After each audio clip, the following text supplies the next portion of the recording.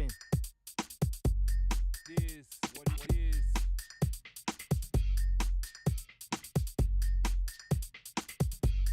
This what it is.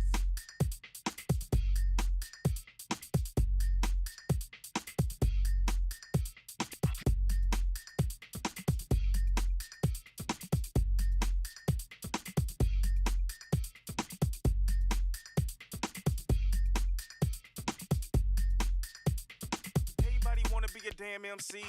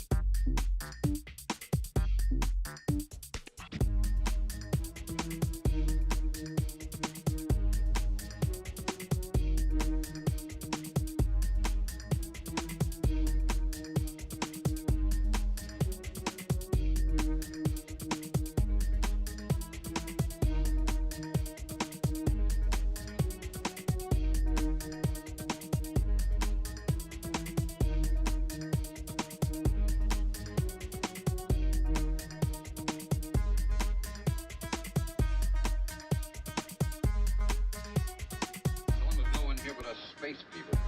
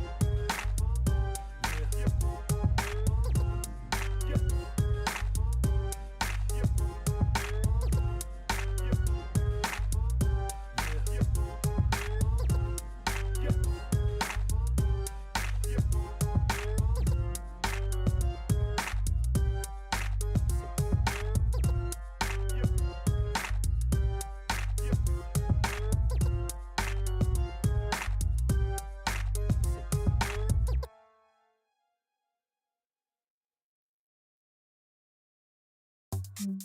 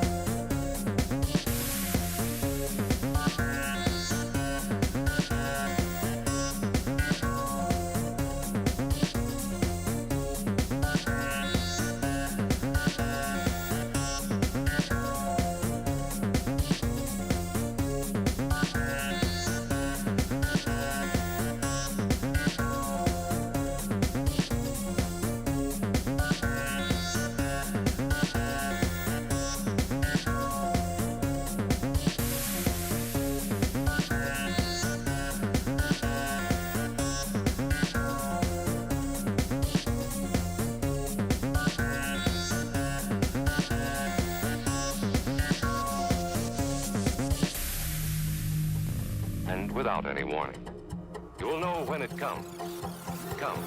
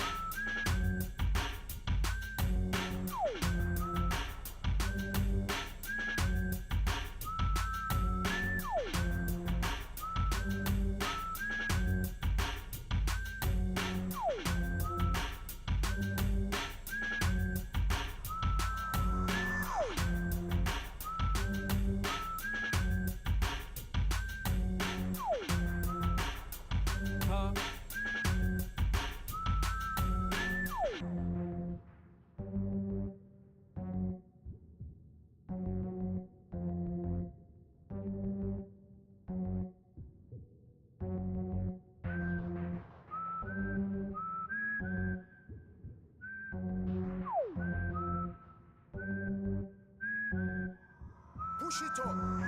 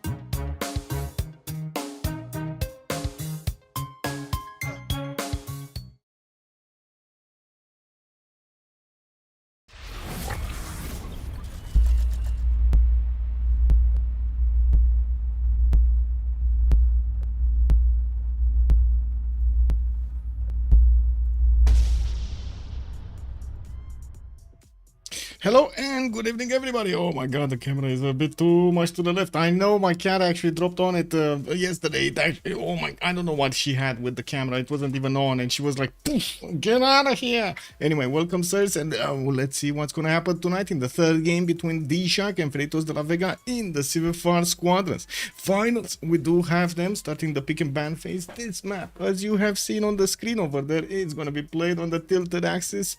No, sorry, this game is gonna be played on the tilted axis map. Let me actually open up the screen here so we can see what's going on in the game. I do want to say hello to everybody and I do hope you like the new song. Fortuna Belly, good morning, sir, and welcome. Sandorios also, hello there, sir, and welcome. Pelican Nav, hello there, sir. You're going, yes, I am in the game right now. We actually got a spectator slot this time. Also, Plays Cat Games, good evening, sir, and welcome. Ooh, Herson, good evening, sir. Thank you so much for the raid. Welcome, everybody. We're gonna be watching tonight Freritos de la Vega going against the Sharks. They already have 2-0 against them, and we're going to need to see in the best of 5 series if they get the triple, the hat-trick. We do have the Sharks on the left side of the screen and Freritos on the right side. I do hope actually it's being proper over here, or I don't know what's going on. Anyway, there we go. Lancer, good evening, sir, and welcome. I do see 3PX. Good evening, sir. Good evening. And Sasu, bonsoir, monsieur, bienvenue. Thank you so much, by the way, for liking that song. And well, I did try a bit of a new way of doing things. Anyway, actually been working on it for quite some time. What is going on, and why don't I see things proper here? Everything's going on fine on the stream, right? It's everything good on Twitch and everything, and on YouTube. Hello there, Papa. So also good evening, sir, on YouTube. Volkan, hello there, sir. Victoro, good evening, sirs. Also, I do want to point out we do have quite a few bans over here by the Sharks. They did take out Brazil with Tokugawa. Japan also got the axe, and it looks like Portugal is not going to make it in. On the right side, we do have Norway over there, Konge, with Coupe, Scythia, and Spain going to be taken out by Freritos de la Vega. We got one more choice for each to go for, and then we're going to see the tone of the game being set by the Sharks. Oh my! They have quite a challenge in front of them. Being on tilted axis map, we're going to probably be seeing quite a few of those naval civilizations being picked up, and we're going to need to see how the players will react to those and what kind of powers they're going to manage to get on their side. And we do have, of course, a lot of them being banned. You already see quite a few of them taken out from the game, but however, there's a bit of a light at the end. We got still Indonesia in the game, Dido in the game, this Victoria's in the game. They didn't ban everything. There just isn't enough, there aren't enough bans to do it. Also coming back to this to the chat, Hemelik Brukenava, good evening, sir, and welcome. I did see wait a second, why don't I see the first one? Oh my god, I don't see Fortuna Belly, thank you so much for picking up the first promotion. Looks like wow, refreshing actually the screen, totally deleted my chat from before. I'm sorry. Also one team can choose from the start. Wait, how is the map pick already? Yeah, in the best of 5 series they did actually get to pick the maps beforehand. Seaward, let's go. And Sasu knows the naval powers are coming. We have to see who's gonna hit those cartography timings, getting of course the caravel against the other. And look at that immediate pick on Indonesia on the Sharks. They nailed it, they got it. They're gonna get those fishing boats pantheons, and we're probably gonna see those junks just running around everywhere, getting their sails in the wind. No more Russia after Lansking. No, looks like, well, I mean, wait a second, they didn't ban it. We don't know if it's gonna make it in yet. We don't know yet, but I gotta say it is kind of terrible to actually get Russia on this particular map. I've seen it done before quite a few times. It didn't work out as expected, even though we've had some players that did manage to actually make out of Russia whatever they wanted, and with very good results. It didn't really seem on the tilted axis map they could do it. Although, however, we've seen some niche scenarios even with Macedon where it could actually pack a serious punch on this map. She got a potty mouth? Wait a second, who got a potty mouth? And also it's Sasu over here with the woo woo boop boop yay yay. Oh my god, he even combined them. Look at that. He got the 2 boop boops in a row. Everybody dance. Mr. Mars OG, hello there, sir, and thank you so much for the follow. Let's see, what do we have here? Freritos gonna go for Elizabeth I. Let's actually see the second pick also in a row here. I do want to point out they did take out Catherine de Medici, the Black Queen, from the roster. I gotta say, there still are civilizations with intel on opponents' movements. Maybe Genghis Khan is gonna make a show over here. Anyway, we've seen actually quite a few combinations of civilizations on the tilted axis map. Some teams actually go for the naval domination and also fight the others who are trying to get the naval domination. Some teams totally ignore the coast, and they do try to make it through with only land civilizations. We're going to need to see how the roster is going to shape up over here, and I'm pretty sure since it is the finals, we're going to see the cream of the cream over here. And we do have Mapuche being taken by Freritos. It's theirs, it's on their team. The extra +5, the damage dealer, the chaos maker over here is going to appear, and we don't know where it's going to strike the fear of the Lotaros. Or I should say say, the Malon Raiders in his opponent's hearts. We do have the Sharks over here also needing to pick up their second Civ, and we're still waiting. We're still waiting for it to come through. Do I have everything in order over here? Give me a second so I can actually double check. Oh, I think I need to move a little bit to the left side over here. What is with this camera, man? What is with the camera, man? Yeah, there we go. There we go. We got it going. And I gotta say, a little bit of BlazeCat Games is actually starting to rub off on me. Look at this, making me talk a little bit in rap lingo. What? Anyway, one team can choose from the start. Yes, I did read that. Herson, I see the draft on screen. Okay, perfect. That's what I wanted to know. The draft. Genghis Khan appearing on the side of the Sharks. The extra intel over here, it might make quite a bit of a difference. Not to mention, man, if you get next to this guy on land with a naval civilization, woo, that's gonna ruffle some feathers. We're gonna need to wait and see what are the next bans, so we can take a look at the picks afterwards. Elizabeth looks like, sorry, not Elizabeth. Cleopatra Egyptian has been taken out over here by Freritos de la Vega. We do have 3 more choices to go. The Sharks are gonna need to put their choice on the table here soon.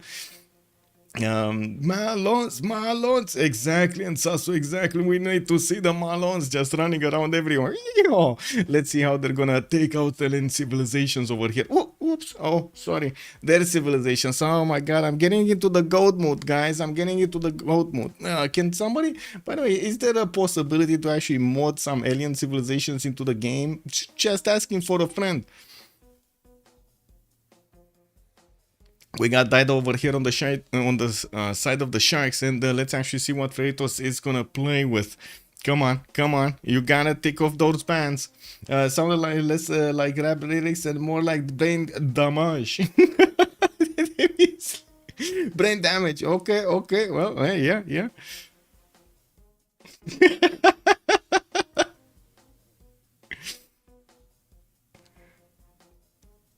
Well. 5 seconds, 4 seconds. Oh, it's gonna be one of the Victorias being taken out, and immediately Eleanor is also gonna be taken out. Well, what are the Sharks gonna do now? No, sorry, Victoria didn't get taken out. Eleanor did get taken out. Come on, man, not Victoria. Oh well, I guess they're gonna let her in. Age of Empire is still a good viable choice on most maps, especially, well, I should say most naval maps. Well, it still does well also on land maps. We're gonna need to wait and see their full roster over here. I'm pretty sure both of them do have good gold generation right about now. I'm pretty sure they also do pack a punch when it comes to the naval, with each of them having a naval civilization, each of them having a land civilization. It kind of looks balanced at this point in the draft. Faraz says made a mod, they called it Beyond Earth. Yeah, at some point, yeah. And yeah, I guess it is what it is, man. And now they make a game that ends at tanks. Did you notice that, by the way? Did you notice yesterday they actually made the game Civ7 ends at tanks? I finished Kill the Justice League, and that game got lots of hate for no reason. Justice League? Kill the Justice... What? Give me a second. Kill the Justice League. I have no idea what this game is. Oh, something with Suicide Squad? Yeah, probably never gonna buy this, not gonna lie. Oh well. Well, I hope the Sharks has another Indo God spawner. Well, let's actually see if he's gonna get the whales, if he's gonna get the turtles to tickle, and maybe some pearls for the girls. We do have the Sharks actually picking up Age of Empire. They do need to pick up also their second civilization here, refill the full roster before the Freritos are gonna put their last one in. I do see Rome is picked up by Freritos de la Vega, and we've seen it multiple times how Rome can do well on the seas as well as on land. Of course, usually it can't actually trade punches with, you know, naval civilizations, with the ones that have coast harbors and everything, but still packs a punch. We're definitely gonna need to see how the preparation between the players is gonna make the difference over here. So many times we've seen this happen, that the players don't pre-build enough boats, they don't actually get their armies in order. And I do see Uzetian has also been ticked off by the Sharks as the last ban. Julius Caesar has been picked up by the Sharks, and on the right side we do have Freritos still needing to pick up the last Civ. Anderkent, good evening, sir, and welcome. The map is tilted axis, sir. You can actually see it right underneath my camera over there with the fuzzy hair. This. We got this. Maya. The people is asking for Maya. Oh, I don't know if Maya is gonna be the choice. That sounds like a big casino roll over here if you wanna pick it up. But I mean, to be honest, I wouldn't really count Freritos out of trying it. Not gonna lie, I think Freritos might actually be how to say bold enough. I would say bold enough to actually try to do it. Pretty extreme pick on the Sharks. Probably Freritos pick neither. Yeah, the Vikings, man, the Vikings are coming.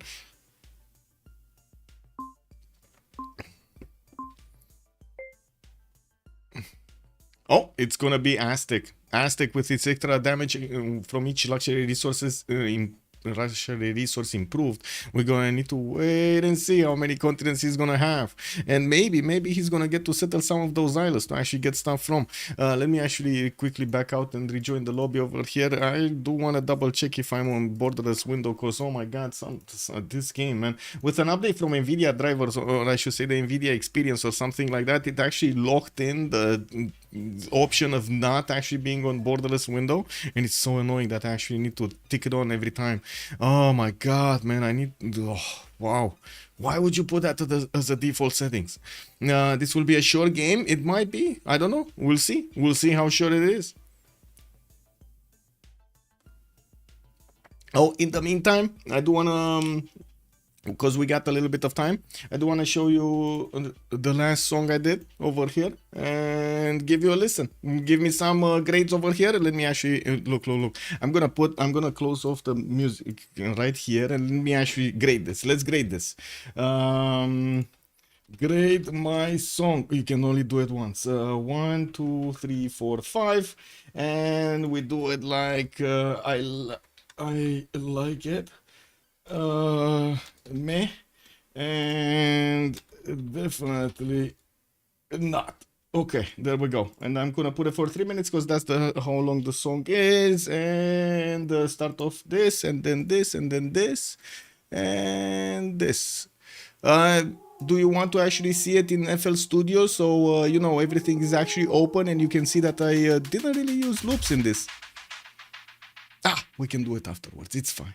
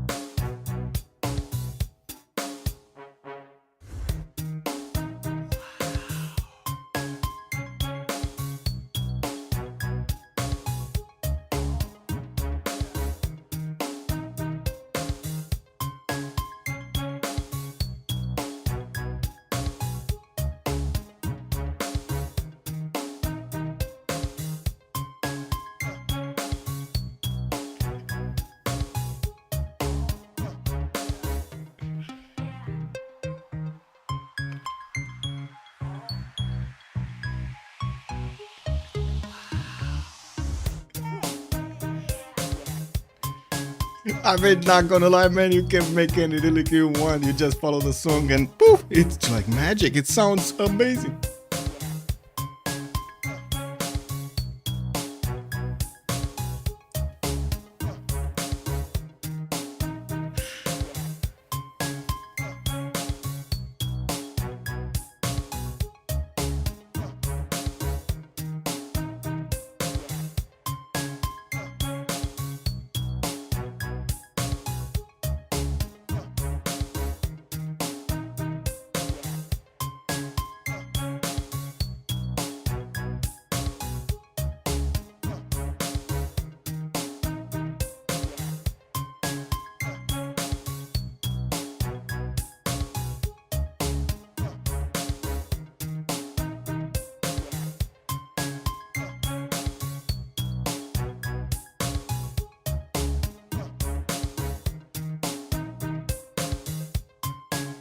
You can't vote? Oh my god, okay, let me actually, how to say, let me close the vote and do it again. Oh, sorry.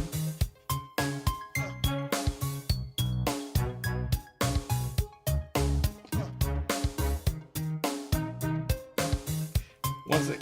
Takes a second. I'll put it for 1 minute. There we go. Should be working again. Where are we? Where are we? Are we doing this? Oh, we're doing this.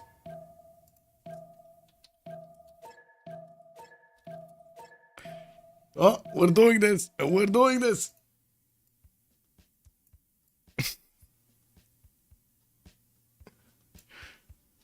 Waiting for Christopher Tin to actually make a composition, man. And not copy. We all here vibing. Lobby simulator times 100. We're getting into the game over here. Same error. Oh my god. I'm sorry. I'm sorry. It is what it is. Okay, you call it a 5. Hello, sir. Respect. Thank you so much, sir. Fasceze maneze. I'm off the heze. The Kingle Vic, good evening, sir. Thank you so much for the 4 over there. Much appreciated, sir. I guess you can actually just put it in the lobby, like put it over here in the chat. So we got another 4. We got another 5. Oh, thank you so much, sir. Much appreciated. I nailed it. I actually nailed it. Wow. Okay. Okay. Amazing. Sandorius, good evening, sir, and welcome. Let's see the map, guys. We got another 4. Oh my god. Thank you so much, guys.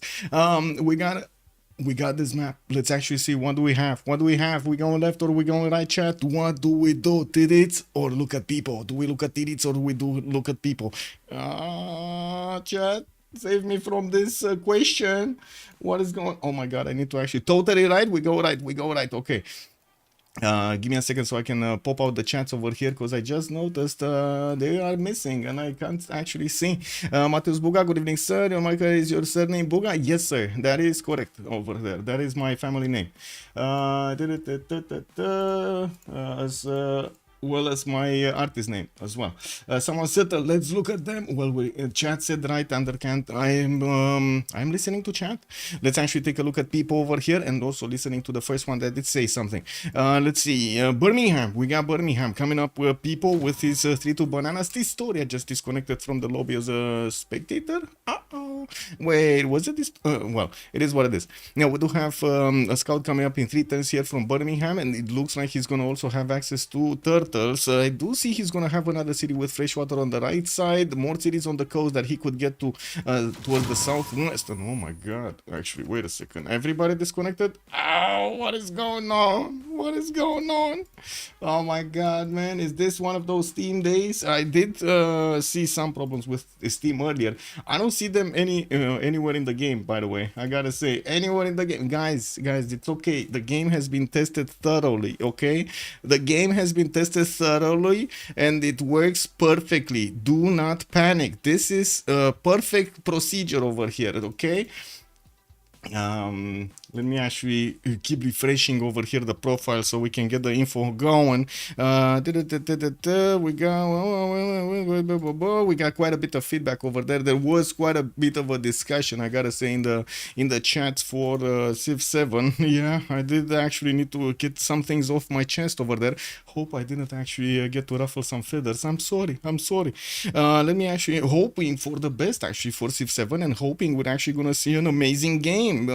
Not being held back, I should say, by its own design.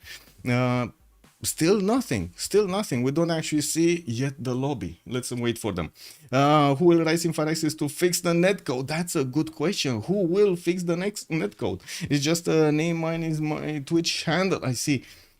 CivFR better fix their internet. Yeah, imagine that fixing their internet while they're basically like next to each other over there playing from the same country. Yeah. It's guys. It's the game has been thoroughly tested. You have heard Carl Harrison say the game has been thoroughly tested. It's top notch. It's probably bad for business to fix Civ6 code. Civ7 is moneymaker now. Oh, Supreme. I mean, yeah, that's a good one. Let's see the moneymaker. Woo! Shake that moneymaker. When you see the reaction of some people when they announce Harlet Tubman, I have no idea what that reaction was or why. Romania is far from France, but relative to America, much closer. Yes, it is. And actually, usually who is? I see. Got it. Oh yeah, I don't know the reaction. I have no idea, and I'm not sure if it actually is relevant. Give me a second. Let me actually see what's going on.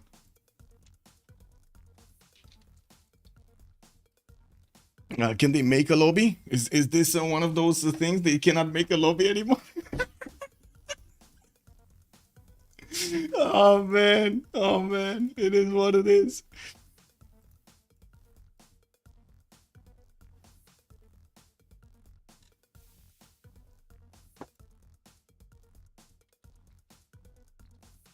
Okay, got it. We got some more info over here.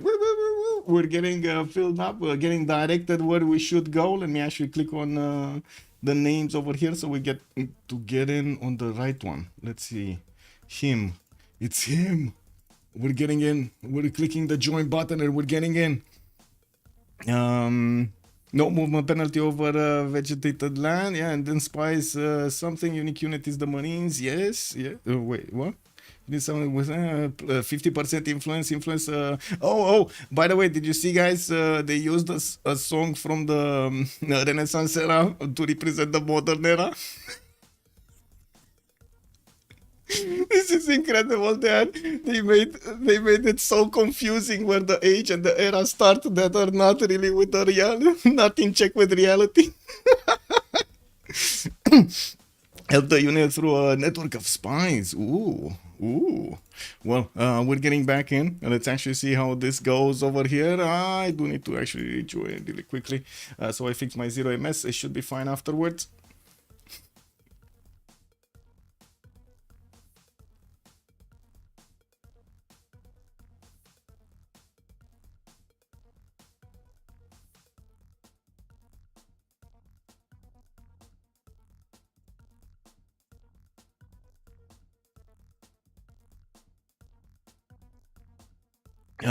Wait, first time I see someone with same surname as me. Yeah, I mean, that makes two of us, Mateus. I'll vote in advance in case you read this later. Map 2, left, please. We go left. Okay, got it. I read it. Volcar also 2 Roms, 2 Englands, Mapuche, Genghis, Aztec, and Trefuana. What? I don't know what that is. All safe, so usual at any season. Yes. My bad, you have... What is that? DS. I don't know what DS is. Can't wait to push. Okay, how do you only have 500 hours? Or did I see that wrong? Oh, Commander King, I have 2 accounts. That's how. I actually need to have 2 accounts because otherwise I get the pin bug. Again, game has been thoroughly fixed and tested for a long time. So, you know, the pin bug doesn't exist, but it is what it is. Give me a second. I should be able to give you my account. This is my account. My main one. I mostly play Dota these games, Underlords the last few days to clean up my mind.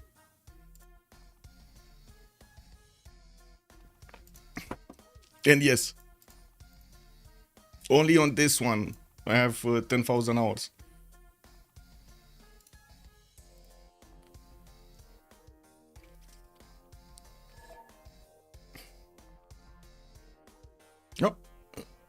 Oh, by the way, talking about who is who on and where are they? We do have Victoria Age of Steam top slot over there, played by Pipo. Chuck is gonna play Lotaro, Sprig Montezuma, Joe CO6 on Guitarja. Malm is gonna go for Rome, the Trajan persona. We got AM on Genghis Khan. Apology is gonna go for Julius Caesar. So again, we do have both Romes picked up in the game from different teams, and then we do have Tirits going for Elizabeth the First over here as the last choice. I do have to point out we do have from one team, from the Sharks people, with Josio 6, Ray M, and Apology showing up today for them, while on the other side, on Freritos, on the brothers, we got Tirits with Malm, with Sprig, and Chuck showing tonight for their team. Let's actually check. Can I not switch my... Why I can't switch my color? No, it's a red dot over there. Do you know how much I really dislike red dots or these exclamation marks? Oh my god, man. Oh yeah, just a few. Underground level, more like nuclear facility. So no pumping today. Yeah, they're not pumping today, man. Bedroom in England will win. Yeah. You nailed it. Well, let's actually see how things are going to develop here. I do have to say yes on both teams, like Underkent is saying, they do have a Rome and they do have an England. So yeah, they're definitely going to win on one side or the other. Playing both sides, no, playing both sides. It's like talking into echo. You say something and then boo, an echo back. Aztec with both strengths GDRs. Well, the bonus strength on GDRs, man, if Aztec does manage to get plus 16, it's not even gonna go to GDRs. We're gonna have those jet bombers just wiping off clean the map. Okay, I think we got everybody in and we shouldn't have any problem with the host this time around, hopefully. We're getting in, loading the first map. Prediction time, I don't want to click buttons. We're in the lobby, I don't want to click buttons. You never know when, you know, one of those double loads starts to come in. And Frank DLC announced for 2026, yeah. Hey, Santa Claus is gonna be announced next Christmas, definitely. We're gonna see Santa Claus, guys, as a leader.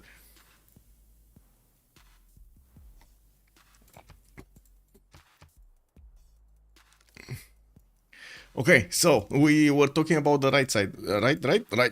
Okay, London gonna get his scout out in 3. I do need to put up the prediction actually. Start a prediction for how many remaps? 0, 1, 2, 10 minutes submission period, and as we're loading in, you get to correctly predict the outcome of this remap vote. They do have one token on each side, and we're going to need to see a 10-10 when they do vote. Who's going to use the token? Who's not going to use the token? When is the last time Aztec was good in a game that you casted?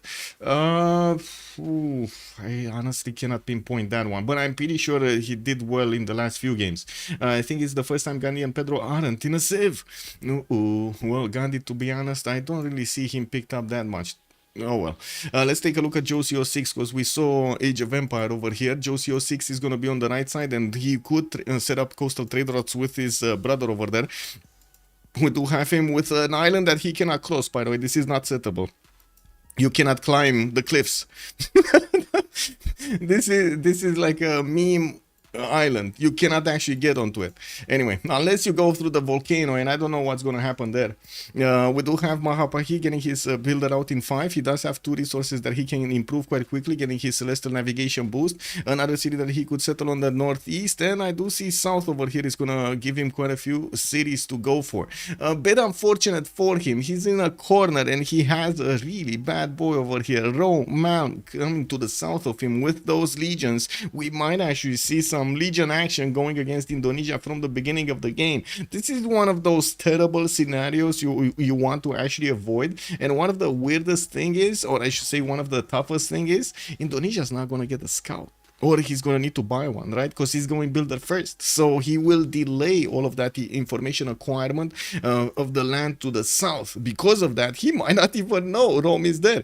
If Rome is not going to send a warrior there, or is not going to actually meet one of the Indonesian units, they're not going to see each other. Also, Savenan, this is a best of 5, sir. We already had 2 games. It's 2-0 right now for Freritos de la Vega. And we're going to need to see if the Sharks are going to manage to put one on the table, or this is going to be the deciding game, a trio, a hat-trick for Freritos de la Vega. Also, Indo finds Rome with builder scouting and calls a remap. Oh, it might happen. It might happen. I don't know, man. Indo can find Arno River, and Indo knows Sir Julius is on the other side of the world. Well, he will get his warrior to the south by the looks of it. I was actually, wait a second. He might actually go for the hut, right? He's going to go for the hut. This is 10-2. If he goes for the hut, he might keep going right. If he keeps going right, he's not going to see this. Wait a second. Where is he going? Okay, we need to wait a little bit for this. Not going to lie. This is important information. He's not unless he actually put a drop down, like unless he actually clicked hovered over this tile to see the river's name, he's not gonna know about this. Not yet, at least. Yeah, we do have Rome moving towards the north here with his warrior, and I do see he's well, he's gonna need to make a decision if he's scouting the coast or going for the river. And let's move towards Genghis Khan. Where is he? Where is the great Khan? Khan is on a peninsula southwest of the map. He's getting his scout out. Looks like his warrior is gonna find out that the peninsula ends in the south here, and we do have him with quite a bit of land between him and Julius Caesar towards the north. Now we'll probably need to put quite a few coastal cities, which is not ideal at all for big Genghis here. Doesn't have the fresh water necessary to actually go off the coast, unfortunately. He's gonna have quite a few chops for this territory. I do see some that are gonna be on hills from forest, and I'm pretty sure he's gonna try to do something against Rome here, because there's no other choice. He cannot go around it. We do have also Julius. Oh, wait a second, that's his ally. Never mind, those are allies. Oh, come on, they're just gonna. I was getting excited over here. We're actually gonna see some war, and then I see that they're allies. Come on, guys, come on. What is this? We're getting bamboozled like this. We got Mongolia that is gonna get to trade with Julius Caesar on the coast. They're gonna make the big bucks and they're gonna give it to their team. Do they actually have somebody to go against? I mean, I guess no. Wow, wait a second, he actually needs to go all the way around the South Pole to get to Elizabeth? Oh no, this is gonna be terrible timing. Wait, guys, I know what this is. This is Mongolia space victory or culture victory. We actually are, or is it gonna be Diplo? He's gonna try the Diplo. I don't know, but at the moment it looks like he's gonna need to totally forget about any kind of war, naval or land, because he doesn't have a target. Taking a look at Julius, we do have Rome here with Julius Caesar getting his turtle to the southwest of Rome. He's gonna need to get the builder to improve it. He does have quite a few 2-2s, getting a settler out in 5, non-freshwater settle towards the north, or maybe on the river. Actually, no, he can get it on the river on the 2-1s. While southeast is gonna have a possibility to go for the Netemenaki city here. That might not be bad, actually. He did manage to get 2 scouts with his warrior, and he's starting to explore all of the territory to the east side. And I think we need to put a step on it, because Mapuche over here, they did, are they gonna see each other? Did they actually meet each other? Yeah, they met each other. Okay, that's fine. That's a forest with an ivory tile that's actually on a flatland, not a hill, so it didn't block the visibility. So he knows, Indonesia knows, he's gonna have Rome to trade punches with. Now we do have Mapuche already getting his amber improved. He does have a settler coming out in 3 turns. Doesn't have that much appeal, but he's gonna have some tiles after he's gonna finish chopping the rainforest around these mountains and increase the appeal of those tiles. Southwest looks like Aztec already did get his eagle warrior to some builders over here from Cardiff and getting his granary out in 8. We do have another eagle warrior going to just farm, milk everything from Cardiff. Can you imagine? Oh my god, he's gonna get everything over here. Another warrior is gonna give his life to the eagle warrior so he can be a builder for the Aztec nation. And we do have to take a look also on Rome here. Just a few seconds. We do have his settler coming out next turn, and it looks like he is going north. Come on, you go north, Rome. Mal, you know what to do. I think you know what to do. It is time to forward settle your opponent over here. Josio 6 getting his scout right next to the Roman warrior. You can imagine these guys over there are shouting at each other from across the river, telling all kinds of stuff, Like, can you imagine over here them just looking at each other, one in a tree and the other one from a hill? That day, oh my god, the Roman warriors had enough. They actually crossed, and we do have Indonesia scouts still cowering over there in the trees in the rainforest, trying to see between the leaves where the warriors are. They saw their opportunity. They crossed over the river, and now we'll see where the Roman settler is gonna get to. Looks like he's gonna be fine. That scout has nothing on him. We do need to take a look at Elizabeth I also. Manchester here getting his 4-1 fish. We do have a settler in 1, and it does seem like he's going to get an amber tile to benefit from some extra culture. It looks like in the south, more seal tiles are available for him. Possible at Temenaki City if he actually dares to, not wants to, dares to, because, you know, Elizabeth I here.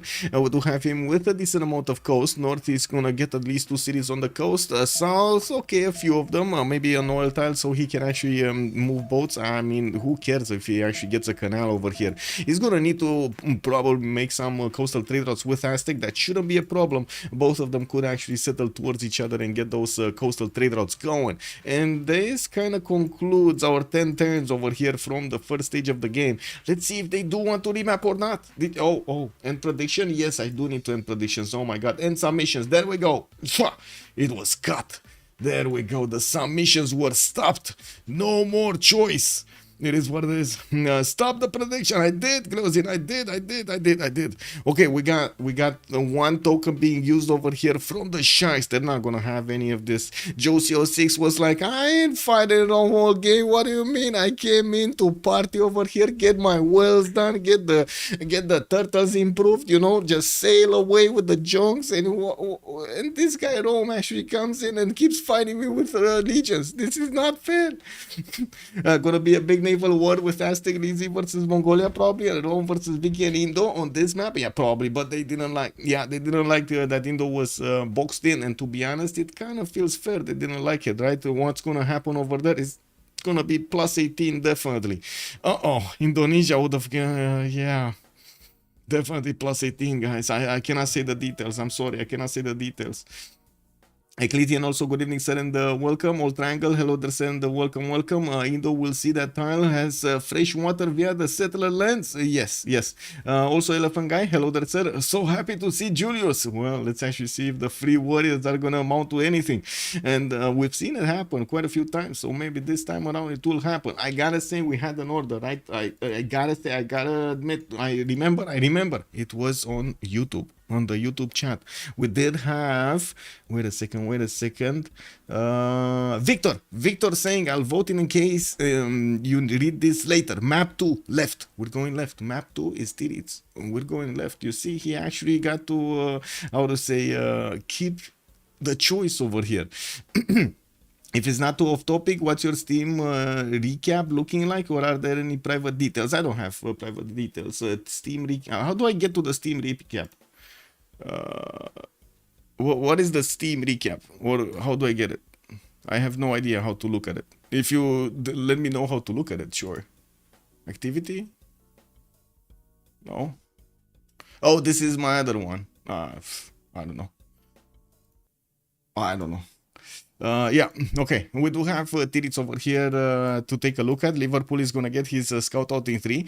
We do have to the right side amber tiles to go for 2-2-1s, 1-3-1s, and I do see another 2-2-1 as the third one that will give him that extra culture. Possible copper settle to the south. He could also go on that one tile lake, but I'm pretty sure he's gonna want that coast. We do have whales in the water with some reef fish, and also a lot of crabs over here for his extra goal per turn. Now we do see him also towards the north with Trajan. Again, he can set up some coastal trade routes. Has a decent amount of territory, some inland, some coastal, and a possible city state to take out in the south over here with the boats. Not a good one, to be honest. Lahore, yeah, it does have some fish tiles, but it's Tundra, man. What are you gonna do in the cold? It's very cold outside. Anyway, we do need to take a look at Rome. Kume is going to get his own scout out in 3 turns. Has a lot of rivers to keep settling on. Northeast next to the spice tile, northwest on the maze, and I do notice he's also going to get the Vredefort Dome towards the other Rome. Oh my god, we're going to see legions attacking legions, guys. I mean, at least, you know, it's kind of fair over here. We're going to need to see who from the Romans would actually get to be supreme. And we do have to take a look also on Aztec. Let's see, where is Aztec and what is he doing? Tenochtitlan, we're getting him with an ivory tile. It looks like he's gonna have one big continent. Ooh, chocolate hills, chocolate pills. We got him to the southeast with the banana in the same city as chocolate hills and a 2-2 base. Oh, beautiful. 1, 2, 3, 4, 5, 6 to settle city. Amazing. He could also get one of the cattle tile over here southwest, and even change a few chocolate hill tiles to that city on the cattle. Now we do have him with some coastals if he wants to, and I'm pretty sure he's gonna want to find a trading partner, but he cannot. Lotaro to the south is gonna be on land, and he doesn't have anywhere to send trade routes to.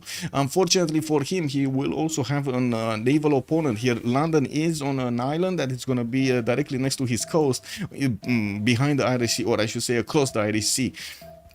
We do need to move forward towards Chuck over here, who's the last one that we're going to talk about from Freritos de la Vega. And we got Engulumapu with his 2-2 base. This time around, the appeal looks a little bit better to the west. Oh my god, it doesn't. Oh my god, no, terrible. potty mouth, terrible appeal, man. I'm sorry for being optimistic over here, but it looks like this is terrible. Look at so much white and red over here. Only a few specks of like the green and no dark green. I guess he's gonna have this iron tile that he's probably gonna put a city on, not one of those shemamuls. Oh well, it is what it is, you know, a man can dream.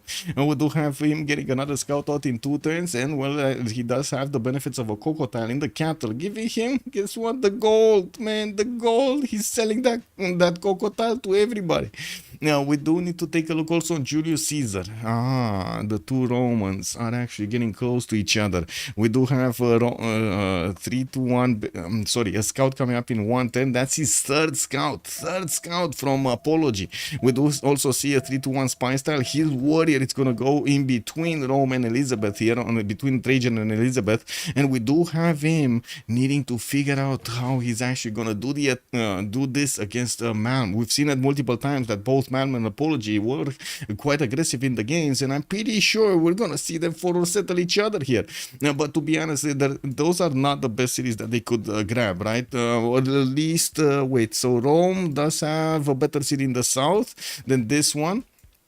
And by the looks of it, Rome Mound does have a better city in the northeast on that uranium tile than the southeast one. But I guess we're going to need to see what are their priorities over here. I'm pretty sure Malm is starting to will see the borders next turn. There we go. He just crossed, and as you can see, we don't have Julius actually noticing the warrior, but man does see the borders. He does see the borders. He knows where Apology's home is. Let's take a look at Genghis Khan. Where is the Genghis? Genghis Khan is over here. We're gonna see K-Shakes coupled together with legions to go against Rome. Man is in trouble. We got a 2 versus 1 happening over here, and I'm pretty sure we're gonna see Mongolia try to finish the job here. Now we got him with quite a bit of fresh water, 3-2 bananas to the northwest, got some tiki hats over there to get the benefits from. Amazing settle to the south with quite a bit of food from the sugar and a lot of tiles to actually get the chops from.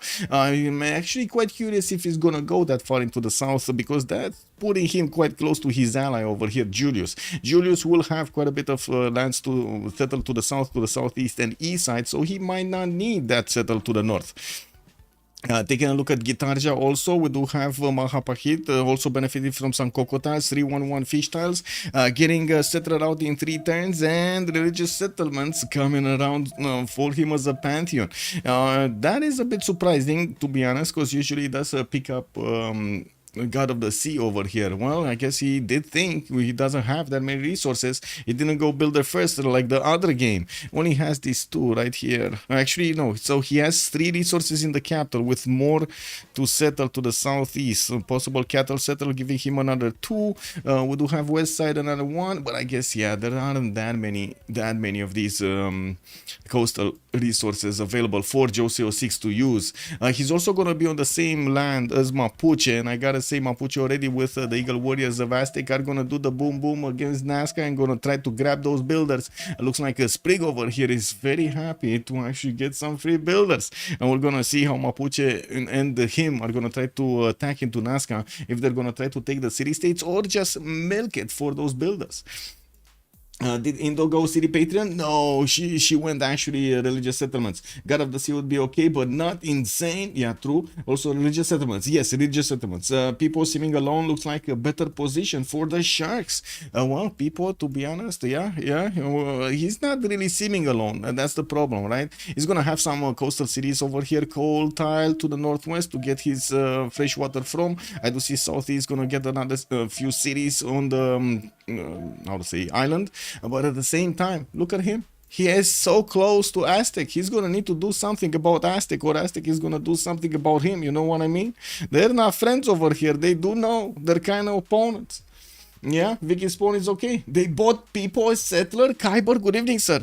They actually, so that's what the settler is for. Oh my god, they actually did. They actually did. Nice catch over there, Kyber. I was looking at the land and totally missed that he got a free settler in the city. And look at that, his population is gonna need to grow back, and that's gonna delay quite a bit. But still, he's gonna have a few turns extra of an extra city over there. How did they get the money? They just pulled everything together into one. Yeah, didn't buy scouts. And we do have a new map, a new remap being chosen. So that actually concludes the vote, right? We got 2 remaps and that's it. Complete prediction. Oh my god, 41,000 points are gonna go to, let's see, who are the high rollers, guys? Who are the high rollers? Uko Supreme and 3 others. Oh, who are the 3 others? It doesn't tell me. It doesn't tell me. You guys know who you are. You guys know who you are. You just won a lot of points. Now, I'm not surprised Aztec kind of boxed in. Yeah, but to be honest, it's Aztec, right? You kind of expect this kind of a spawn for Aztec. And let's see. Wait.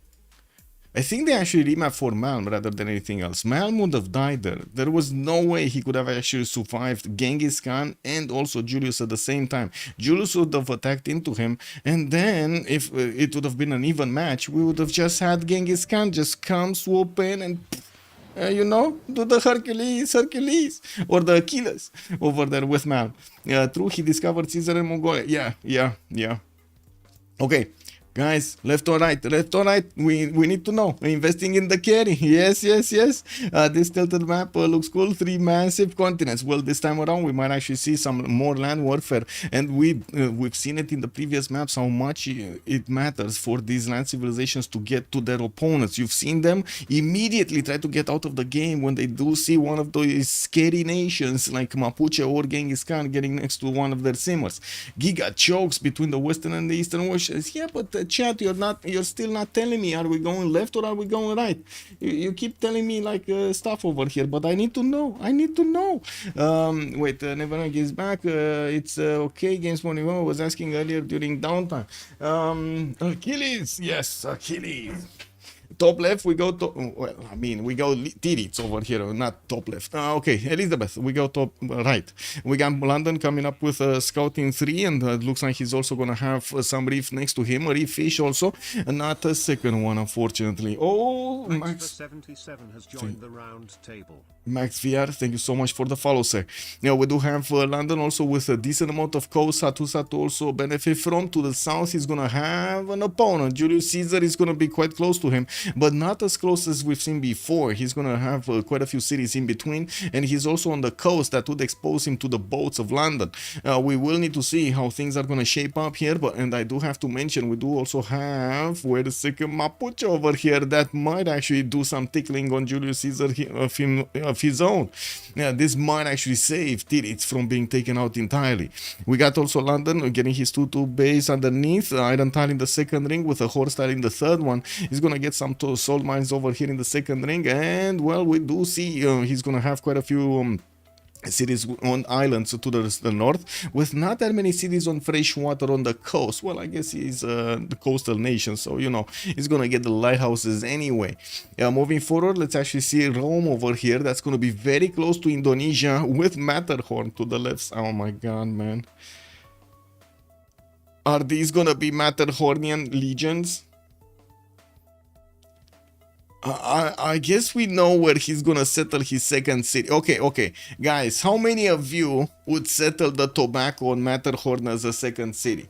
Let's actually see some show of hands over here in the chat. How many of you would actually settle that Tobacco? He has 2 natural wonders. Yes, oh my god, he actually has Motrazi Cannon as well. Oh, this is a sign from the gods. God spawn, yes. You would settle stone on the other wonder over here on the stone tile. Yeah. Oh my god, what would you put on the other culture tile? Anyway, yeah, definitely can work. I didn't even see this one. I didn't even see. This is incredible. Prediction now? No prediction now. What do you mean? It's a nasty spawn. Yeah. It's settled if second city and not think about it anymore. Yeah, exactly. But to be honest, look at this, man. He has quite a few choices to make. Where is he gonna settle? Wait a second. Does he even see this? Can you imagine if he's actually getting his second settler out and he doesn't see neither Matterhorn or Moltrazzi Canyon? Kind of looks impossible. But we're gonna see if he's actually gonna get to see them. Yorkshire Brit, good evening, sir, and welcome. Also, maybe he smokes the tobacco and then hikes up the Matterhorn. Yeah. You know, get some oxygen in, some real oxygen in from the mountain. I do see Arpinum is also going to benefit from iron very far away in the third ring. This is going to be expensive, and it's not like he's going to benefit from others in the other cities. We do have him also with the horses third ring. Again, very expensive. Probably going to need to put a city closer to those resources so he can actually get to improve them. This is going to be quite a resource heavy game if he wants to go into Indonesia. The strategic resources are going to make a difference here. We do also need to move forward and take a look at Aztec. We do have Montezuma somewhere on the map that's just craving for some action. Looks like the Eagle Warriors are going towards the north here from Tenochtitlan. He has another one pumped out, and I gotta say, no more city-states for him. No more city-states. They got, I guess this time around, it's all man with the luck. We don't have that much luck on Sprig to actually get his boom boom going. He will actually get his warrior to discover Mount Kilimanjaro. Will keep on going, and he might actually get into Indonesia's borders at some point. We don't know if he's gonna do damage. That's a lot of time to actually get to move through. And Tenochtitlan getting a settler out in 6 does have a possible Temenaki city towards the north, and actually 2 cities with floodplains to go for. These rivers towards the north and the east side. Some mountains for his +3 campuses, maybe some +4s with other districts. While I gotta say also in the capital he's gonna have a reef tile to give him the adjacency. Now more cities in the south, I would say actually he can place a few cities in the south here. It shouldn't be that big of a problem to back settle.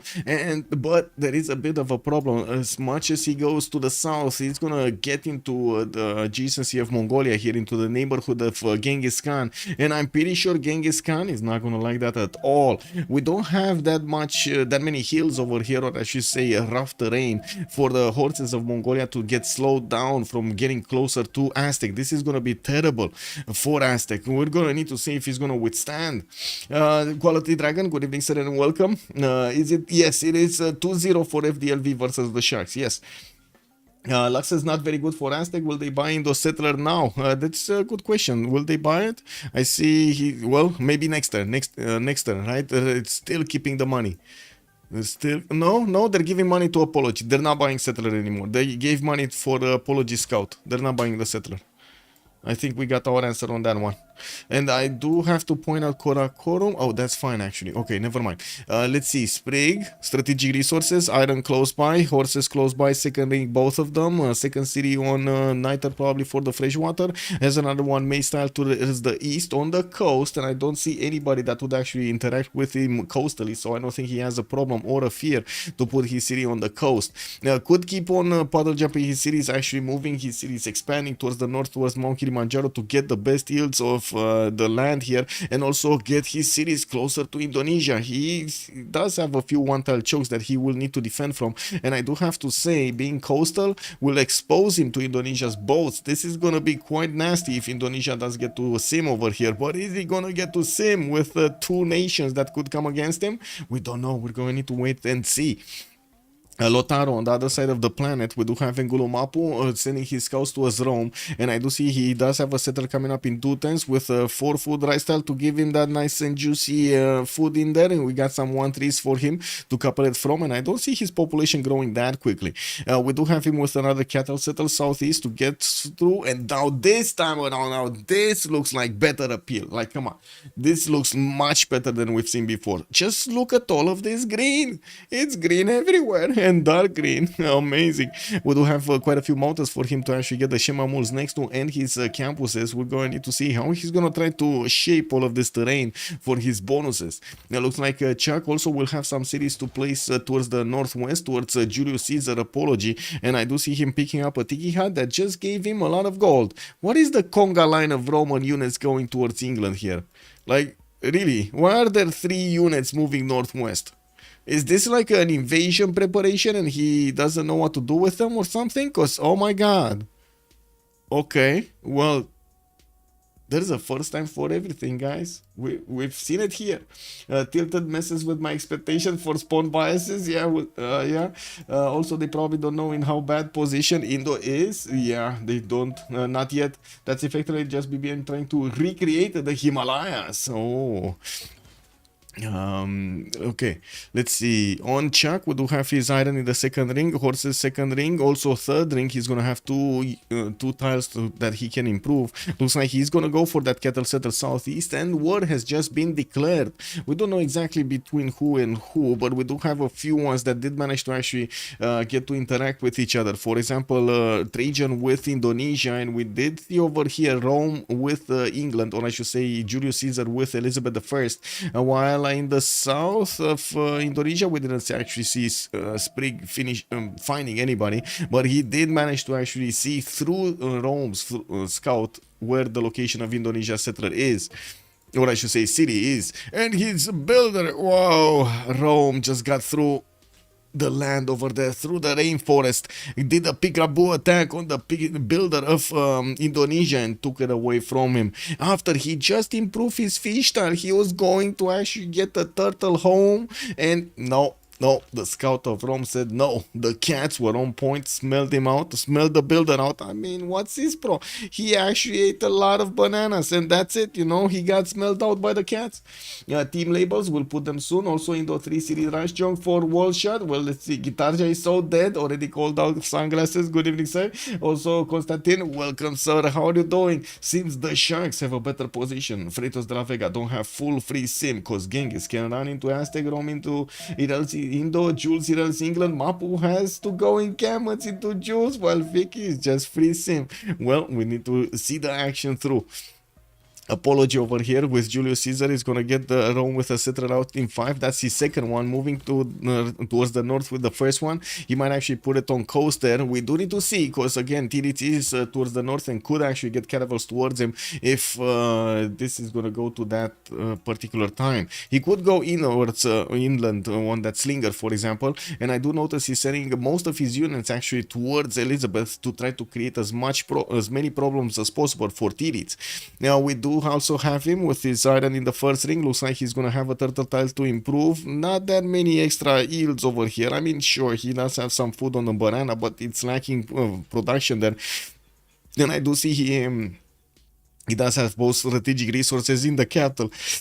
First and second ring. More cities in the south, and of course I do see that Mapuche did figure out where Julius is. Apology is gonna need to also figure out that he has to war Mapuche in the south as well as the north over here with England.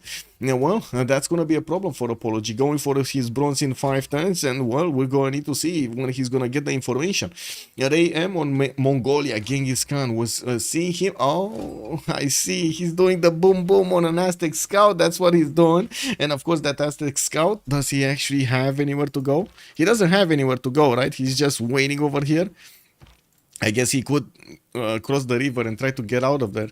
Oh no, he could go wine tile. Wait a second, this warrior doesn't have movement, so Sprig could just how to say, lance move over here on the 2-foot tile, get the wine tile, and then woo, GTFO out of there. Now we do have Korakorum getting also another settler out in 3 turns. He plays Turumki on a floodplains river towards the southeast, where I gotta say he has to invest quite a bit in his tiles, but he does have a 3-2 banana across the seas over there on the island that he could grab for some extra food.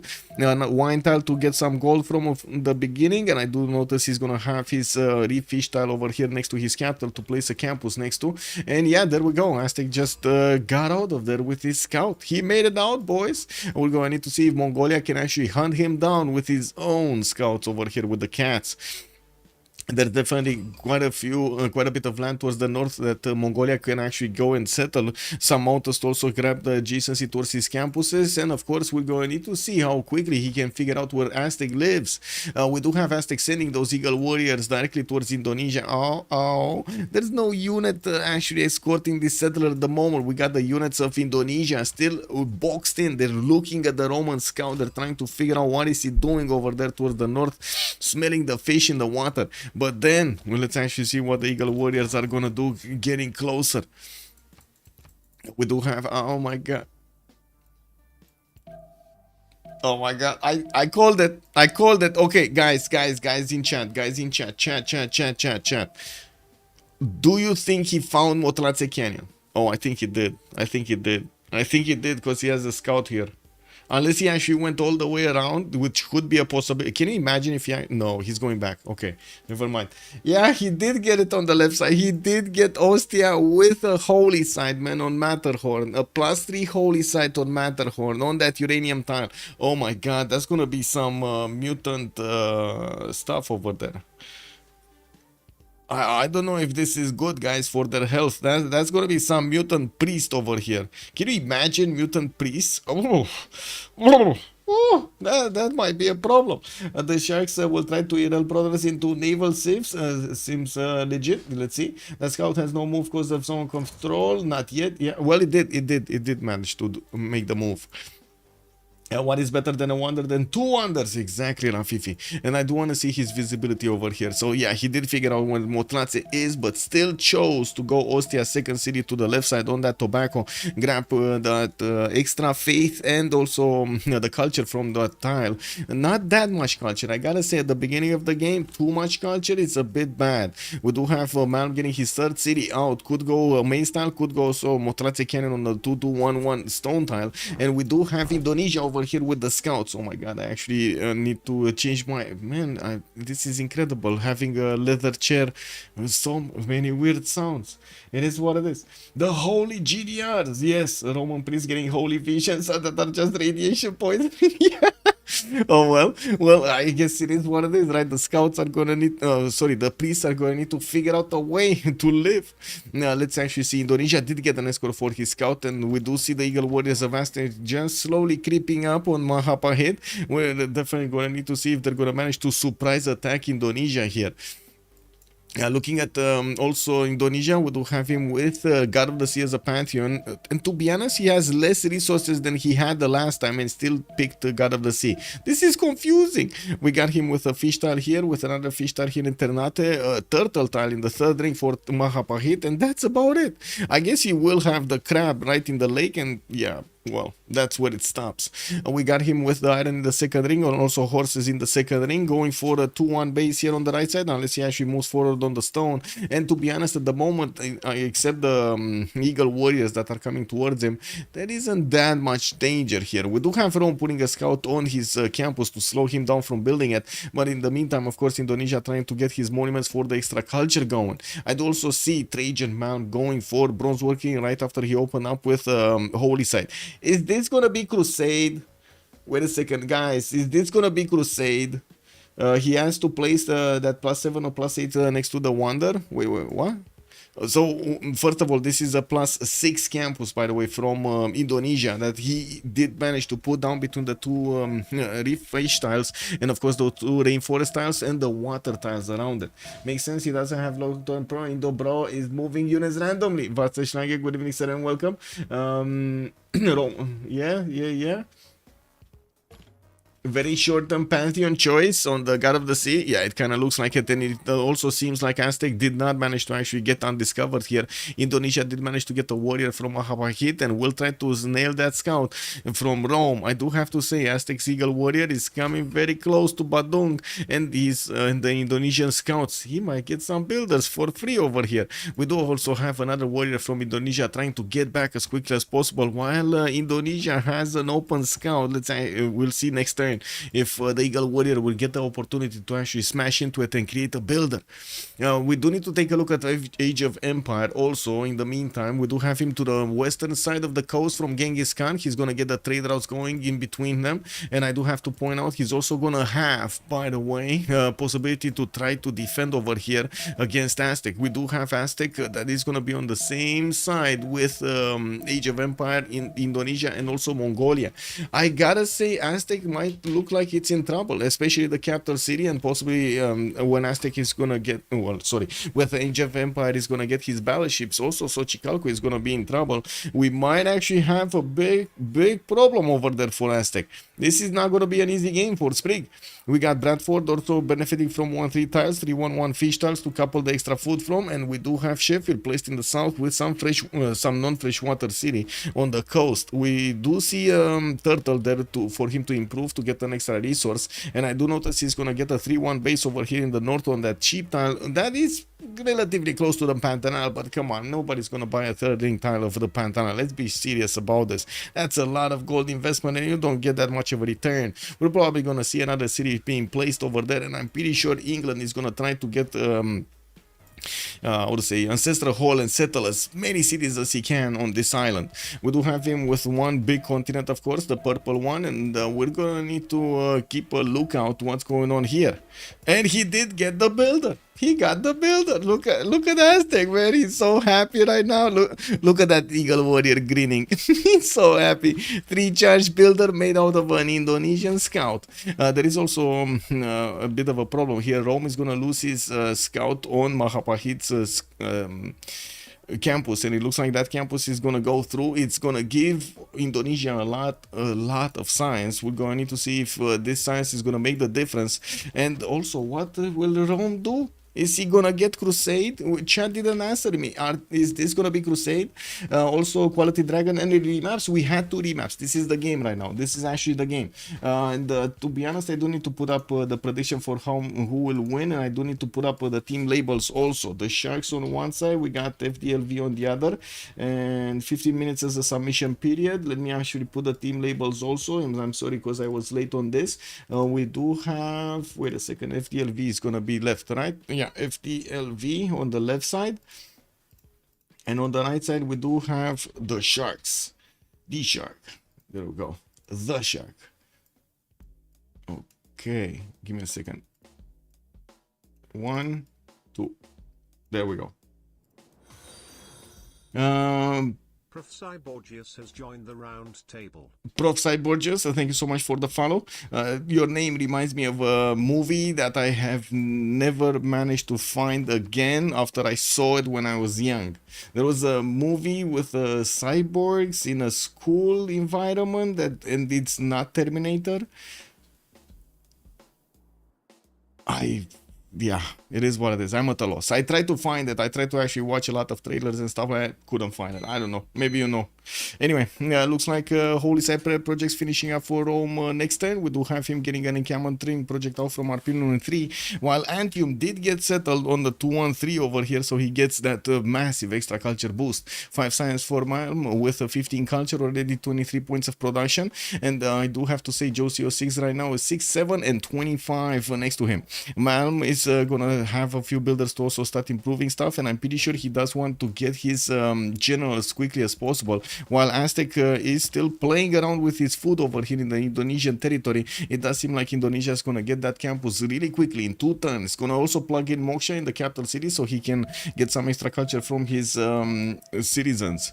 Lady of the Rager Marshes chosen by Sprig. We do have his trader already connecting from Xochicalco to Tenochtitlan, while he's gonna manage to get a lot of extra production from all of these floodplain tiles. He's also working on Etemenanki, building up in 7 turns there in Xochicalco. On the side of England versus Julius Caesar, we do have a wow. Man, this is a foreign settler if I've ever seen one. Where is this settler even going? Where is he going? Like, let me know. Where is he going? Really? Like, there's no way he can settle in between the mountains and Ravenna and Bristol, right? He cannot do this. He can either go right and get to settle down fresh over there, or go left and settle over there next to the coast, right? And it kind of looks like he's going right. Is it just me, or it kind of looks like he's going right? Oh my god, you know what he's gonna do, right? Iron working in 10 turns. What is his builder? He has an iron tile that he needs to upgrade. He's putting down his encampments, getting monuments out. He does need to get the boost, right, for iron working, so he needs to improve the iron. And Mapuche, Chuck's scout, is staying right there on it. He wants to deny it as long as possible. We're going to need to see if his warriors are also going to stand tall over here against the English troops. And of course, if Tiritz is actually going to get archery anytime soon. Looks like Tiritz going for his own iron working in 11 turns, and will have the boost much faster because he does have an iron tile that is available for him, and also getting defended by a slinger, not to mention his other units around, the cats from the scout and the warrior in the north with the clubs. More pantheons. Do we have more pantheons? Looks like Mapuche, CD Patriarchs already finished 2 of his campuses, +3 is both of them. We do have him grabbing a 4th city out from Piku Mapu and getting Liang in 3/10 from Engulu Mapu. He's also not yet improving his resources, strategic resources, unfortunately. Oh well. So Chicalco 5/10 at Temenaki. We do have Korakorum here, 4/10 for a settler. Also Urungi, 2/10 builder. Monuments from Keshker, and well, we're going to need to see him settle all of this north quite easily. He does have 3 cities on the coast, which of course is not a problem because he is friends with people over here. They're gonna get their goal going. It is a problem for Aztec though in the north. Did that settler start working before Bristol was settled? I don't think it might have been. It might have been. I don't know. And it does look like Apology is indeed going for the 2-1 base over here. Also getting initiation rights as a Pantheon. Still trying to get away, push away this Mapuche scout from his territory. Did also invest into another warrior here that's going to need to move very quickly towards the front line. And I'm pretty sure with his ability to get the roads connected, this is not going to be that hard. He doesn't have yet a trade route made or created, or I should say, or bought, whatever. He's getting motion in the capital city of Rome there in 4/10. And let's actually see. We got another holy site. Okay, guys, is this actually Crusade Rome against Indonesia? That's an initiation rights warrior. Thank you, Arakendeng. Much appreciated. Gonna be a bit more sneaky. Boreal, good evening, sir. I don't like that slinger rush from Julius. Yeah, I mean, you mean the one slinger rush? Yeah. Random question, Thandorius, just get the era score for settling multiple wonders or just the first? You get for settling any wonder. So if you settle 2 times on a wonder, you're only going to get it once. If you settle multiple wonders, you get multiple wonders worth of bonuses. Also, Apology wants revenge. Liz is in big trouble. Yes and no. That's a good question. We're going to need to see the encampments, and we're going to need to see his ability to get the generals, because that it does look like quite a few of civilizations are managing to get their encampments down. We do have Apology over here, the Under Rome Malm going for it. I'm pretty sure we're going to see over here Indonesia needing to get one. Mapuche will probably need one against Rome, against Apology, and at the moment, well, he did start off with his campuses. We're gonna need to see when he's gonna get his bronze working. I don't actually see him going bronze. He's going currency. It looks like he's gonna be Lizzie that's just gonna be defending over here until maybe Mapuche comes to clean up at Malon Raider timing. Rome, very unlikely to fail. Wait a second, which one? Which one of the Romes? Is it Julius or Trajan? Also, Clausin, thank you so much, sir. Much appreciated. The purple one. Ah, see. The purple. Thank you, sir. Thank you. Okay, so 2 tens for the Holy Site project. Oh my god, this suspense is killing me. The suspense is killing me. Are we actually gonna see Crusade or not? We do have Aztec also getting next to Badung. He cannot attack into the city center with his Eagle Warriors, and it does look like he's just moving around here, fishing for some free builders. We do have him actually jumping on an iron tile to try to keep it away, and to be honest, oh my god, you know what he could do, right? Last move over here towards the Indonesian slinger and try to smash it down. It looks like also campus research projects coming in for Indonesia. There is Hypatia first, and I do have to point out that Chuck also has scientist points. We do have him on 2 great scientist points at 10, and he has the ability to make a project here. First, he's going to want to get his strategic resources improved for his teammates, and I do see him plugging in Liang in the city of Engulu Mapu, which makes me wonder why he doesn't have that many resources. 1, 2, 3, 4, 5, 6 in 7, I guess. Depends on if he actually switches the cattle tiles, but still doesn't look like he has that much of an opener for Liang. Yeah, we do have Rome finishing his encampment next turn. He did manage to get the upgrades going. Looks like he also keeps moving to the right with his city center, which is placed in between his capital and his opponent's capital. We do have his settler that will pop out a unit really quickly, and Iron Working is gonna finish in 2 turns. Is he gonna wait the next 2 turns? Probably, right? It must be city parks. It must be city parks. Yeah, it's not the right tree. Yeah, this third city on Julius is crazy. Yes, it is. Let's see what he's gonna do here. Iron working 210 state workforce in 6. So Chicalco gonna get his Temenaki in 3. We do have Spriggs still. Oh, not moving. He's not moving for that slinger, man. He really wants to actually keep away the iron tile from his opponent to deny him the ability of upgrading those swordsmen. And this is pretty good because in the army tab we don't see that much iron acquired by the Sharks. We do see Freritos de la Vega did manage to get 8 iron on Tirits on Elizabeth, and I do notice some horses on Montezuma. But again, on the man we got no strategic resources, and this is quite a problem for him. He really needs to get a builder and start improving. He was the one that did actually have the third ring resources. They are very expensive, and gold is at a premium, especially when you have legions to upgrade. They are so expensive to get going. Okay, guys, it's the moment of truth. Is this Crusade? Is this Crusade on Trajan? Moment of truth. Crusade on Trajan? Indo could get denied general? Yes. Yes, it could get denied general. Come on, I just need a yes or no. Yes or no in the chat. Is this Crusade on Rome? Kind of BS. He can hit oligarchy so much sooner. Yes. If he didn't hit it already, to be honest. Where is he? He's on drama and poetry already, guys. He does have oligarchy. What do you mean? It's 1027 and Rome has oligarchy. 100% we got no. Okay, let's see. Crusade. Oh my god. And warrior monks. He actually got the warrior monks. We're gonna see the kung fu's going in. Okay, with the big sticks.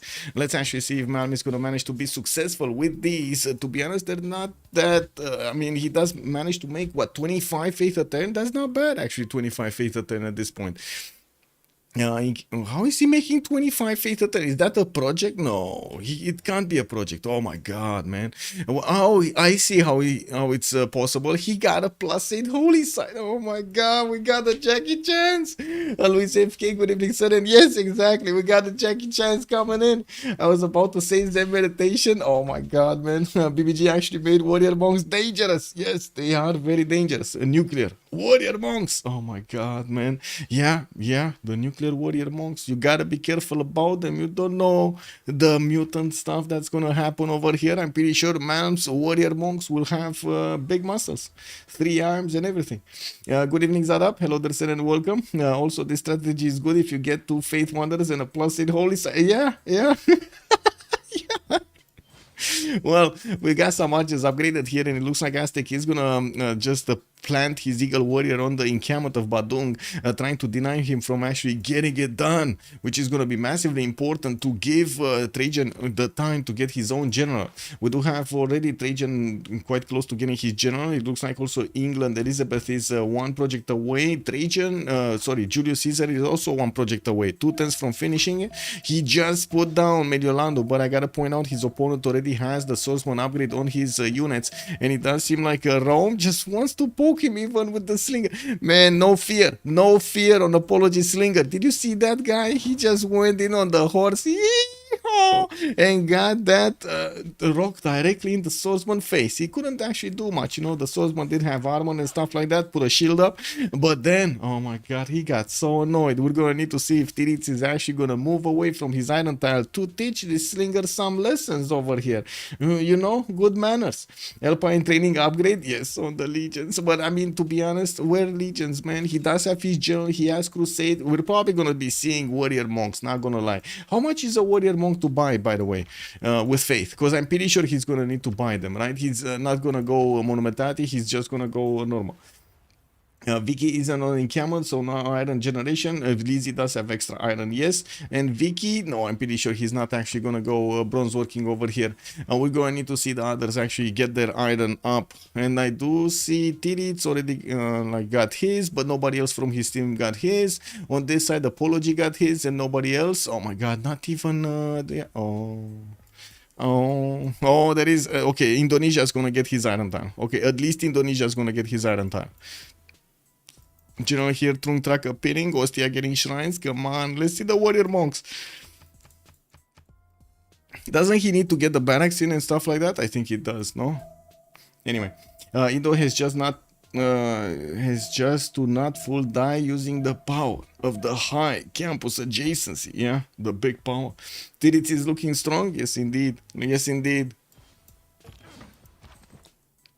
The biggest problem here for Apology is the availability of gold and iron. He has the warrior pre-builds, but he just cannot upgrade. That's the problem, right? He just doesn't have enough iron. And you do see that Tiritz is managing to get his own units out. That's no problem for him. We did have initiation eyes picked up by Apology. I did see here City Patron got us. Genghis Khan went for religious settlements. We got the harbors going in. Okay, Lady of the is there. God of War and Plunder for England, so he can get his extra admiral points on his harbors. And well, if he's gonna go merchants, he's gonna get some merchant points also. We did have over here God of the Forge picked up by Malme. He's gonna need to start hard building a lot of troops here to go against his opponent. Not to mention gather the faith for his warrior monks. He did plug in Moksha in Ostia, and I do see he's going for another encampment training project, trying to deny it from Indonesia. If they do manage to actually secure the kill against Josie 06, this is going to be massive. We do have Josie actually getting Hypatia, did manage to roll the second project, and this will allow him to get a free, basically a free library and some extra science from each of his libraries from then on, an extra point of science for each of them. This is going to be quite good. We already see him on 17 science and 15 culture, and this is one turn before the next era. What do we have here? Everybody did manage to get their golden ages. Okay, fourth city from Mongolia. Already we got some. We got the government plaza being placed on the iron tile. Magnus going in Karakorum. This is gonna be massive. By the way, he has a lot of forest shops there.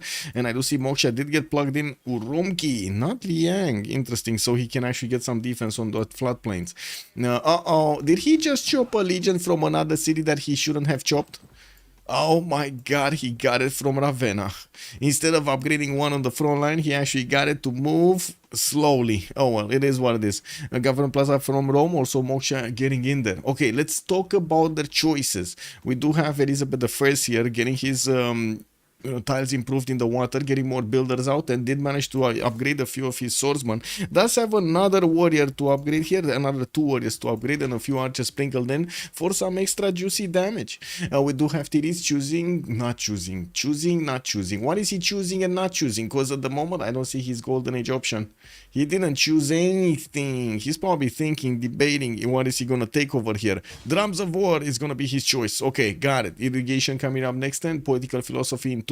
That means he still doesn't have oligarchy on his own units, but it looks like his swordsmen are still good to go. And he did manage to recruit a general. Tiritz over here is gonna match the power of Apology next to him. Now we got also him with 11 science, 14 culture, minus gold per turn right now with 35 points of production. Didn't open up harbors because of course he couldn't. And we will need to see where he's gonna get his extra gold going. We got Malm also, 7 science, 21 culture on Trajan. Looks like 3 cities strong. Still no massive amount of units here going towards his opponent. And I do see Sprig is still keeping out Indonesia from building his encampment. And we do have another Holy Site project coming out from Ostia. And there we go, the first warrior monk has been bought. 46 strength against that warrior of 25, and that's with the general bonus, huh? Yes, that is with the general bonus. 2 turning legions from Arpinum, and we did not have him actually upgrading his iron tile. He chose to go drums of war. He's getting more strategic resources per turn here. The iron, of course, the horses are very, very valuable. As you've seen, they just couldn't get enough upgrades. Looking at Montezuma, 13 science, 9 culture. He did manage to get Pembroke and Voice Golden Age, starting to add more science on his cities because of the farms in the city with Temenanki.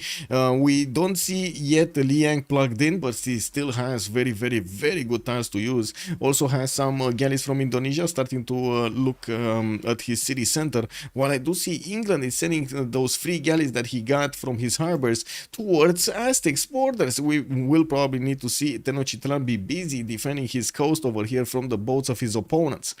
Looks like also Chuck, 17 science with 15 culture over here on the other side of the land. We do have his 4th city moving forward towards Julius Caesar, and I do see Liang did get plugged in, and we still don't see a promotion here.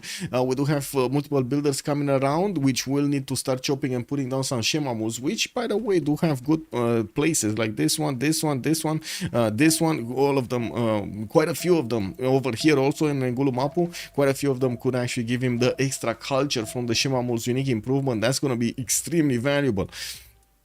Government Plaza placed in between those campus tiles. He does manage to make a 17 science, 15 culture, and 35 points of production at the moment. We do see also Apology, 10 science, 12 culture, still trying to get the legions in front of his opponent here. And looks like he's doing damage against the pre-builds of Tidits at the moment. He only has 2 legions, which of course will need to, well, get bigger, stronger.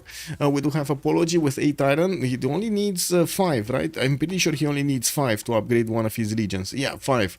So it's just a matter of actually getting them back into the tiles and upgrading them. So, and not to mention getting the new ones from Ravenna that did get hard built. I'm pretty sure they actually got hard built here. Okay, he did manage to get some tiles for his adjacent campuses, and we don't see any improvements other than that iron tile in the city of Rome at the moment. He does have 20 points of production with only 2 gold per turn. It doesn't seem like he's gonna have that much of a amazing output here. Oh well, Ray M, 10 science and 24 culture on Genghis Khan, 4 city strong, getting holy site in Al Malik, and I do see him getting his harpers with lighthouses.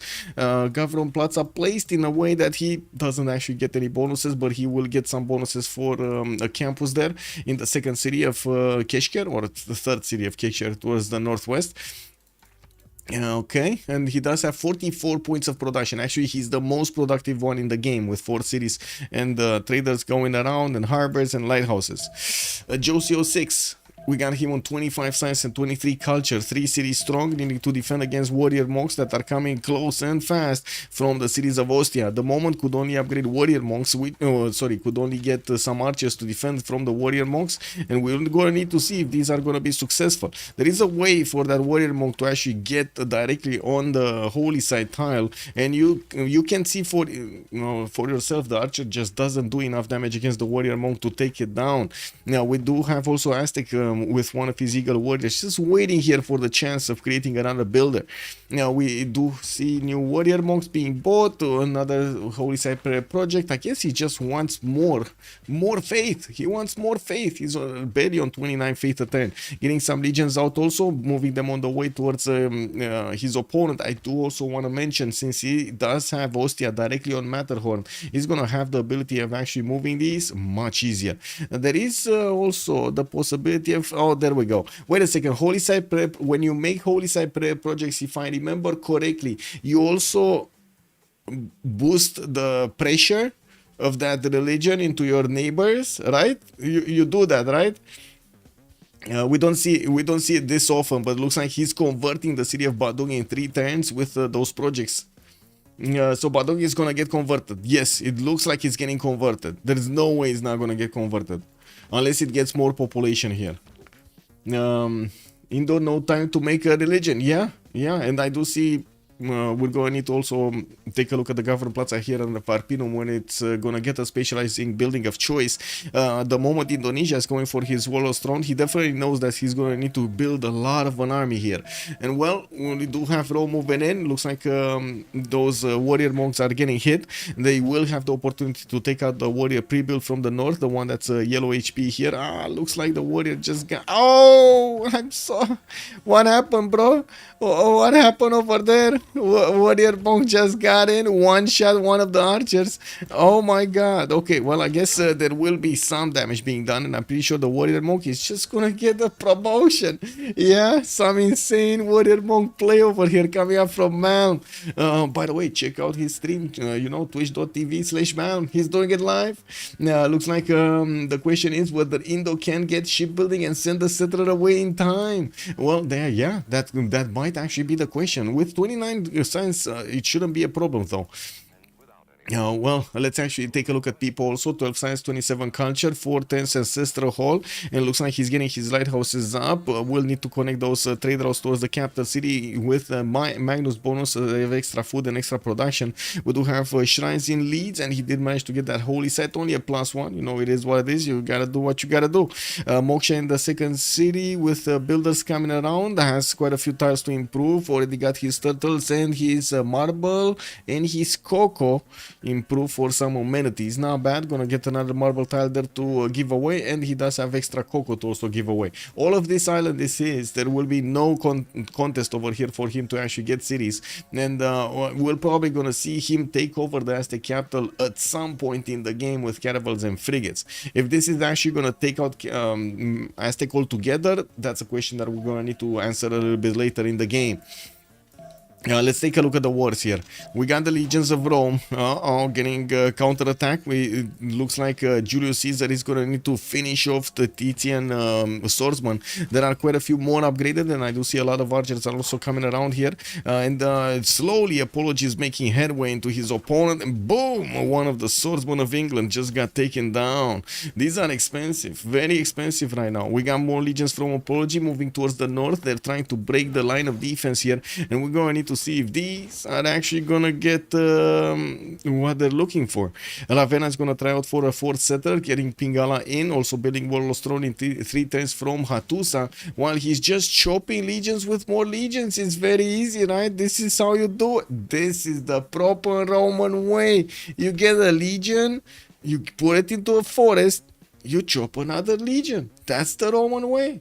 You just get everyone with legions. Tito's, good evening, sir, and welcome. Also, because of the monks? Wait a second. What's up with the monks over here? Oh, this warrior monk actually got another promotion, and unfortunately got quite a bit damaged. I don't know what happened to him, but that's a lot of damage. Yeah, well, we do have the first legions also making their way. It looks like we do have a battery ram to smash through the wall defense if there's gonna be any. And I do have to point out this warrior monk might actually die next turn, to be honest. Ooh. Is he gonna manage to do anything like, you know, meaningful here other than die? He can't take out this warrior. I guess this could have been a chance, but no. He's gonna need to move away somehow. GTFO out of there. Oh, it's fine. Look at the movement, man. He has 4 movement. He can actually move back to his own borders in 2 turns. Beautiful. He needs to get out of there.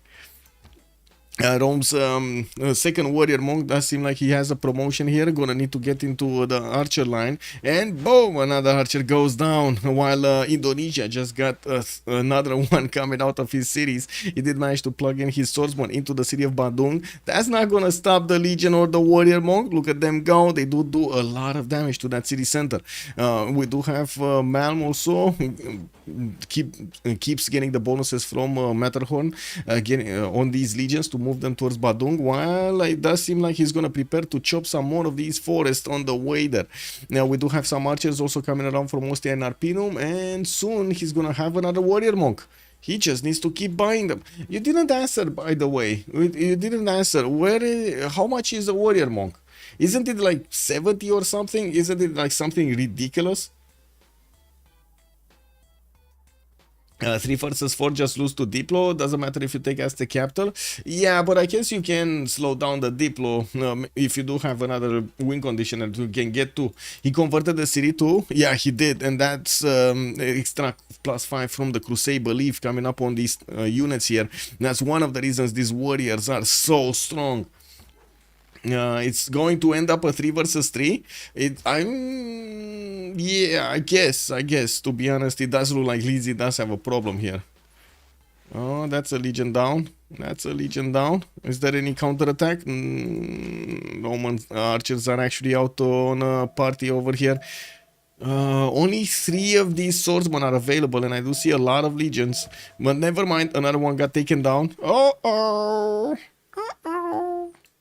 That might be a problem. We got some horses, some new swordsmen coming around, and we do see that Apology keeps trading away his units with his opponent, and might actually lose another legion over here. He got quite close to those archers and also the horse that just popped out of the encampment of London. I'm pretty sure the archers are gonna pepper this legion, and then the horse is gonna finish it down. And I gotta say, Apology might actually be the one losing this fight. I'm gonna go out on a limb and I'm gonna say Apology with Julius might actually bow down to Tiritz's Elizabeth. You know, I'm gonna say it. I'm sorry, I'm gonna say it. I try to be honest over here. Sometimes, yeah, truth hurts. I'm sorry for it, yeah. Wait, somebody said over there it's not slander if it's true. Julius' advantage is speed, and it wasn't enough to win. And now his Irelco's Mediolanum took too long to settle. Yeah, and it wasn't only Mediolanum; it also was his iron working development. Right? He wanted to get a free legion whenever he put down a city, and unfortunately, Blister was put down way before he could actually get one going. He wasn't in a position that he could get the city quickly, and because the Lotaro scout did stay basically on his iron tile for quite a few turns, he slowed down his ability to get that going. Who got the 4 Trajan got it. It's here. We got Trunk and Burica available for him. So wait a second. He could even get some military engineers going. Oh, I think Badung is dead, guys. I think Badung is dead. We do have ancient walls coming up in 4, but that city is not gonna survive the next turn. I'm calling it now. We do have Josio 6 that needs to retreat to Mahapahit to try to fend off attacks. There are no units from Aztec at the moment. He's pushing out his opponent's galleys from his cities, and it does seem like the Peponian galleys are getting sunk in the Gulf of Mexico. 2 turns for the Walrus Throne also coming around there. Badung just got the walls up. It's gonna be useless. We got a battery rams coming in. Wait, how did he actually have a builder somewhere? He must have had a builder somewhere to actually get the walls up. Or is there Preslav in Valeta in the game? No, there's not. We got Candy with Nazca for the religious bonuses. Hunza, Cahokia, Zanzibar, and Bandar Brunei for the trade. Hatusa is going to be the with Nalanda and Taruga will be the ones for science. Hong Kong is going to be the one for industry. Caguana, only one for culture. What does Kabul do? Gives you more experience on your units. Badang is the sound of the Roman swords cutting down the Indonesian Empire. Machiavelli, good evening, sir. Machiavelli, do you know you actually got famous in Romania? I don't want to say for what, but you are famous in Romania, Machiavelli.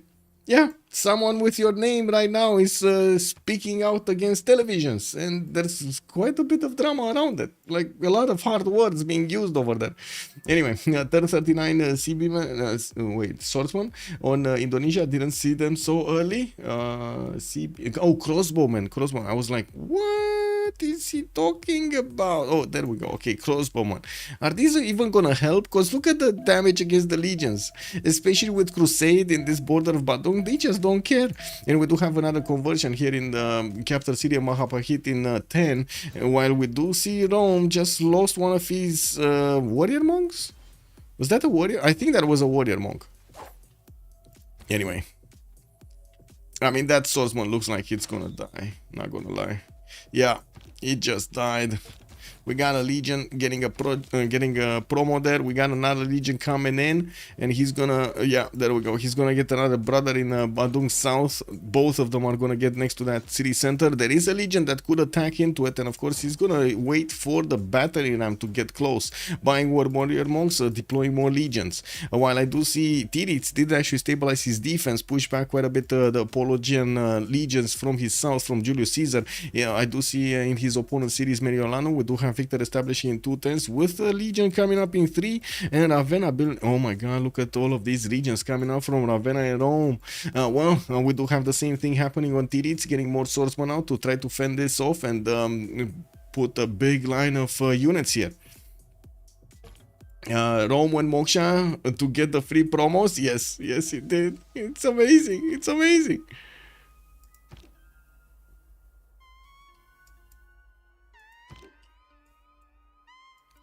I mean, to be honest, next turn, Malm could just go for the Gavron Plaza pillage, for that campus pillage. There's not really anything stopping him from doing that. Even the iron pillage, he could take out the iron. His melee units are precious, needs to fortify them to defend cap and give up Badung. Wow, to be honest, there aren't that many units left here. He's barely building a swordsman in 3 turns from Ternate, getting the walls up in Mahapahit, even though he's seeing the battery ram, guys. He's seeing the battery ram coming in. And he knows that city is not going to survive the next turn. There's no way it will survive the next turn. Oh my god, and then, you know, some hurricane comes in, destroys the Roman legions, and then, yeah, I become a hypocrite. I said something, but it wasn't available. Okay, we got the city of Badung taken down. The only swordsman also getting taken down. No lonely crossbow is still available here. That's probably gonna die next turn. And we're gonna need to see if Indonesia is gonna manage to get to defend against this. His capital city didn't get yet converted. And of course, we're gonna need to see if there's gonna be any conversion happening here. And now these units of Rome are not gonna get the extra +5 on the opposing nation here on Indonesia. Here, is there anything happening? Oh, there is a possibility to take out one of the swords that's on a flat tile. But I do see the general is kind of on a vacation. I don't know what this guy is doing here, but it's not like he's putting damage, giving damage to all of the units that would need the damage. Looks like also England is starting to be a bit cocky, going towards Mediolanum. He will get a horse to go for that iron tile. Maybe he's gonna get to pillage it, slowing down Rome's ability from getting all of these legions. We got some more of them being built here. Wait, is he actually trying to chop this? He's trying to chop the stone tiles, no? Kick. What's his name? Lavashkiri. He's always naming his Ravashkiri. No, it's Lavashkiri. This Lavashkiri. It's basically the cow that smiles or something. No, the smiling cow. Yeah. The cow who laughs. There we go. The cow who laughs. This was, by the way, the best cheese when I was. Melted cheese, the best melted cheese that I've eaten when I was young. I loved it. Oh my god, every morning, man, those sandwiches. I hated the morning, but at least the cheese was good. It's a cheese brand. Yes, it's a cheese brand from give me a second. This, you don't know? Lavashkiri, the laughing cow. Come on, you must have this somewhere. You must have this. Yeah, you know this. There we go. This is it. The laughing cow. This is it, man. Those 4 movement monks are obnoxious. Yeah. Classic. Well, Malm over here is gonna need to get his army in order in Badung and prepare the plan of the total takeover of the Indonesian Empire. We got Victor establishing Mahapahit to try to get some defense. Malm's units are getting on his strategic resources and trampling all over them. You can even hear it from their homes, man. The legions and boom, boom, boom, boom, trampling on those horses. We're gonna need to see Mal moving also with his general and the battery ram, connect the pathways here towards the front line if he needs to. Now that he did take over Badung, that connection was made anyway. He's using Burika to give another point of movement to these units that are resupplying the front line, and did manage to get quite a few builders. 5 cities strong, Aquilea on the coast, Ostia there, and Aretium did get settled on the May style to the southwest. We do have him chopping some builders, and to be honest, he should be very close to getting feudalism. If not, he already got feudalism. Do we have a builder that just got out? 3 charge, 1 charge? No, I guess we're gonna see it next time. Where is he? He's going pottery, civil service. Okay, he's going civil service. I'm pretty sure he actually got feudalism. He has a lot of culture. He's on 31 culture a turn. Anyway, legions moving forward, getting closer to Mahapahit. The battery ram is the problem. He's going to need at least 2 turns to get next to that city center. And I do have to point out, it's not going to be that easy to actually get both tiles and attack into the city center from just 2 tiles. Okay, warrior monk, bam, got in. Oh, never mind. Did I say it's not easy? Oh, excuse me. Excusez-moi, monsieur. We do have over here a man finding a way to take out both of those swordsmen in the same turn. Now, what is Mahapahit gonna defend with 33 garrison defense strength? I'm pretty sure the battery ram is just gonna figure out a way to get moving there. And I guess the general is the one that's gonna push it, right? You do see this battery ram is getting pushed by a single lonely guy. Oh my god, can you imagine what job this guy had? Like, there's a single guy, guys, chat, there's a single guy pushing the whole cart. One guy. Can you imagine? Oh my god, that's why he has so big muscles, no? Yeah, so big muscles. Now his best chance is to try and block the choke to Ternate. Well, that's not gonna be stopped, is it? That's not gonna go anywhere. Yeah, big guy. Yeah, big muscles, man. Check if Rome has military alliance. Well, wait a second. He cannot have military alliance if he's going for civil service, no? Both of them are going civil service. They cannot have it yet. Wooden wheels. Yeah. Okay, looks like Tirits is lashing out against Apology, actually catching him with his pants down. There are quite a few legions that do not have their full strength, and we do have Tirits with the bigger stick. It looks like also Mediolamu gonna try to get more archers out. This horse that should have gone on the iron did not go on the iron. He will take care of that legion next turn, and I do see the swordsman of Tirits do look strong enough to keep pushing against Apology without that much of a problem. We're also going to need to see what's going to happen in the south here with Mapuche getting his 5 cities strong and a lot of Shemamols. I do see also city parks starting to come around. Chuck is on 45 science, 43 culture, shipbuilding, civil service coming up in 2. Malo Raiders are not that far away from appearing on the map here. Mahapahit's walls are down. We did have a swordsman that did get upgraded immediately at the beginning of the turn. It looks like a man did have an opportunity to actually pillage the Gavron Plaza, or I should say will have the opportunity to finish the Gavron Plaza. Kabul has been taken down. I'm not sure which one was that city. Oh, there we go. This is Chuck City right now. That's his 6th city on Mapuche. 5 cities on Ray M. We do have Ray M making the gold, 67 gold a 10 with people on 76. Looks like they're already connecting his their capitals, actually both of them, with external trade routes, 2 from each, from what I do notice. They're gonna definitely get some more and start improving their territory with the feudalism builders that they just started to get out of their cities. And we do have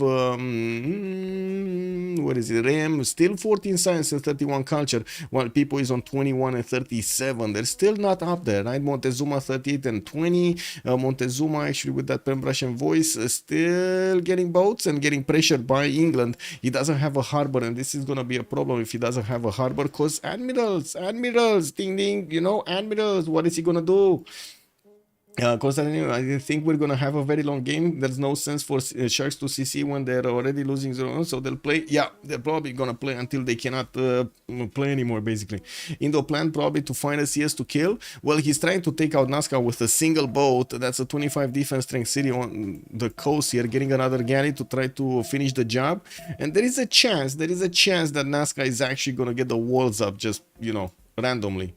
Because, yeah, that's how city works. City-state works, man.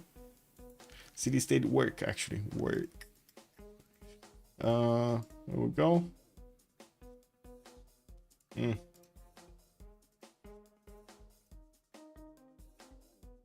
There we go. Imagine that Petra. Wait, which Petra? Oh, in Nazca? Yeah. Petra after like 30 turns or something. Oh, this is gonna take a while.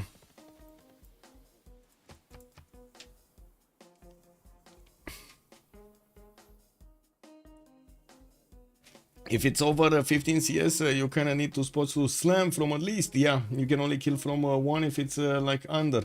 Well, you can keep hitting it and it will slowly go down. But now that it did also get a warrior inside, that's a problem. Anyway, now we do have England. Oh my god, he's actually gonna slowly take out Mediolanum here. There are 3 units around that city center that could smash, and we do have only 2 archers and a single legion that could counter. Now we do need to see if Apology's line of offense is gonna be broken up in 2 here, in half, by Tiritian units with archers that did manage to get their upgrades going. They are starting to do a lot of damage against the legions of Rome, and this might be Tiriti's way to keep smashing. The problem is, on the Sharks, it's not that they are losing 1 player. They might be losing 2 players because of Apology's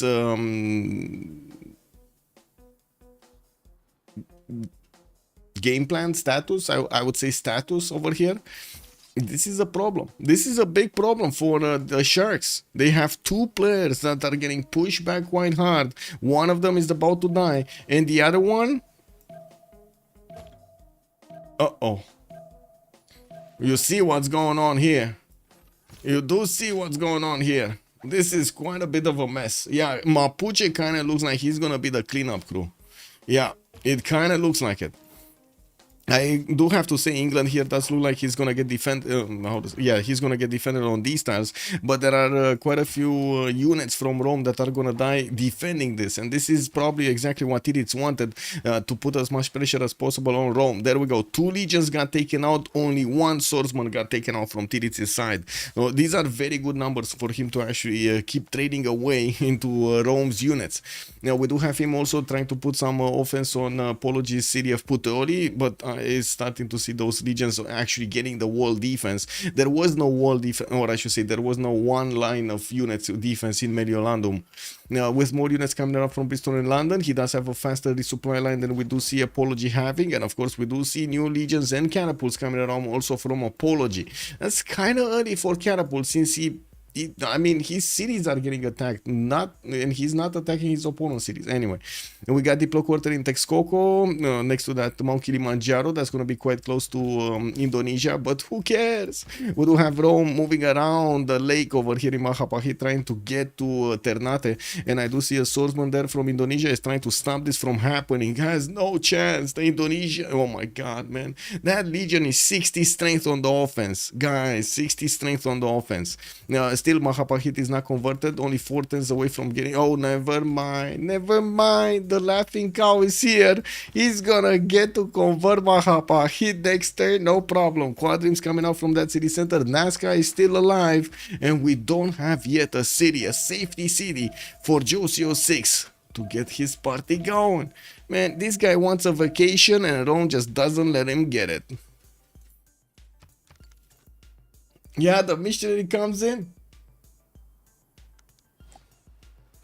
Also, you're talking about Tirits here, getting his... okay, there we go. Sorry. Capital city of Indonesia got taken away. Majapahit is taken. We do have Rome also needing to go towards Ternate. Has a crossbow to get through, and I'm pretty sure Ternate is going to try to get the walls up. But it's no matter. We do have a battery ram making its way there. He couldn't manage to finish the quadrim in that city center yet, and I do see Nazca did manage to take out that one galley. No, wait a second. Yeah, I think it did. Wait a second. Is he actually going to manage to take the city before or after? There are only 2 units that could attack into Ternate, and I'm pretty sure it needs, like Nazca, like this galley is 2 turns away. Probably 2 turns away from attacking to Nazca and taking it down. It might be 3 though. It might be 3 turns because this galley is gonna start losing steam here, right? It's gonna lower its strength because it's gonna get damaged from attacking into Nazca. It might be 3. It's just there. Leeds getting hanging gardens. We're coming close to the next era, 9 turns to go, but still there's quite a bit of time left in this era for the players to get their era score going, with more achieving to get civil service. I do see quite a massive fleet from England pushing into Sprig. Tenochtitlan getting his Slachi. I'm pretty sure he did manage to get his era score in soon, getting a lot of amenities from that. No, he doesn't have the score. He's 45 out of 51 at the moment. Getting more markets, Teayo, and I do see builders coming up from Chimpuala with new harbors in Texcoco and Xochicalco. He's gonna try to actually get these harbors out on the water on the western side. Where is this one? Oh, here actually. Okay, he didn't actually put it. Oh, okay. I was expecting him to actually put it in this lake and get another city on the western side of Xochicalco, so he can actually get to connect both of them, right? Use that production to actually fend off the attacks of people. Okay. Oh no. Another swordsman got blocked. And I think Nazca's gonna heal, guys. Nazca is healing. Scanning is growing. It's growing. Uh-oh. Yeah, I mean, that's like the blob over here. Nazca just keeps on growing in the desert. What do we have here? Looks like Mediolandum did slow down. Tiris couldn't manage to break Rome's defense, and we do need to see if Tiris is going to manage to get his technology going better than Apology. No. It's 14 science versus 15 science. They're very close to each other when it comes to the science of the department. Culture, it's looking much better on Tiris, but only with 5 points. That's still like 25% more than what Apology is making. And we do see both of them just keep on making units over here to send them, to trade them away against each other. While Mapuche just casually starting to get some pre-builds for his Malones in the city of Lafayette and Mapu. We do have him with some more settlers. Did manage to put down a lot of Shemamuls, and is up to 63 sciences, 60 culture. Butters coming out next turn for Chuck, while he did manage to also put Irapir and Mapu to the south. Has quite a few more cities to settle, to be honest, next to these mountains.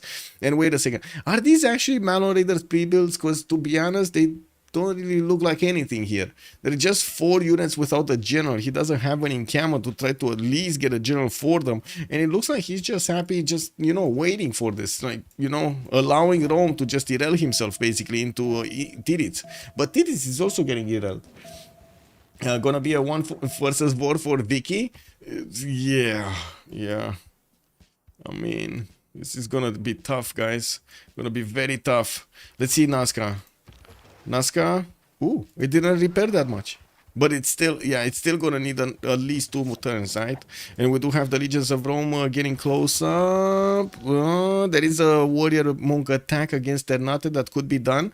There's also a Roman missionary that could get it going next turn. And yeah, there we go. Ternate might be taken out in the next 2 turns. It really depends on this galley if it can actually take the city first, or maybe it depends on the first clicks. Maybe it depends on the first clicks if that city is gonna fall or not. I don't think it's gonna fall though. Like with another swordsman coming out next turn, it should be enough damage extra to stop the warrior monk from actually getting it.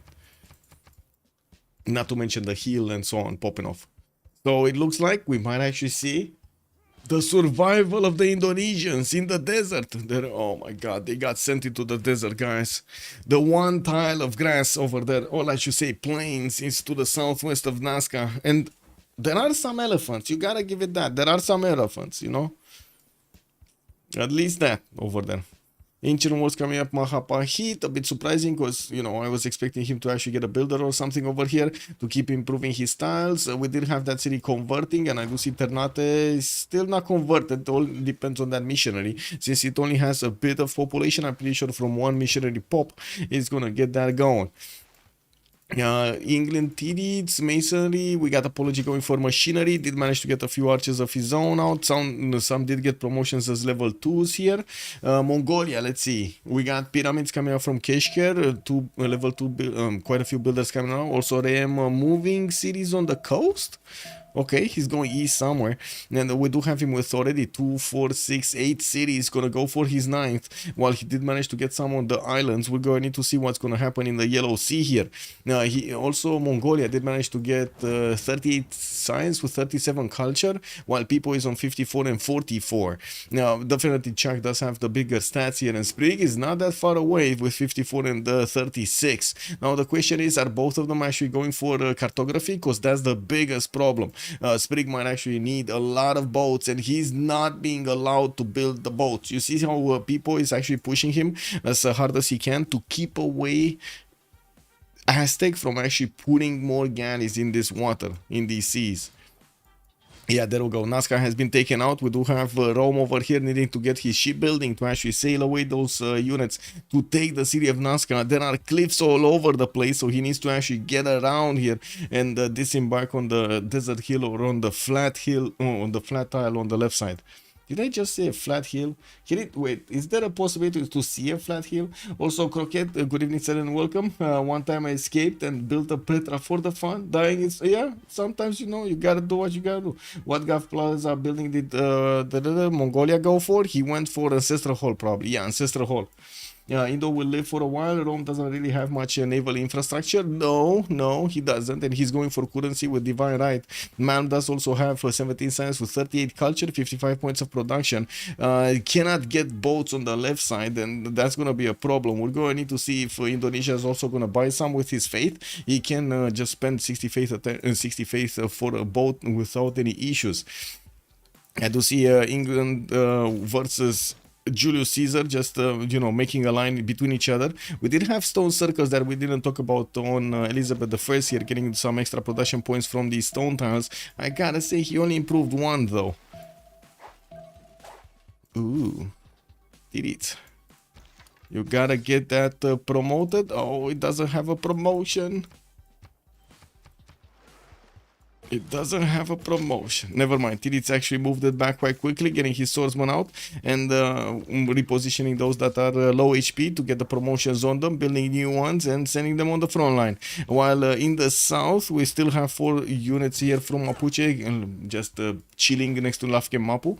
In the merchant screen, I do see Zangian is gonna be the next merchant. We did have No, we only had Hypatia from the interesting great people at the beginning being picked up. So Zangiar here is going to be available for somebody, Aztec, Mapuche, or England, looks, and Mongolia. Actually, 4 of them are making points. We're going to need to see who's going to get the projects or passive points to recruit this merchant. While also in the general screen, looks like Julius Caesar is going to be is going to have enough points for another general, while Rome does not, or I should say Trajan does not. Okay, Ternate gonna be taken out next turn by the looks of it. And he does have 3 galleys. This is quite problematic to actually attack into him if he has 3 galleys. With disembarked units, it's probably gonna be impossible. The galleys are just gonna take them out before. Did we get... okay, we're 5 turns away from getting the golden. We do have Tirit's Dark Age. Mal, 69 did manage to get his golden age. Sprig, 52 out of 62, 10 more points. And we do have Chakon, 42 out of 52, also needing 10 more points of Vera score. Apology, 33-43, looks like he's going Dark Age just as well as Elizabeth I is going. And we do have him with quite a few more legions going against Tirit's here. Now, both of them are making more units. We got crossbows coming around from the cities of Apology, and he's starting to get some of these catapults on the front line, building up his campus count. That's going to be a big one actually between the mountains and the government plaza, and that encampment, that's a +5. We got some more trades going around here. Tirit is trying to figure out ways of pushing back Apology from his borders and dwindling the numbers of these legions that are coming against him. Level 3 crossbow just showed up on the front line. Boom! One of the swordsmen got wiped off clean. 14 culture acquired. We do have 16 culture acquired also. The legion got taken out from Apology. We got a lot of back and forth going on here, guys.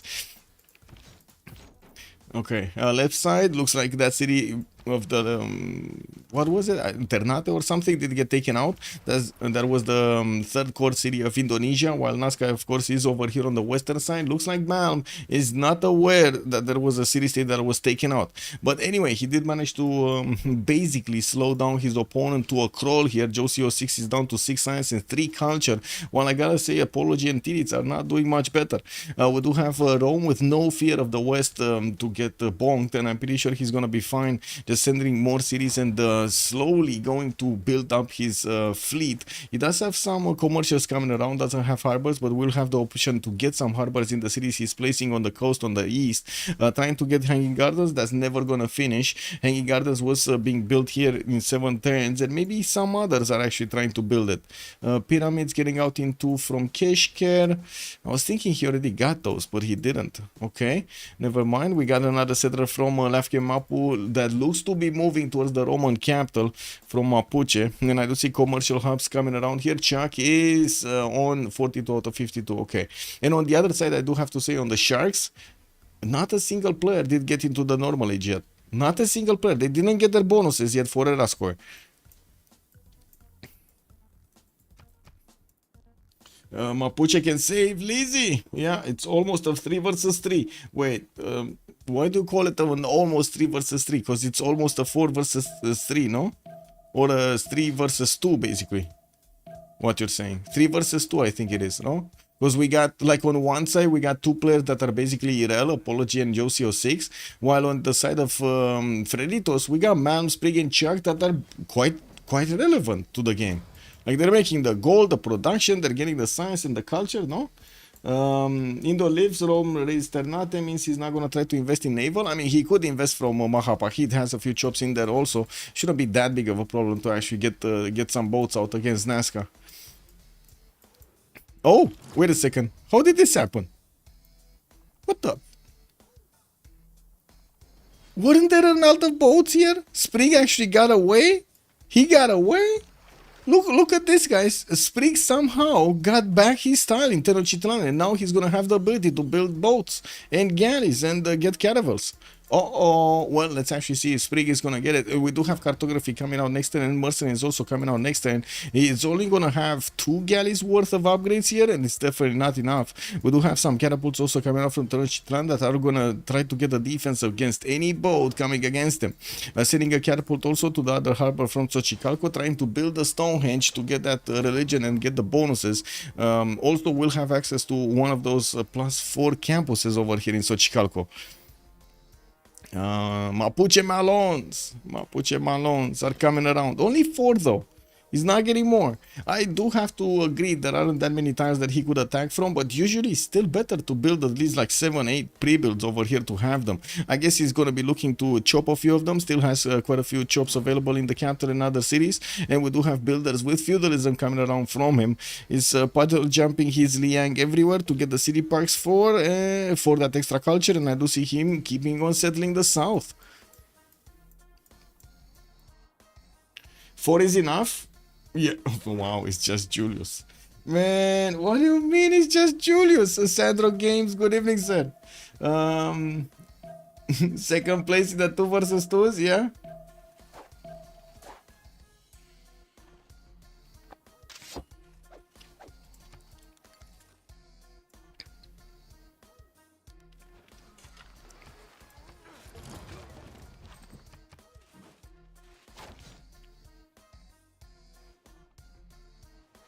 Well, looks like Apology is getting in here into the borders of Bristol, putting significant pressure on Tirits. We do see him also taking out units from the right side. Now that the crossbows did manage to get in with enough strength, they are doing a lot of damage to Tirits.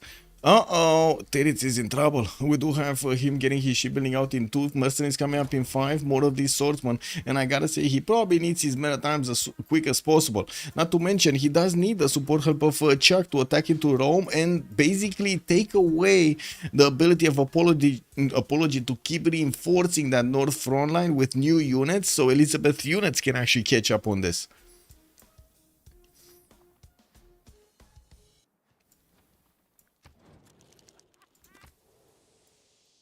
Wait, what?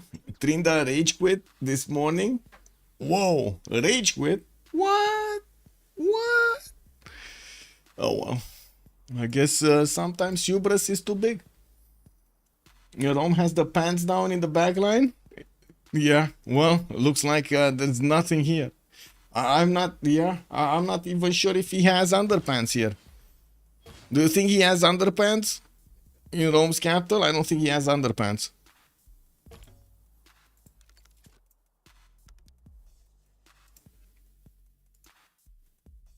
Wait.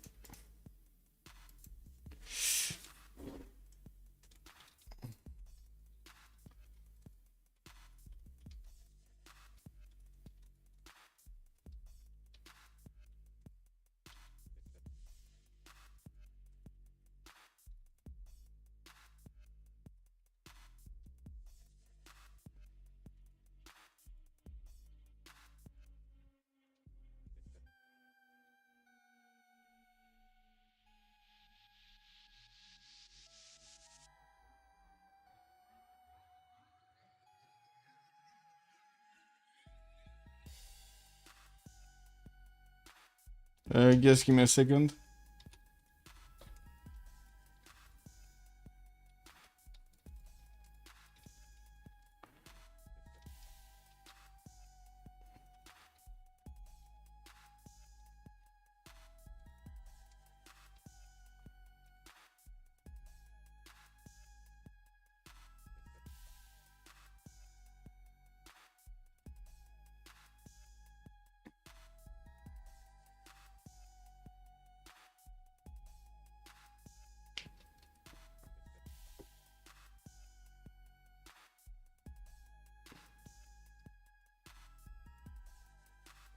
Hey, nope. Good evening, sir, and welcome. Now, in this case, we had to go campus encampment encampment camp.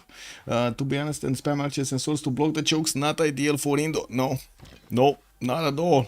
And at the moment, we still don't see anything being done on the coast over here to bring Nazca down. He's trying to build the Petra in 40 turns, guys. At least he does have a holy side there and he's gonna get a religion from it.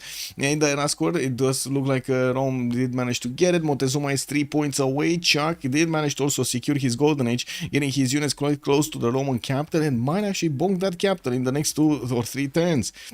We do have quite a few more builders with feudalism coming around. Diplo quarter active in his cities.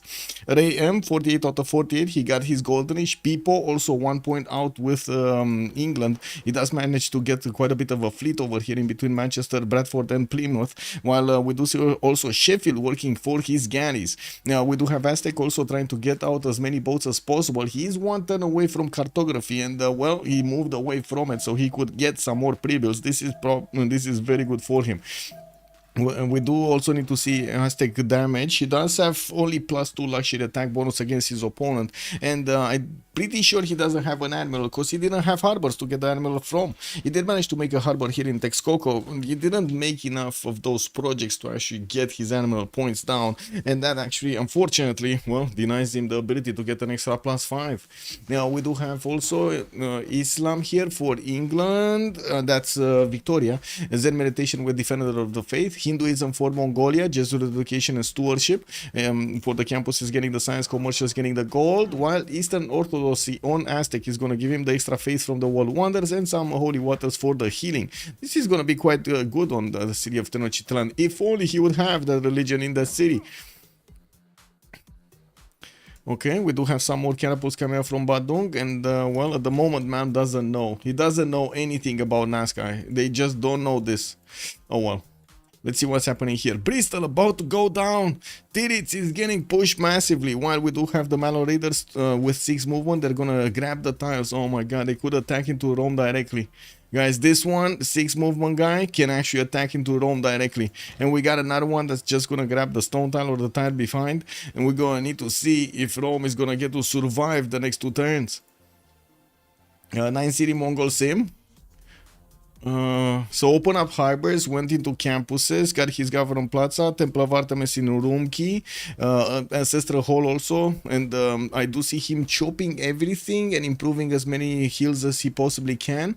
Got his pyramids in Keshker, starting to get some galleys out, more gold from the harbors. We do have Ram here with 81 science. He did get his free inquiry golden age, and I gotta say, we're gonna have a pause for 2 minutes here.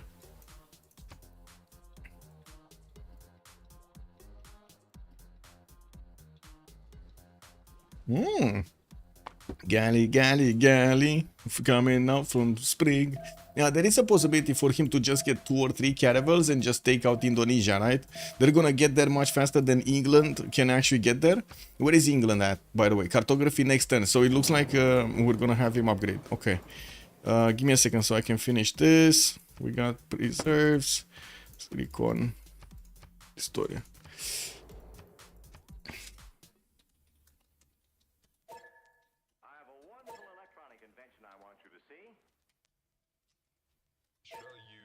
Okay, and be right back. 2 minutes, and we're coming back to see the conclusion of this game.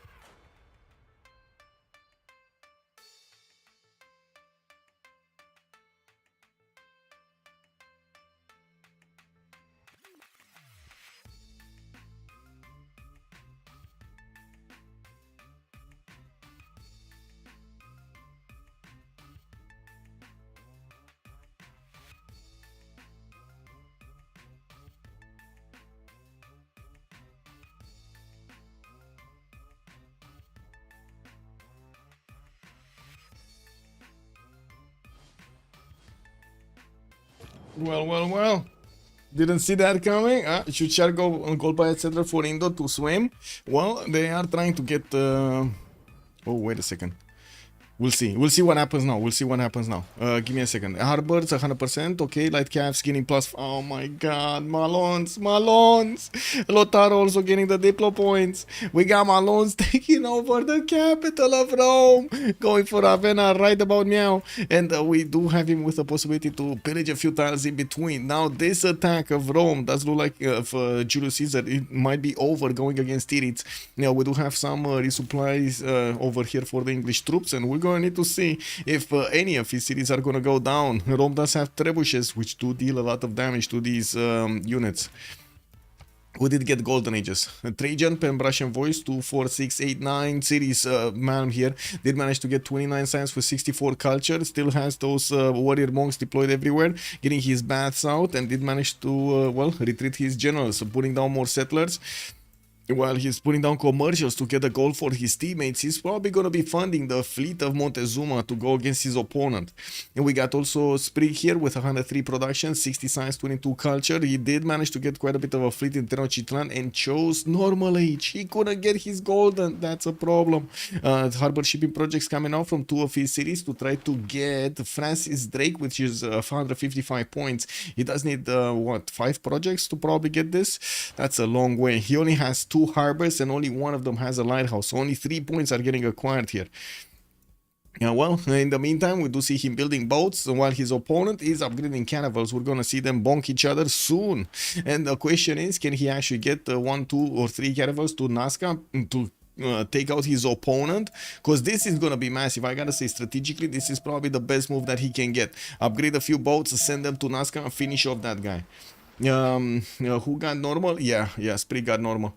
Chuck, Pembrasian Voice, 80 science, 92 culture, 142 points of production with 128 faith. He has the most production in the game by far, with also 70 gold a turn. Did manage to take out the capital city of Rome. Only has 4 Malons with him, and I do notice, oh my god, he can actually attack into Ravenna because Apologies Legion moved out. And that legion is gonna spawn in the encampment, is not gonna spawn in Ravenna's borders. Well, it is what it is. Still, it doesn't look like the Malon Raider does that much damage. Let's actually see. Okay, encampment taken out first. Okay, makes sense. City of Bristol looks like he's going down. If he's not gonna get the walls, it doesn't look like he has a choke for it. I did see him with a few builders from Birmingham that were trying to actually resupply this front line with new troops, with new blood, while it does look like that city is gonna go down. There doesn't seem to be that much that we could see Tirits doing without exposing all of his army to slow down this takeover of the city center. Now we do have Apology, 18 science and 6 culture, lost his capital, is losing gold per 10, minus 22, but he's still keeping alive his cities. We do have a few, and this is where the extra Malons would have come through, right? If you would have had like 3 or 4 more Malons, Mapuche could have gone Mediolanum and took out this army before, from behind. This would have been massively helpful. But unfortunately, he didn't get the pre-builds. He didn't get the pre-builds. He's going to need to hard build here, and it's just going to take more time that Rome is going to use to take out the English cities. Ray M, 103 science, 39 culture, free Inquiry Golden Age on Big Mongolia, finish his pyramids, and I see him going for Great Lighthouse. We got a few boats coming around, which, to be honest, at the moment doesn't seem like they're going to be used that much, especially since England does have a big fleet to fight over his opponent. We got a pause here? What's going on? Oh, okay. Yeah, we got a pause, guys. Show please FTLV, see Mongolian cities. We are watching Mongolian cities right now. But if they see Mongolian cities. No, they don't. They don't see a single city from Mongolia. They cannot plug in those spies, no.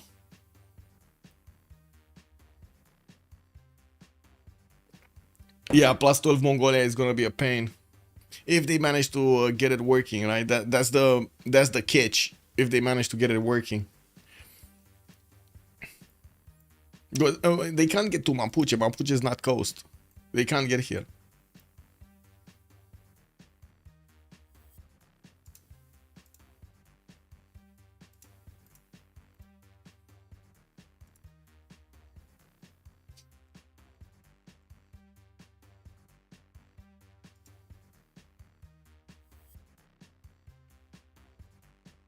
Wait a second.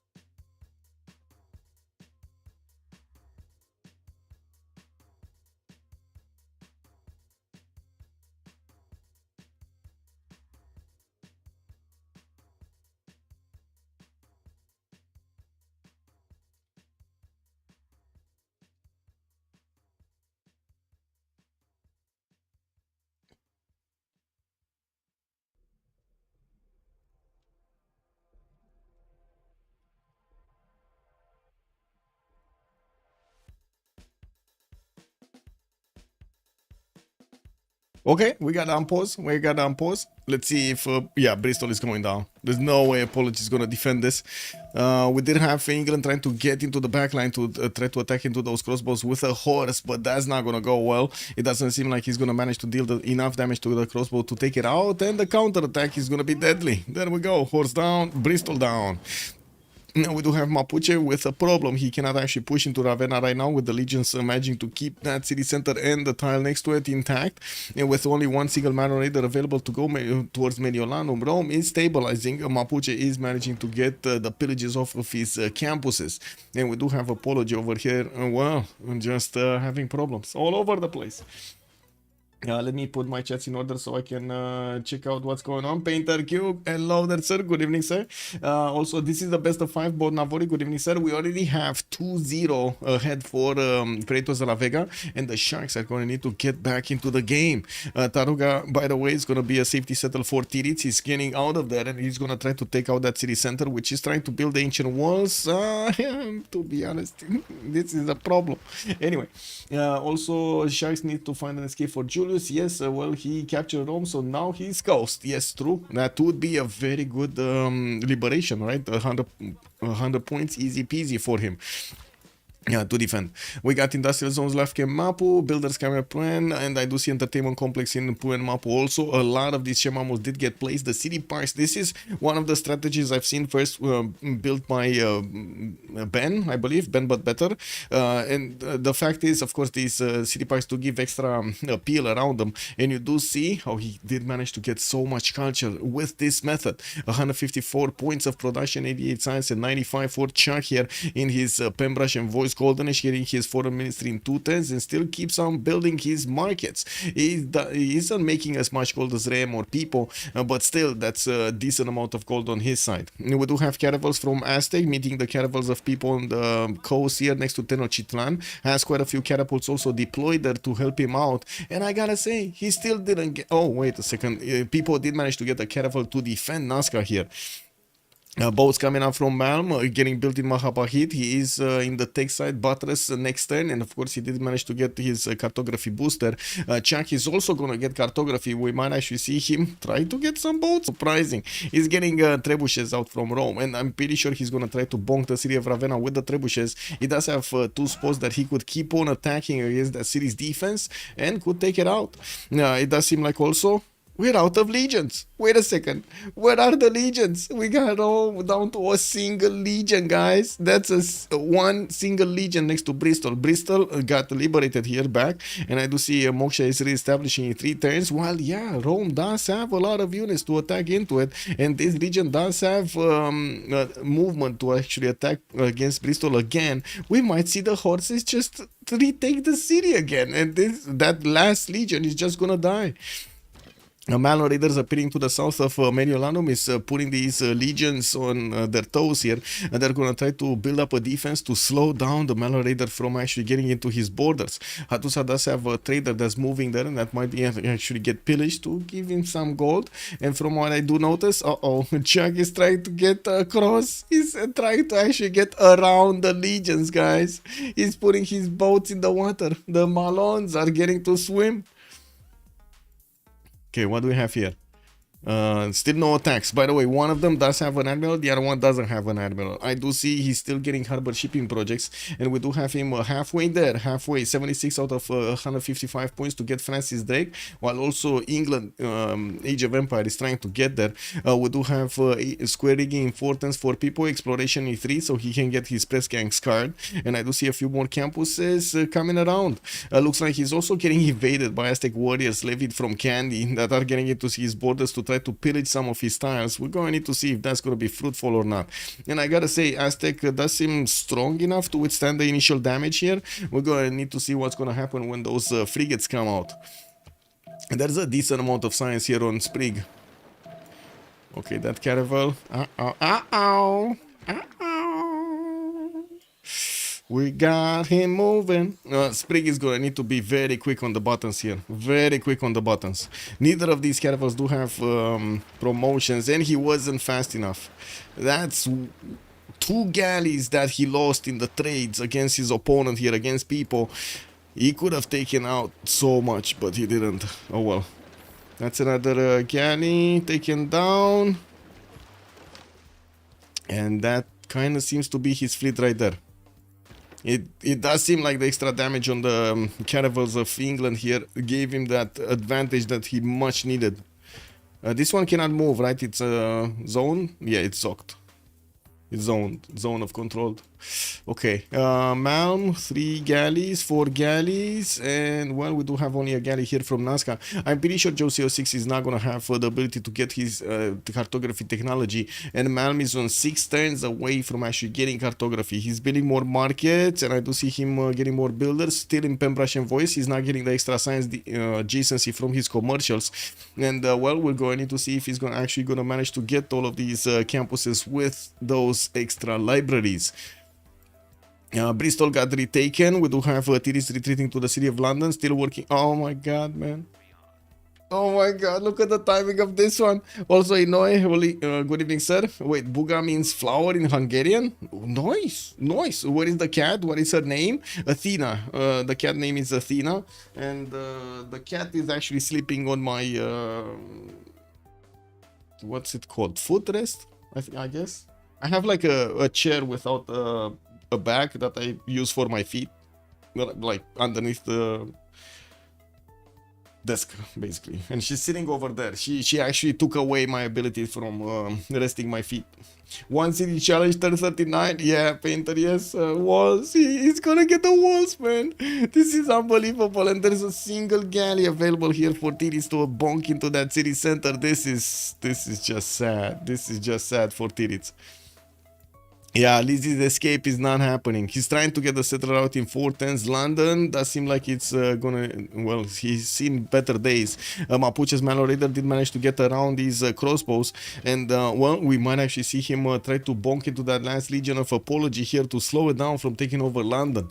Now, we do have Ravenna being placed under siege. The Trebuchet is already starting to work on the defenses. Well, we do have a few more legions. They definitely cannot attack into the Mallow Raiders to do damage. Especially with the extra +5 from this Congress on these light calves. Western side, nothing happening. More boats, that's what's happening over here. Mahapa, he's just getting more boats. No more navy from Aztec. He just lost all of his boats. That's it. No more navy for Aztec. He does have a few catapults that will help him defend this, and he definitely needs to get the stronger ones, the trebuchets here. He needs military engineering. I don't think he's gonna be fast enough. Sprig is getting printing in 210s. Okay, that's gonna give him an extra +3. Do we have printing on England? I don't know. No, he doesn't have printing. He's going square rigging exploration. Rayem is getting his printing, and to be honest, well, Rayem does have a few boats, but he never actually made quite a big navy. He has the access to the eastern side, and he's trying to figure... Oh, that's where his boats... Oh... Uh-oh. Well, Ciempoala is in danger, and more than that, the cities of Rome might be in danger, right? All of these, Setia, Achillea, Ostia, all of these are in danger. While from the other side, we might see some liberations going on from Mongolia. Ray M might actually cross the map to help his teammates survive. Also, I know I have cats too, and one of my cats can open the doors with jumping on the doorknob. Yes, all of mine actually do that. I have 3 of them right now, and I had another one. All 4 of them actually learned how to open up the door. It's incredible. I cannot keep doors open unless I actually close them with the key. And I think we got Athena mad. Athena? Athena? Be cute. Nah, she's mad. She's mad.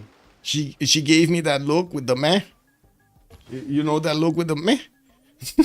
yeah, she's mad. I don't know, maybe I'm talking too much about her, you know?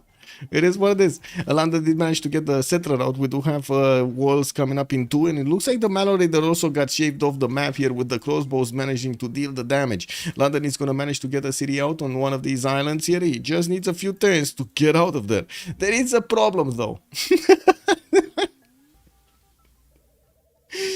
Wait. So, Taruga's galley is not allowing this settler to move, right? That he's still at war with Taruga. He never pieced it, right? He never pieced it in Josio 6 city. He did manage to, I guess, do the damage against the city center, but couldn't actually overtake it. Yeah, what are the odds of that happening? Oh my god, this reminds me of the scene from, what was it? Riddick? The scene from Chronicles of Riddick when the elementals were asking about the odds, remember? Yeah. Third 90 degrees, yeah. Imagine AM 1 versus 4. Well, it looks like we are not only going to imagine him, we're going to see him 1 versus 4. Malon Raiders about to nah, he's gonna get the walls up and the trebuchet is not gonna do enough damage. This is gonna give him another few turns, and it does seem like the legions they will try to attack into the Malon Raiders, but without that much of a success. We do need to see if we're gonna have stronger units coming up from Mapuche. He's starting to get a few more Malons, and I think he realized that right now that he actually made a bit too little army here. We got Chuck machinery next turn, Mercantilism coming up in 2, Sprig also getting printing out, getting walls up in Tenochtitlan. We got the English boats actually going towards Malm's fleet here. And while fleet cartography is coming up in 3 turns from Malm, he does have 2, 4, 6 boats, and this is the problem because well, he first of all doesn't have an admiral, and second of all, England does have quite a few boats with admirals coming against him. Do they have enough money to buy a boat? Who? Laxambi. Look at the money. I mean, if they don't buy a caravel, yes. If they buy a galley, sure, or a quadrim, but they don't have enough to buy a full-fledged caravel. Also, Tooth Bias, good evening, sir, and welcome. Wait, dude, Trinda was free sim and picked Earth Goddess of a really good religion or Goddess of explicitly to not have to give the team gold. Wow. Wow. Wow. I don't know what to say about that, man. It is what it is.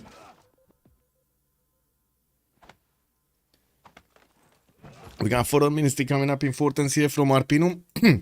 While the boats of Mongolia are starting to get closer to Chempoala. Chempoala does have walls. It shouldn't be that big of a problem, though.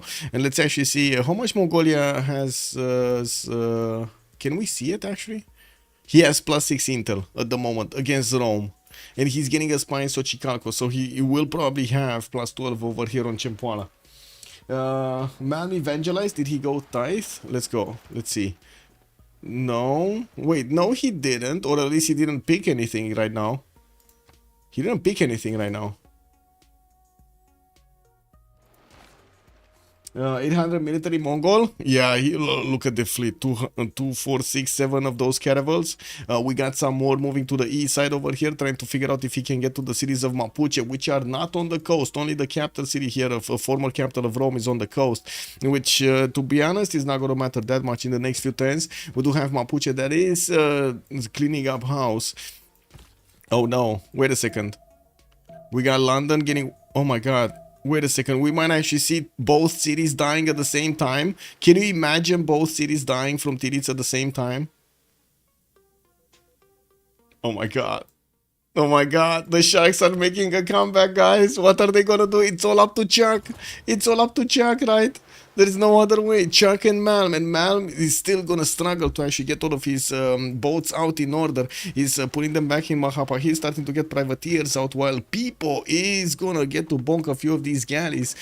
He won't be able to go through the caravels afterwards, but he will get frigates, and it will take a bit of time, but he's gonna get there with the frigates. We got Sprig defending Tenochtitlan with a lot of these catapults, and it does seem like the English caravels are not gonna want to take shots at them. We do have Mongolia also starting to appear next to Chempoala. Wait a second, he's actually moving east side. No? He's not going Chempoala anymore? Wow. Well, I guess 56 strength with the walls are just not gonna make that easy easy city to entice. Oh my god, man. Oh my god. Is Diddy's gonna die? Let's actually put up a... Oh no, I can't put up a prediction. No, I can't put up a prediction. This should have been beautiful as a prediction over here.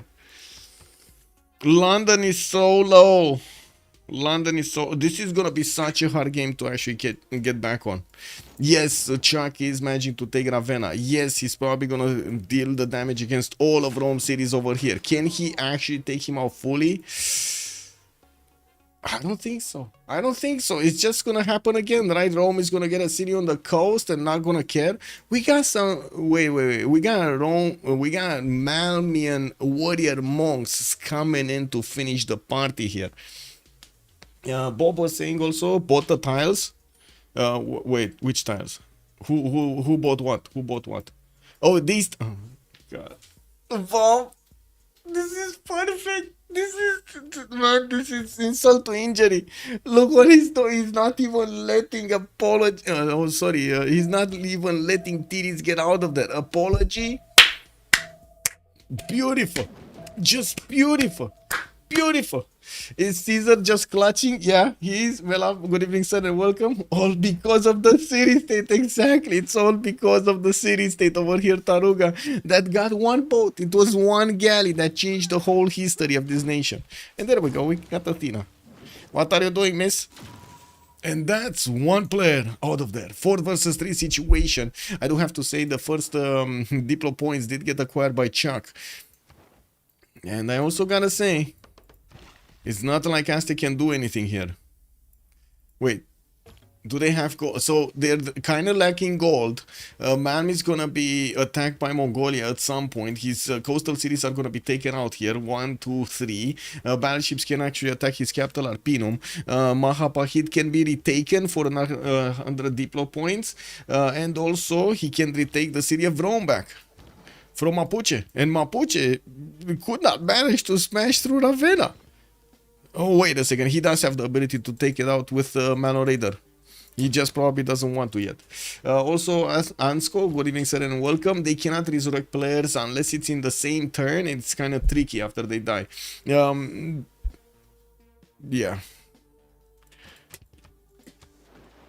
And this is mostly because of the Phyrexian netcode, because the netcode doesn't allow us to properly relobby, rejoin, and every time, and it causes issues with desyncs and whatever not it happens over there. Unfortunately, we cannot. We need to actually stay away from relobbying too much, inserting players, disconnecting players, or joining players, or whatever. We need to keep that at the minimum, and that actually is such a big turn off. But it is what it is, right? We learn to go through it. Escape Conquest is always amusing. I seem to have lost my capital. Oh well, I'll take yours. Yeah, I guess you know, cap for a cap over here. Les Chochon Breton. Breton has joined the round table. Thank you so much for the follow, sir. Yeah, let's get it. This map is really good. Yeah, it is. It is. We do have apology, by the way. 11 science and 10 culture. He's definitely not going to withstand the next wave of attacks coming off from Chuck's 120 and 117. Looks like Ravenna did get taken down, and the legions will need to expend a lot of strength to actually attack into it. We do not have Mapuche with new Malons appearing in the borders of Ravenna to try to keep that safe, and it does seem like we do have finally the Malmenian warrior monk starting to get on the coast of Rome here on his opponent. We still need to see those caravels. Where are the caravels and what are they doing? So they appeared a bit in Cempoala just to say hello. Okay, we got some horses also coming around here from Mongolia. He never put cities in the north, by the way. I do have to mention this. He never went to these rivers and lakes here to get some connection cities to upgrade from. Campus in Ulaanbaatar, that's a +3, and Mongolia is managing to make more science than Chuck, but not much culture, 141 and 54. We got some sea dogs coming around from England, pre-builds, okay, we got also frigates coming around here. He did manage to get his technology here. What was it? Frigate technology, right? Printing coming up in 2. We got the first Roman caravels also coming around. They have no chance against the people's caravels. Like, this is 70 defense strength against Malm's caravel, which is 59 on the offense, just 59. +3 from Magellan. We do have admirals and oligarchy bonus, and I think Athena. What's that? Get it? No? Oh, she's talking back to me, man. Can Julius get a settler out though? Julius, I mean, yeah, he can. He can definitely get a settler out. That shouldn't be a problem to actually get cities on this northern side. He's getting one from London as we speak, and he's repositioning his crossbows towards the south so he can put up a defense here. It's still gonna take time. Don't get me wrong. Until we're gonna see Mapuche with a stronger unit like Cavs to come around Rome here. It's gonna take time to get this development out, and the big question is how they can get out of this, right? How can they get Sprig to be successful when Man to be successful when it comes to the science and the culture here, especially against big Mongolia and also big England, because these two nations are gonna be very big, and I'm not that convinced Mapuche can actually keep up with the pressure here. It's a 4 versus 3 situation. Deploy is gonna be a problem. Tenochtitlan isn't gonna die easily until battleships. Yes, but that's just passively gonna happen anyway, right? That's the issue right here. Can they do anything before battleships to get out of this? Like, can they take out another player? I don't think so, right? I'm pretty sure Rome is gonna, like, Apology here is gonna survive quite nicely. Mongolia does need to get his caravels out. He does have 5 of them that are getting next to Bandar Brunei, while privateers are coming around from Rome to Trajan to try to help out Mapuche put these units of Rome back. I'm pretty sure his units are gonna be discovered, and Mongolia is going to take them out quickly. That's going to cause a problem over here. Rome did not manage to build a fleet on the right side. He's going to need to hard build caravels, and well, at the moment he only has 146 points of production, 4 turning privateers from his cities. This is not good enough production. I do have to point out, we do have Mongolia very far away, so like, he needs to always do the math, like 10 turns before, take into account the 10 turns difference he has in resupplying his units to his opponent's borders, versus Man that has his cities right close by, and his only problem is going to be how fast he can get the boats out. Yellow, good evening, sir, and welcome so much. This is the tilted axis, sir. It has basically the North Pole in the middle, and the South Pole is basically like spread around the edges over here. The flat Earth is basically a flat Earth. Flat Earthers, unite! Oh my god, man. It's wait, it's not the Earth from a bird's eye view. What do you mean? No, it's not. This is basically a flat Earth. What do you mean, man?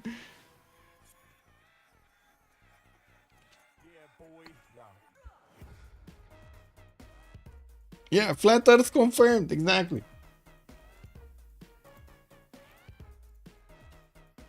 Hello, Rick. Good evening, sir, and welcome. Also, Tangai. Good evening, sir. He's dead 100% because Rome bought the tiles. Yes, that massive move over here from Rome was insane. Amazing. Apology. Good presence.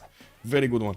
Also, Quality Dragon asking if Apology and Rem will be MVPs. That's a good question. Let's see, Rem. We did see Apology making a splash, taking out Sprig from the game, taking out Tiris from the game. Now we're going to need to see if he's going to manage to get back his cities and get on track with his defense. To be honest, at this point, he has major problems getting to... I would say losing 2 of his core cities, not to mention most of his armies deployed north. He's going to need to get it back, defend against the warrior monks of Malm, and against the Mapuche and Mano raiders from the south. Not to mention he's going to require the help of Mongolia to take care of the boats of Malm that are coming against him on the coast here. Not only did Taruga not die to Lizzie, the boat it produced stopped Lizzie from moving the settler. Yes, the worst, the worst city-state attack that we've seen. Okay, Malm is gonna defend Mahapahit, don't get me wrong. This is not gonna go down until we're gonna see a lot of frigates or battleships. Looks like also Tenochtitlan is gaining a lot of trebuchets to fend this off. These guys do a lot of damage to the sea dogs and as well as the caravels. But at the same time, if you do have enough boats, like enough of these sea dogs, they're just gonna take down the trebuchets. It's just a matter of how many boats you get to attack into them. He does need like what, 4 or 5 attacks? I think the frigates do more damage, no? A little bit more damage, yeah. 63 versus 61, okay. Campus research projects coming in from Aztec. Ib Khaldun is the next one. Tough. Vino cu ăla. Păi ce faci? E pitisit, vino cu.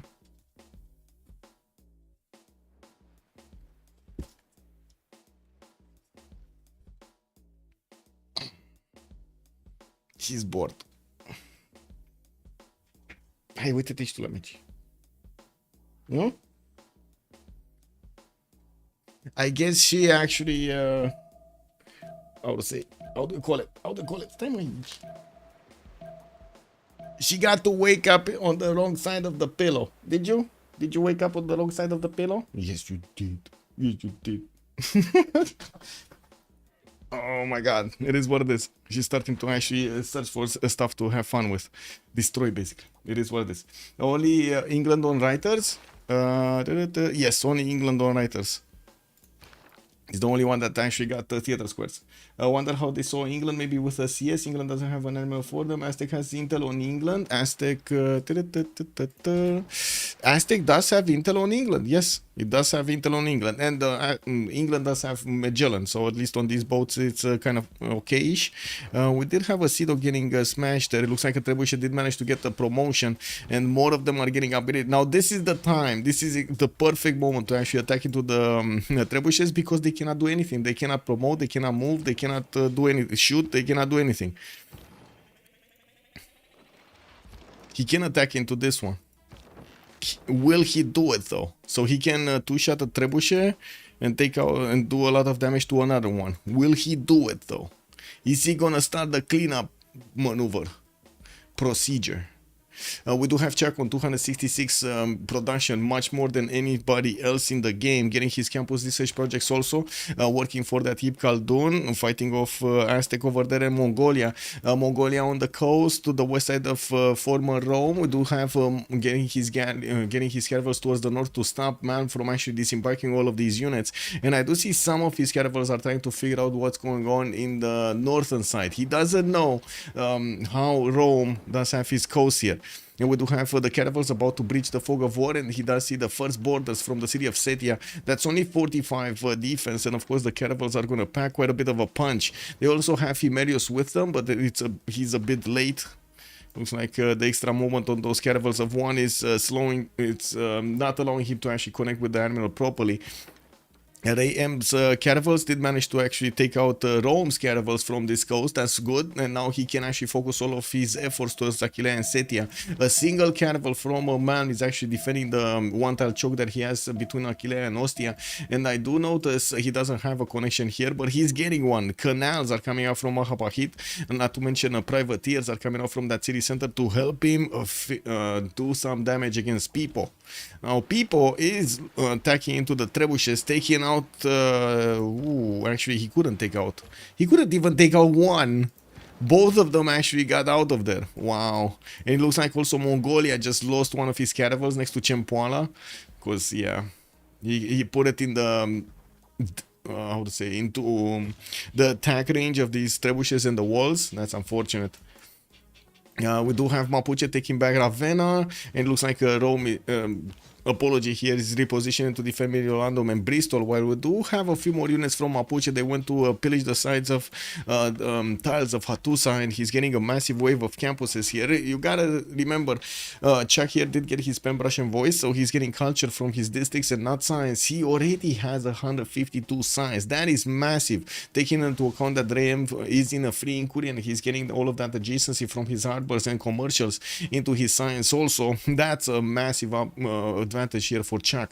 People also, normally, she couldn't get a golden this time. This also hurts him quite a bit in his development. 166 points of production, getting a few more cities and working on theater square festivals to get his writers recruited here. He is making 3 points, and Ovid is going to be the next one. Looks like also Aztec is in a prime position to pick up Newton. That would mean we do have both of the good scientists from this era on the side of Freritos de la Vega. Arena of Athens just got recruited by Rome, who did manage to get the extra traders. So Mapuche got one extra trader, Zankian, and that's it. Wait, that's it? No Fadlan, no... oh, there we go. Mapuche got Marco Polo also. Any Fadlan, he got all three. He got all three. Oh my god, Mapuche is on a roll over here. Is this gonna be Chuck versus the world? Guys, this is Chuck versus the world. I found it.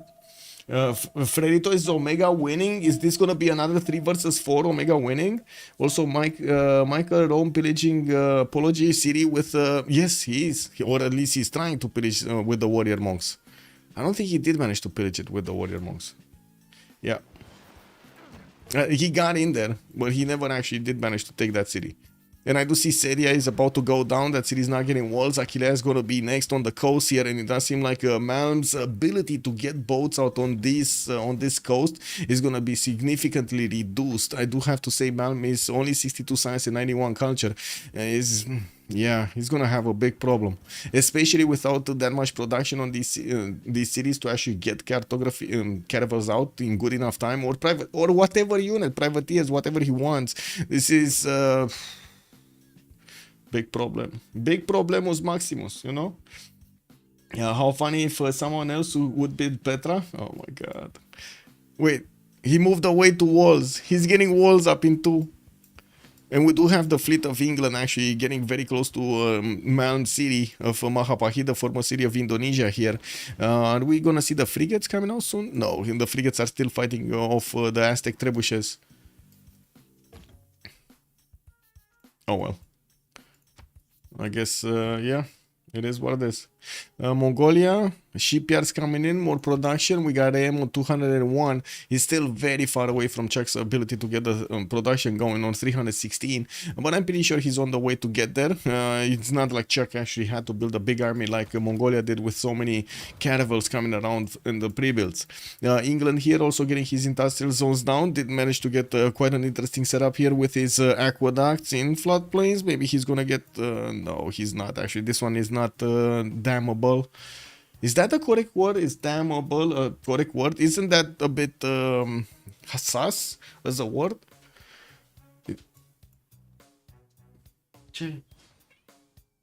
What?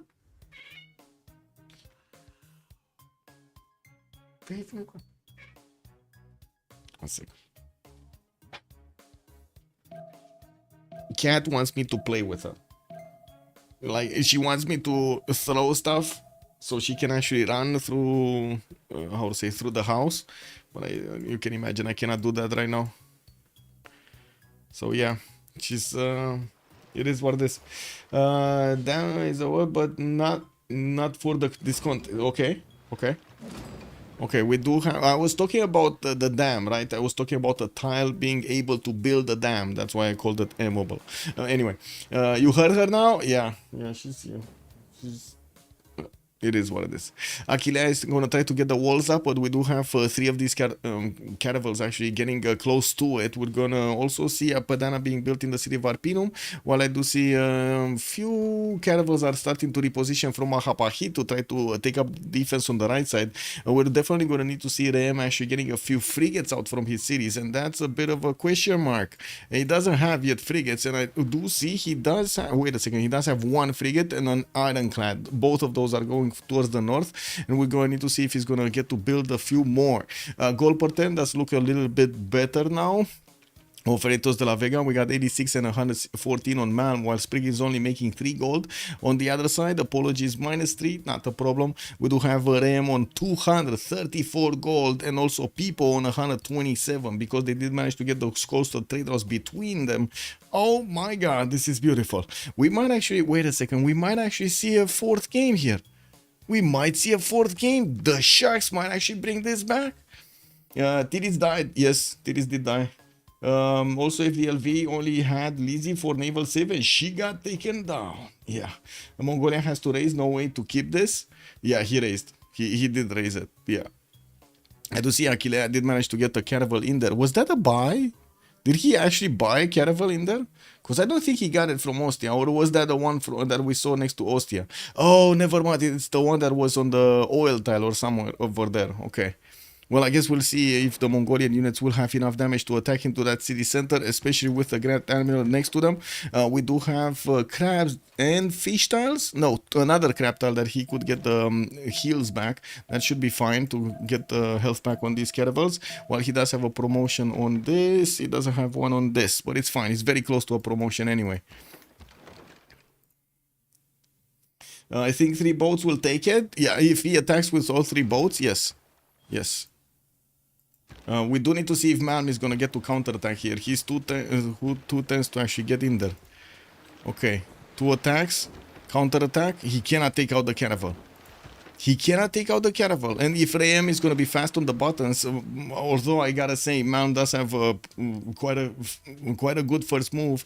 He might actually take out the crabs and get to resupply this caravel or get a promotion on it. Both things do achieve the same thing. Get the heals back. Get the health back. Take the city. Rip the benefits.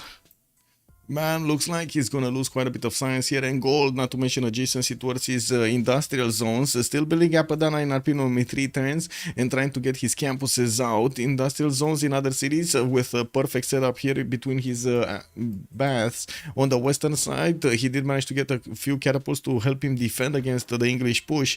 Well, I gotta say, England could easily push into this caravel defense. There's no problem here for him to do this. We got more cities coming up from Indonesia. It looks like he gave up on the idea of building that Petra in the city of Nazca. Probably thought he's not going to finish it until the end of the game. Chuck is getting siege tactics and nationalism. He's going to get cav cores here without any problems, but he's going to need quite a few of them to make them work. Getting his libraries out, we're going to need to see if he's going to start pre-building some. We also are 2 turns away from the next era. That means we do need to take a look at the golden ages. 2 points for Man to get going. He needs them right about now. Sprig is also 2 points away from getting them on 5 cities, and it looks like he's gonna drop in science. No, he's not actually. He's normalish free inquiry, 100 science, 26 culture, getting more universities. Okay, well, I guess he's at the limit of what he can do over here with his science advantage and production. Only 104 and 101 science, 134 production and 102 science. Check 323. We do have him 81 out of 81. He needs 92, so he's not gonna have, unless he gets 10 points in the next turn, he's not gonna get the golden age. Julius Caesar also needs 6 points. Looks like he's not getting there. Trying to make more of these. Rebuilding his government plots in the city of Meniolano. Anyway, Ram going dark. Josio 6 needs 6 points. Okay, let's see. Oh, whoa. James of St. George coming in to help Mam at the last second. He did manage to get the walls up, and look at that. Look at that. One of the caravels of Mongolia did get taken out because he didn't have all of his fleet with him. He just couldn't bonk. We do need to see a few more caravels come in there to help him take out Aquilea, but I gotta say right now, Rome is in trouble. He's gonna be pushed from 2 sides. Oh my god, the cat is doing gymnastics, guys. Yoga. Are you doing yoga? Those are my... Oh my god. Wait, one sec. She's taking my shoes. Those are my shoes. Don't...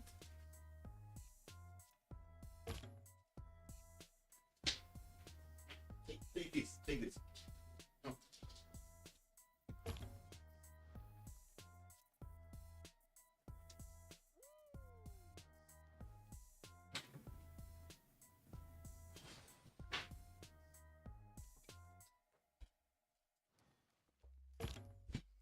Big shoe problem, man. Big shoe problem. Big Jimmy pulled out a hat. Yeah, Sandeep Cha. Good evening, sir. And welcome. James of St. Clutch. Exactly, man. He did it. He did it. Now, these walls are going to help out the city of Aquilea keep his borders, while Ram's caravels are just going to be able to get some promotions and just sit pretty. There isn't some more defense than that wall to actually attack into them, unless you actually want these caravels to die attacking into the Mongolian ones. We do have Mongolia with how much intel? 0 intel? 0 intel against Rome. Where is his spy? He did get 1 in Artax.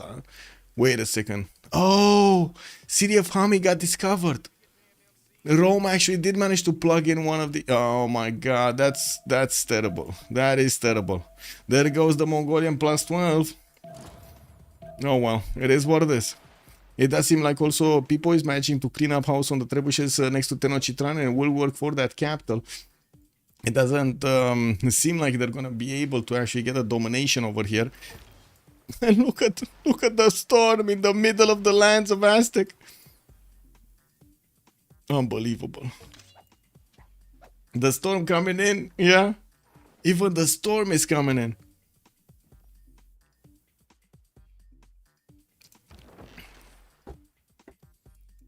Okay, that's fine. Do we have anything here? No. Admiral is there, not doing much. There is a way for him to actually attack into the caravel and take it down. While there are privateers that can shoot back, there isn't that much that they can do.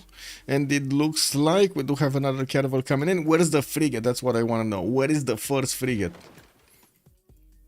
Too far away. Way too far away. I don't know what he's doing here, but it's just sitting there. He does have an ironclad that was moving a long time ago, and I thought he's actually going to get the frigate at the same time. Like I said, it takes him like 10 turns to get to the north side of the map, so if he wants to get reinforcements here, he needs to send them now, or he needed to send them like 5 turns ago. Getting a few coursers out, and it looks like he's going to be looking to attack into Sprig on land here soon. We do have him with a bit more size than Sprig, and taking a look at the tech side, industrialization coming up next turn for him for more production, while Sprig is getting metal casting. Looks like we're going to have here Montezuma getting his ballistics quite early, so he can help out with the defense. We do have trebuchets coming around from quite a few cities, and I gotta say, metal casting is going to unlock bombards. This is going to help him out a lot against the boats, not so much against the calves or stronger units from Mongolia. In the era score screen, we do have golden on people, dark age on Ray M.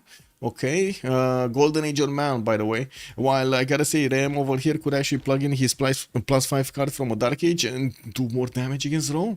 Just take out more units, cause he can. The Congress will be interesting, yeah. But we just saw the +5 on these Mapuche units shaved off, right? They're not gonna have the +5 after next turn. Then Aztecs really did, yeah. Sprig with baby culture, yeah, the baby culture. We're gonna have a pause here for 2 minutes while we're gonna go through the Congress. While the boys are gonna go through the Congress, we're gonna need to wait and see what they choose. Okay, let's get this. Let's get this and this.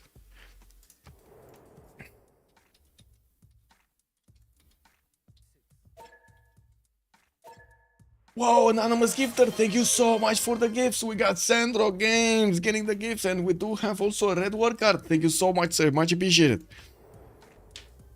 Thank you, thank you, thank you. Be right back. 2 minutes.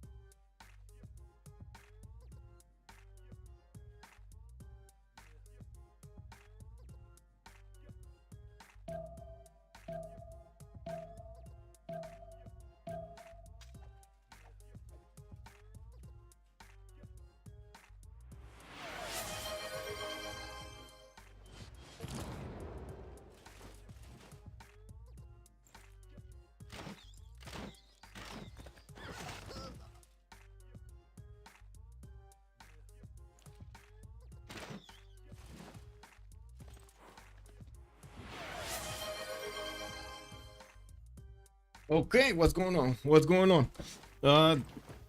Twitch. Sorry. YouTube is saying Ram is MVP.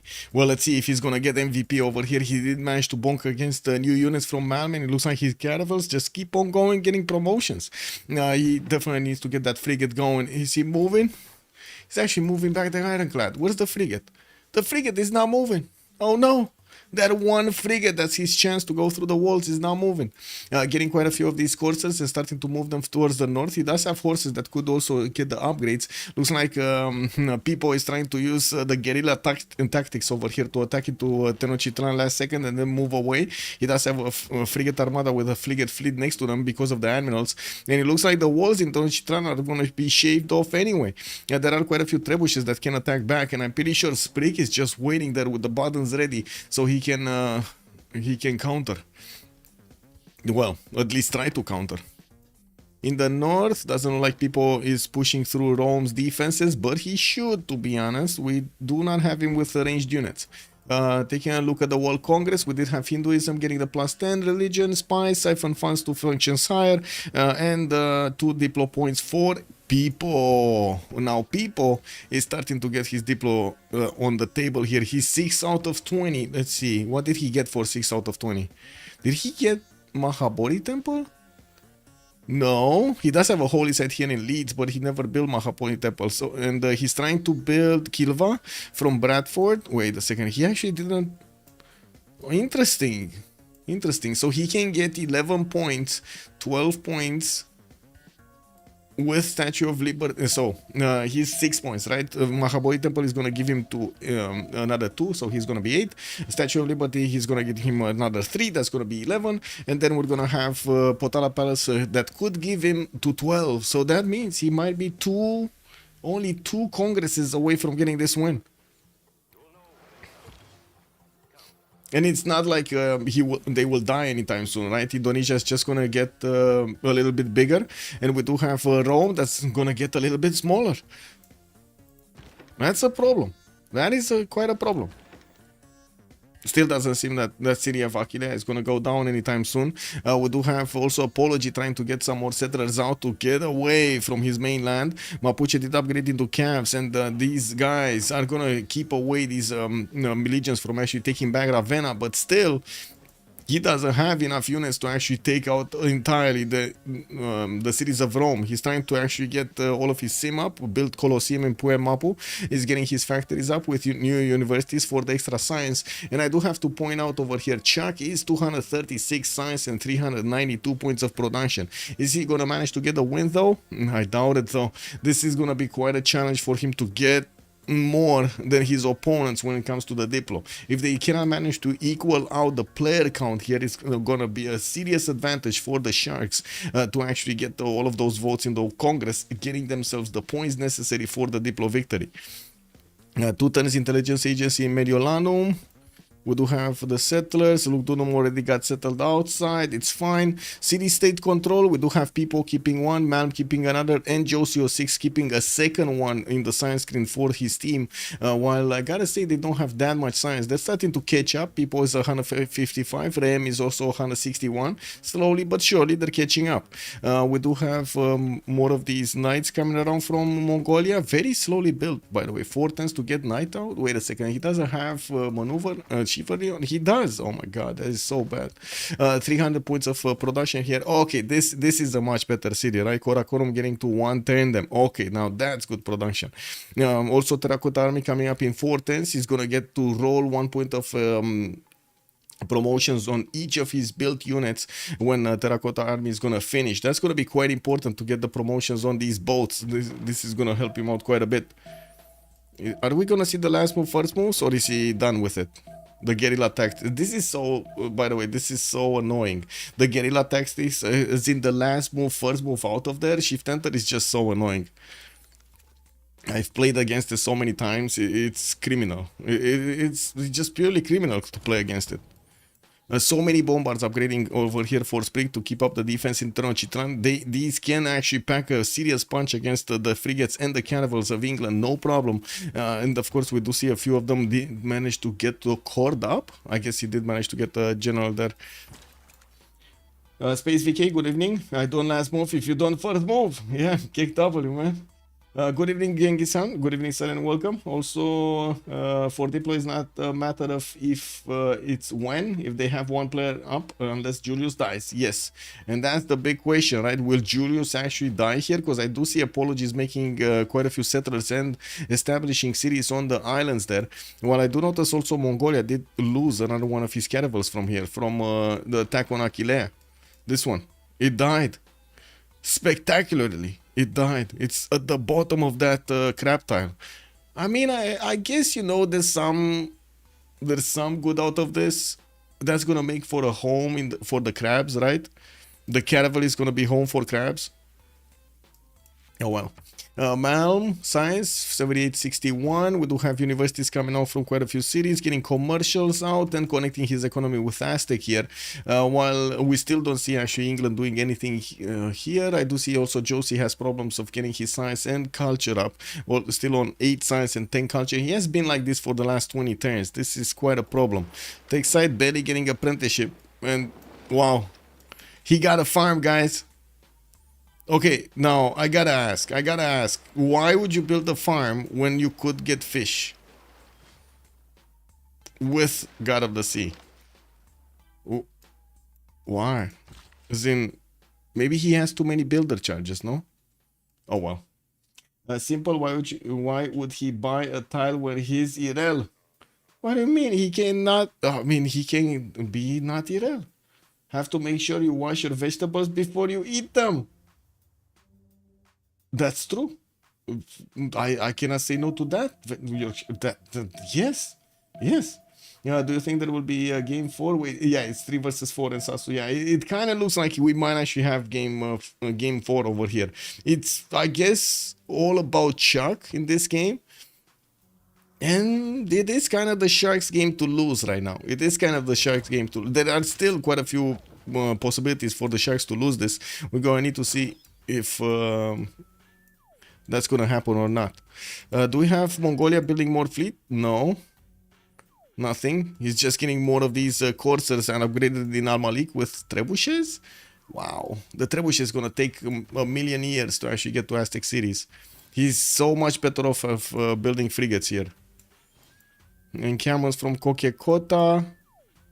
Factories coming in for the production, and I do see Rem is 300 points of production, while People is getting closer to Chuck's production, 366 versus Chuck's 427. There still is a lot more science that needs to be acquired by him, and I do see Rome actually did manage to levy one of the city-states here, Nalanda, and has quite a few units around the cities of England. We do have corsairs coming out from England to clean this up, and by the looks of it, the coursers are not doing the damage fast enough to not allow man to pillage his tiles. Is this a forest fire on one cocoa tile? Burning cocoa in the morning. I mean, that brings up memories, man. You know, hot cocoa in the winter. Well, I guess we are winter time, so hot cocoa kind of makes sense, no? That might be a bit too much hot cocoa, though. Only way they lose is Mapuche Science victory.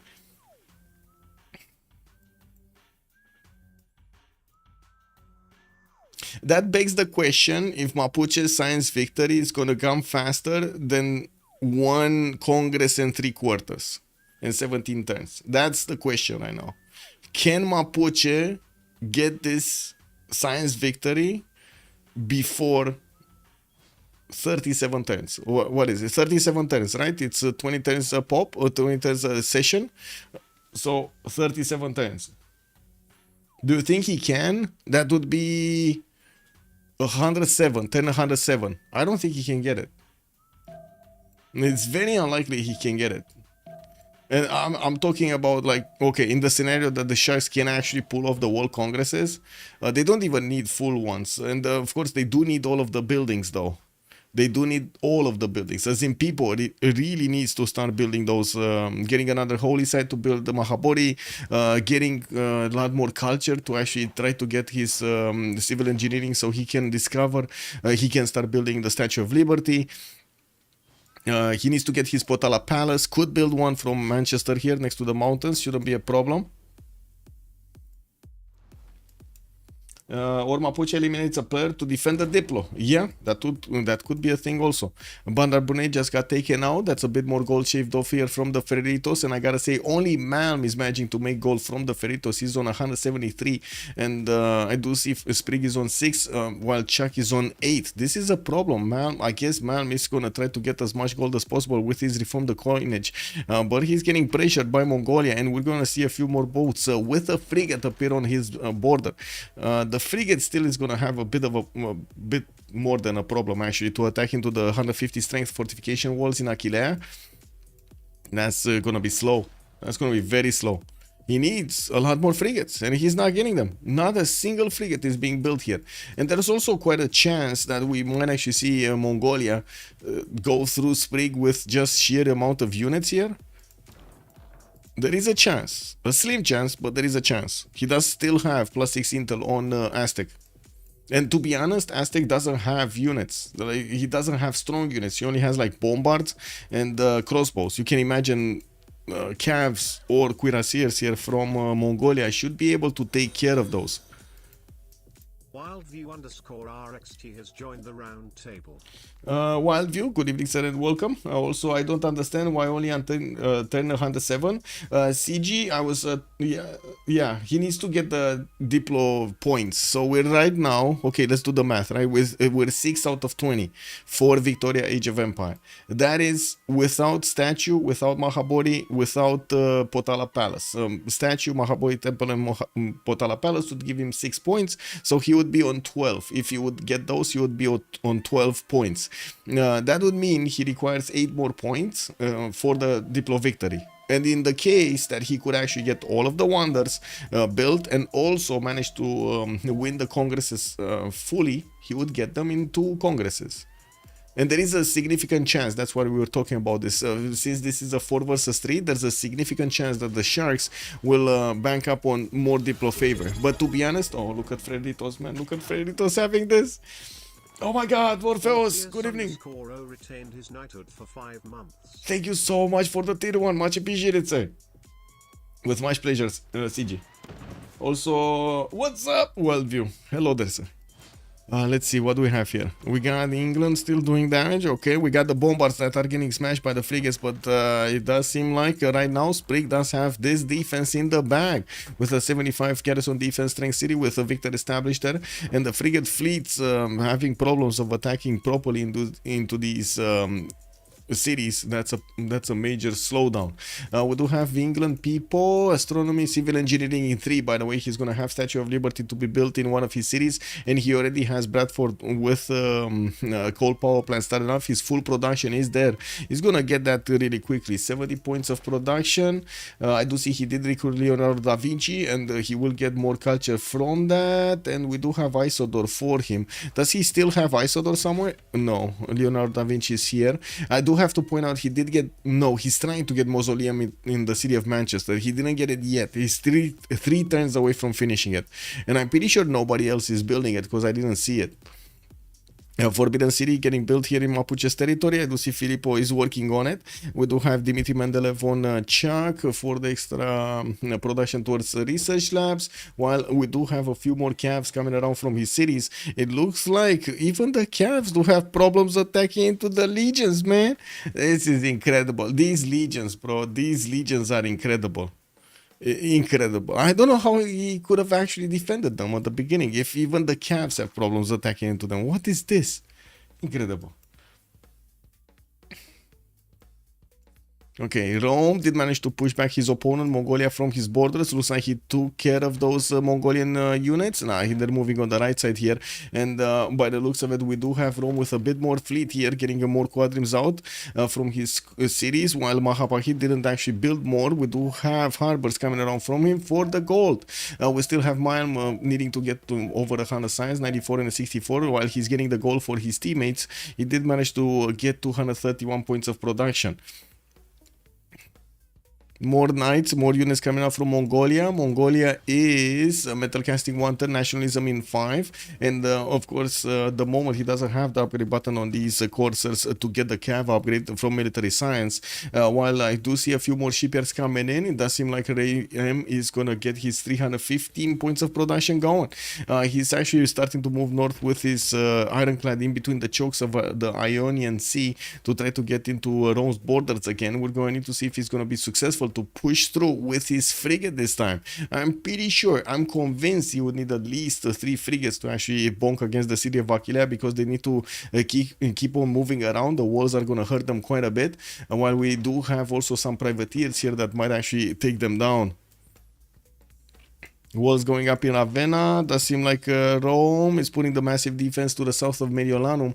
While I do see Apology getting his cartography in 6 turns, it's not like he actually has a lot of boats, but he's making settlers and sending them on these islands, so he's slowing down any opponent from taking out his full empire here. You think Phyrexis is doing another showcase before launch? Oh, that's a hard question, sir. That's a hard one. I don't know, man. I don't know. We've been asking for a lot of more details from Phyrexis, but we're just getting stonewalled. I don't know. Sarah is just not responding to anybody. It is what it is. Or at least she's not responding to the multiplayer community. She's just totally ignoring like a heavy part of their community over there. I call that malice. I don't know how else to call it. How is Shark -1 gold? Not been managing to get enough gold. I don't know. How did Julius kill? Just grinded down?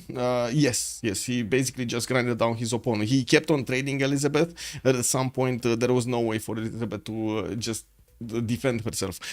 He tried to take Taruga, but Taruga got the walls in the last second. Right at the last attack, he got the walls, and then Taruga also denied him the ability to get a boat out. To get a settler out. Sorry, not a boat, a settler out. He had a boat right next to London and totally denied that. That is malice. Yes, I just hope they keep the monthly challenges going. That would be nice. Yeah, that would be nice to keep the monthly challenges going. Yeah. It is what it is. I don't know.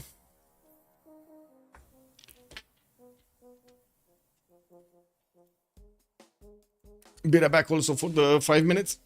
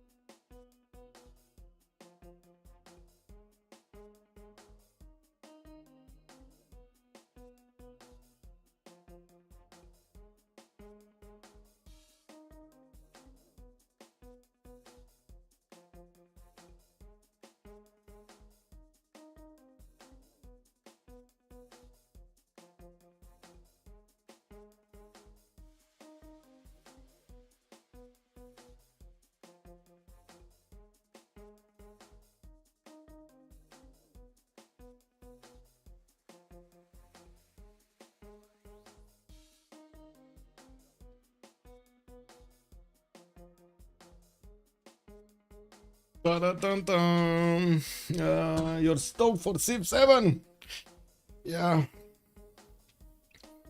I don't know, man. I would say you should manage your expectations very well. View. Like with all respect, you should manage your expectations, man.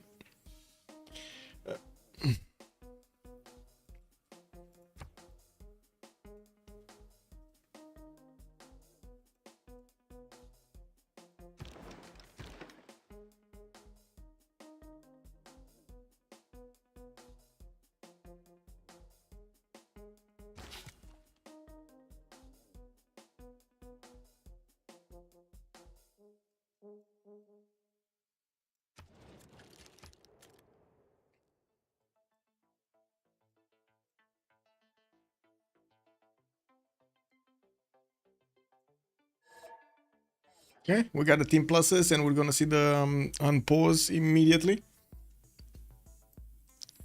Only 2 Roman units are available here for him to try to pillage, and we do have England with enough forces to actually take these downs. Shouldn't be a problem. He has 4 versus 2.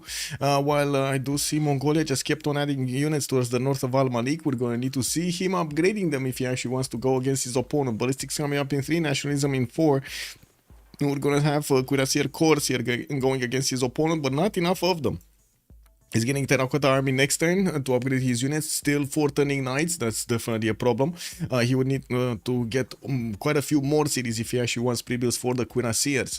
And they don't have a problem with the gold per turns, so they can upgrade as many as they want. They did manage to get these units here, probably watching the choke and holding it, while Rome is starting to explore a little bit with his privateers. He's actually trying to have the visibility over Mongolian units. Where are they? We do see also Julius Caesar is getting a few more knights to try to help out with the defense in the south. He's gonna need to prepare to withstand the cav attack of his opponent here of Mapuche.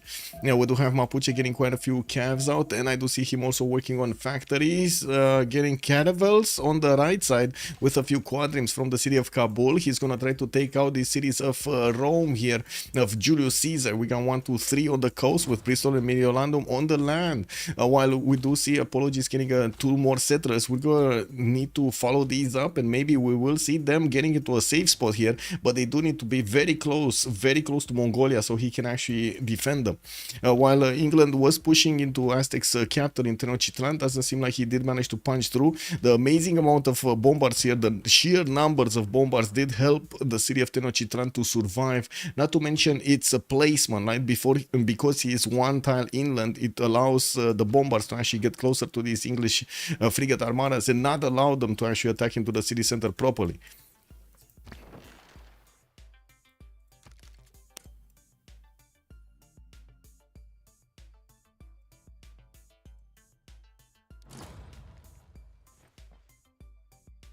People have started building the Colossus to get an extra trade route, and we don't yet see him trying to get the Diplo points. This is scary. Where is he getting the Diplo points?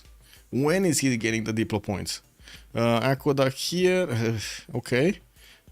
I guess that's for extra housing, but it's not going to help him out much other than that. He did manage to get 1 over here next to Liverpool and put all of those industrial zones around it. That's a lot. That's a lot of adjacency from 1 single aqueduct.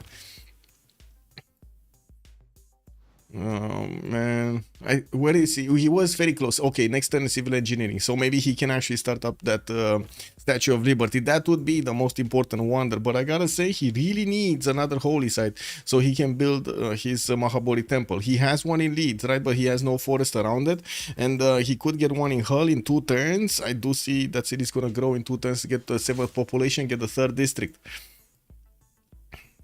Mahapahit gonna finish harbors. We do have Indonesia here with a few more boats, getting more settlers out, building out the lighthouses so he can at least make some gold. He's making 32 gold a turn, and hey, he actually got to 13 science and 12 culture. Very nice, very nice. Yeah, more galleys. Yeah, more galleys coming in from Apology, and let's actually see, he's 6 turns away from cartography. He could actually try to get a few caravels out and try to build a fleet to defend himself. Mapuche doesn't have that many units, but he does have an extra +5 against cities that are against enemies that are in Golden Age. Well, good thing Julius is not. We got a few knights coming up from Bristol, moving towards Mediolanum to help defend that south. And I do see, of course, he's plugging the choke towards the north of Ravenna, which did manage to get walls. And it doesn't look like these legions can actually punch through them at all. They're just not going to manage to do the damage. We do have Mongolia sending a few, well, one frigate actually, sending a few boats and one frigate towards Mapuche cities, to maybe help out Rome retake them, but that's still gonna be a long time until he actually does damage, or significant amount of damage. With only one frigate, it doesn't seem like it's gonna go through. Western side here, not really happening. We do have Mongolia still gathering his forces, and Mongolia is one turn away from getting his cav upgrade on these coursers. I gotta say, I don't actually believe they're gonna be strong enough to push through all of the bombards, unless they're cav cores. And of course, he does manage to get a level 2 spy, which is not at the moment. He does have Batu here as a level 1, and he's definitely gonna need at least one more mission to actually get that to a level 2. And it's tricky, right? You don't know if it's actually gonna finish the mission or not. It might get caught, he might fail over there, and he's not gonna get the promotions. He can plant forest soon, but might be too late. Yeah, can he even plant forest? I guess he can on the hill, on the, yeah, instead of the mine. Okay, we got some more frigates coming around. Coal power plants from Sheffield, 10 pop there. Hull is gonna get, we'll see in Hull, He can definitely chop the Maystyle, put the holy site over there, and put the Mahabori temple next to it. 4 turns for Colossus to get an extra trade route here, and in the tech side, ballistics in 2, nationalism in 4. Sprig also, he's gonna get his military science in 2 turns. Doesn't have horses actually to upgrade into cav technology. He kind of ran out of them. I don't think he got also bombards. Wait, did he? No, he didn't get ballistics. Okay, well, not yet. He might actually, this might be a problem. He might get steel before he's gonna get attacked by the calves of Rem. It might be a bit too late to actually get the calves going. Anyway, we do have hard-built cuirassiers coming out from Keshkir, getting 2 turns, and I do see more knights from Al Malik. Interesting that we have both in production. Factories from Karakorum to get the extra production, and more universities. We do have Rem approaching the 200 science mark with 84 culture, while Pipo is 278. He did manage to get over Chuck's science. Well, right now he's back below Chuck science with 2 points.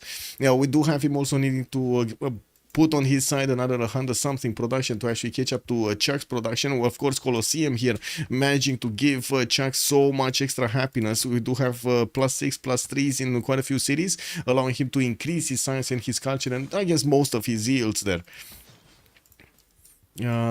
We got frigates, 3 frigates moving. Mapuche getting the caravels towards the north. I gotta say, galleys are coming around from Apology, but they might not be in time.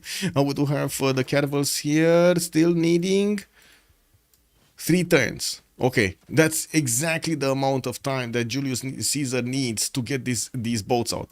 And if he does manage to roll another 3 next turn, and another, another 2 next turn would make 5, with another one from Birmingham the turn thereafter, that would make 6. And maybe he's gonna want another 2 from Lugdunum and London. That would make for 8 caravels to upgrade here.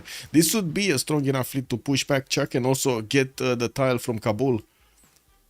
He needs to keep a frigate over here or something on the harbor, so he doesn't let Kabul rebuild the fleet.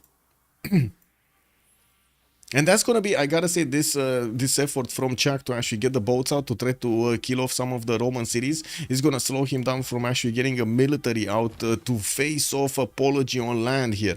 Now we do have some more theater squares coming up from Lafken Mapu, and I do see universities for Chuck with banks. He does need the gold, and he is starting to recover a bit of gold per turn, on 22 at the moment, while Malm is the major gold generator on his team. He's on 202. Now we do have Mongolia putting a spy in Ostia, only a level 1. It doesn't have a promotion. Tomor Batar would actually need to get a few projects in. This one, sources. Okay, so it looks like he's trying to get a level 2 spy here in Xochicalco. I gotta say, if he actually is focusing all together on... wait a second. Sprig is getting a fleet out on the right side. And Mongolia is not seeing this? He's not seeing this. Sprig is getting a fleet out, and Mongolia is just totally oblivious to what's happening. Wow! Whoa! How is this possible? We got also Aztec getting a privateer in the borders of Kokekota. pillaging his mines. He got a incredible. How did this privateer get in behind enemy lines like this?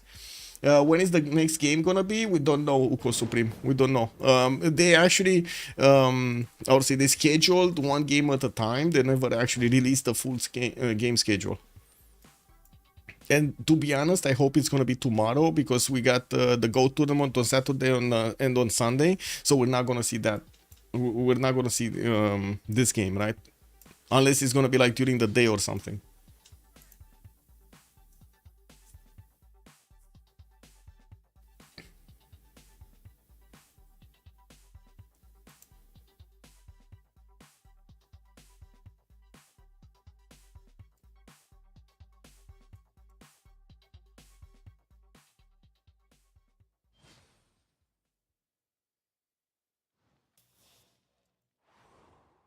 Okay, boats out. This is very important, by the way.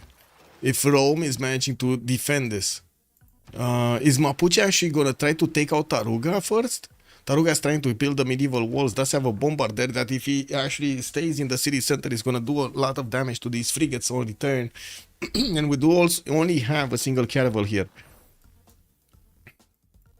Okay, he's not two turning galleys, so he's not gonna have 8, 2, 4, 5, 6. Maybe 7. I think 6 is probably gonna be his number. He's gonna need to hard build the 7th one. Frigate appeared next to Rome city, former city, I mean the capital. He can start attacking into it, but it doesn't look like there's gonna be that much damage that he could do. Even against normal walls, 75 strength walls, ancient walls, so that city is 68 defense strength with the cav inside of it, and it's too strong. Oxford University coming up from Lafke Mapu, more science acquired by Mapuche. While we do have the cav upgrades here from Reem, it looks like he's gonna want to send them in the water here. Oh no, this is a trap, guys. This is actually a trap. All of these calves might actually die a completely foolish death in the Indian Ocean because they're gonna be caught with their pants down and their sails up when the Aztec Navy is gonna get next to them. That's a problem. That is a very big problem. Okay, line infantry for the defense here from Aztec. Oh my god. Okay, we got Mongolia getting attacked. Maybe this is gonna be a clear sign that he needs to actually rethink his strategy, because this is not gonna work. This is not gonna work. What will work, actually, if he wanted to get these units in the borders of Mapuche, sure. Like maybe here he could have pillaged a lot of tiles. But is that for pillaging purposes, or he actually wants to take down some cities? Oh no, Ram. What is this, Ram? This is a major issue. Okay, boats. Yeah, it looks like Mapuche is actually gonna try to attack into Taruga. The bombard just ran away, man. The bombard from the city state just ran away. He's going right side somewhere far. Anyway, horses coming from Lugdunum. We do have galleys London, galleys Birmingham. Yeah.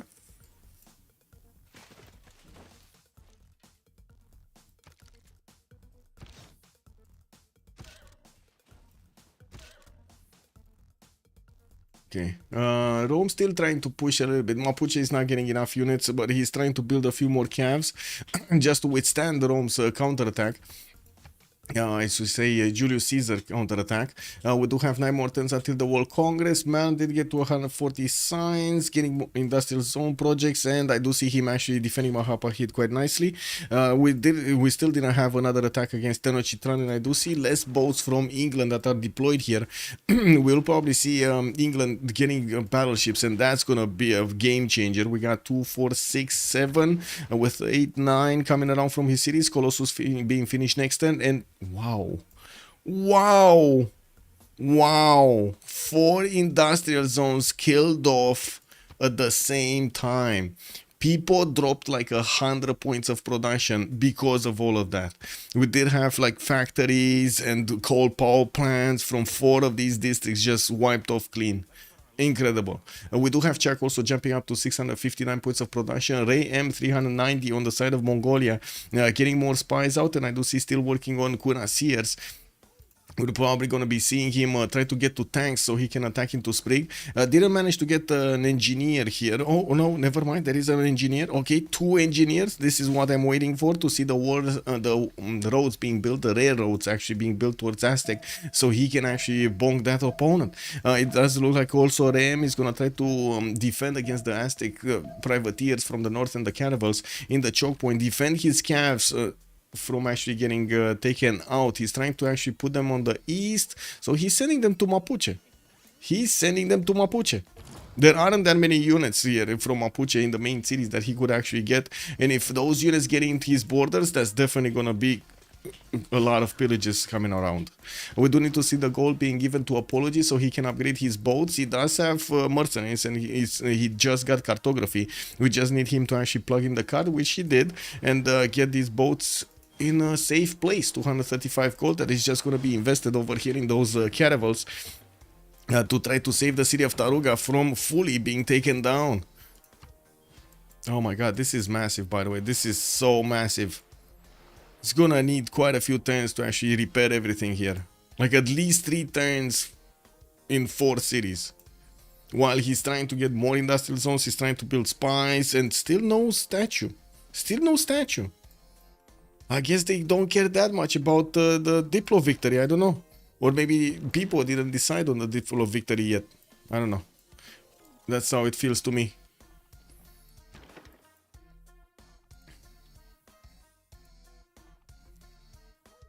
Captain Crash, good evening, sir. Yes, Captain Crash, we do have a competitive side to Civ. We actually have multiple competitions going around at the same time. Right now, we're watching the Francophone community, the CivFR, basically, CivFR Squadrons, that's what it's called, and it's the finals. It's the finals of a 3-month-long tournament in the 4v4 scene. We had, I don't know, 30 plus 40 teams playing. CPL Premier is also soon coming to an end. We're gonna need to see how the quarterfinals and the semifinals and finals are gonna be played out. The playoffs. We just had a 2 versus 2 tournament finish. The Go tournament is gonna be on. This session is gonna start off on Saturday and Sunday, and we'll finish off next week. That's an FFA tournament, free for all tournament. You're still getting slapped around in 6. I mean, that's the problem. You're playing AI. Stop playing AI and you'll start getting better. The AI just fools you. Like, to be honest, it literally makes you play worse. It's bad. Don't do it. Just play against players and you're gonna have a much better time learning the game. I think Mongolia not wiping out Aztec's coastal city was a mistake. You need to invest until it's dead. Yes, I agree, Basecat, but it's not happening. It's not happening, no? The Aztec coastal city is just sitting over there like a thorn in the side.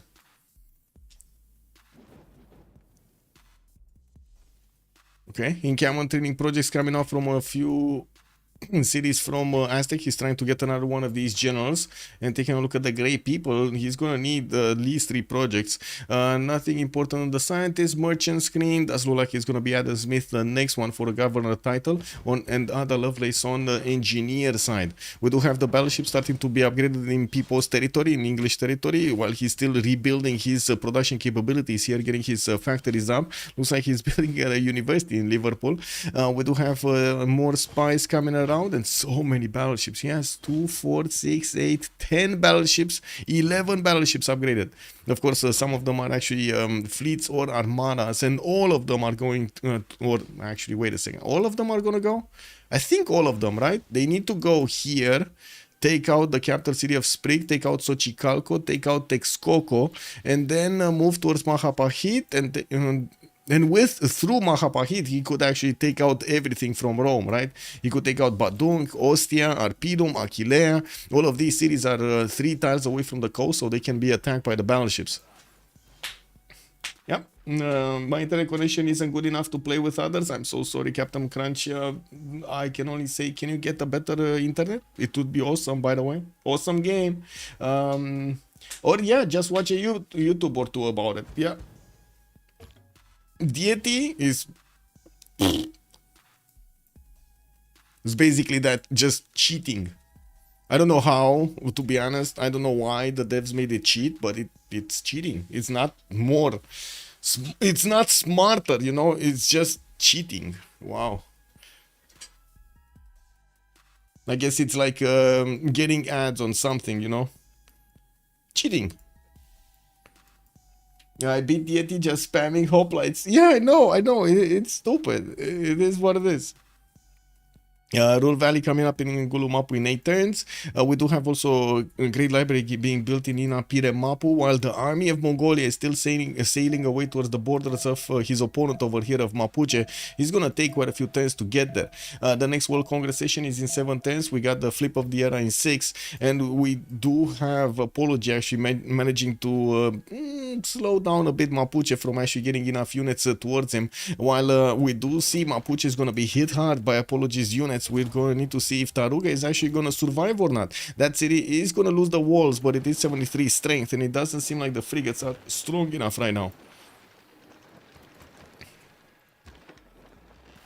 Okay, more frigates coming in. They do need to get next to each other to get that juicy support bonus. Squadrons are also getting pre-built, and we do have Apology 6 turns out from getting square rigging. I do have to mention they have a lot of gold. They will definitely be able to buy more boats and upgrade whatever they need versus Freritos.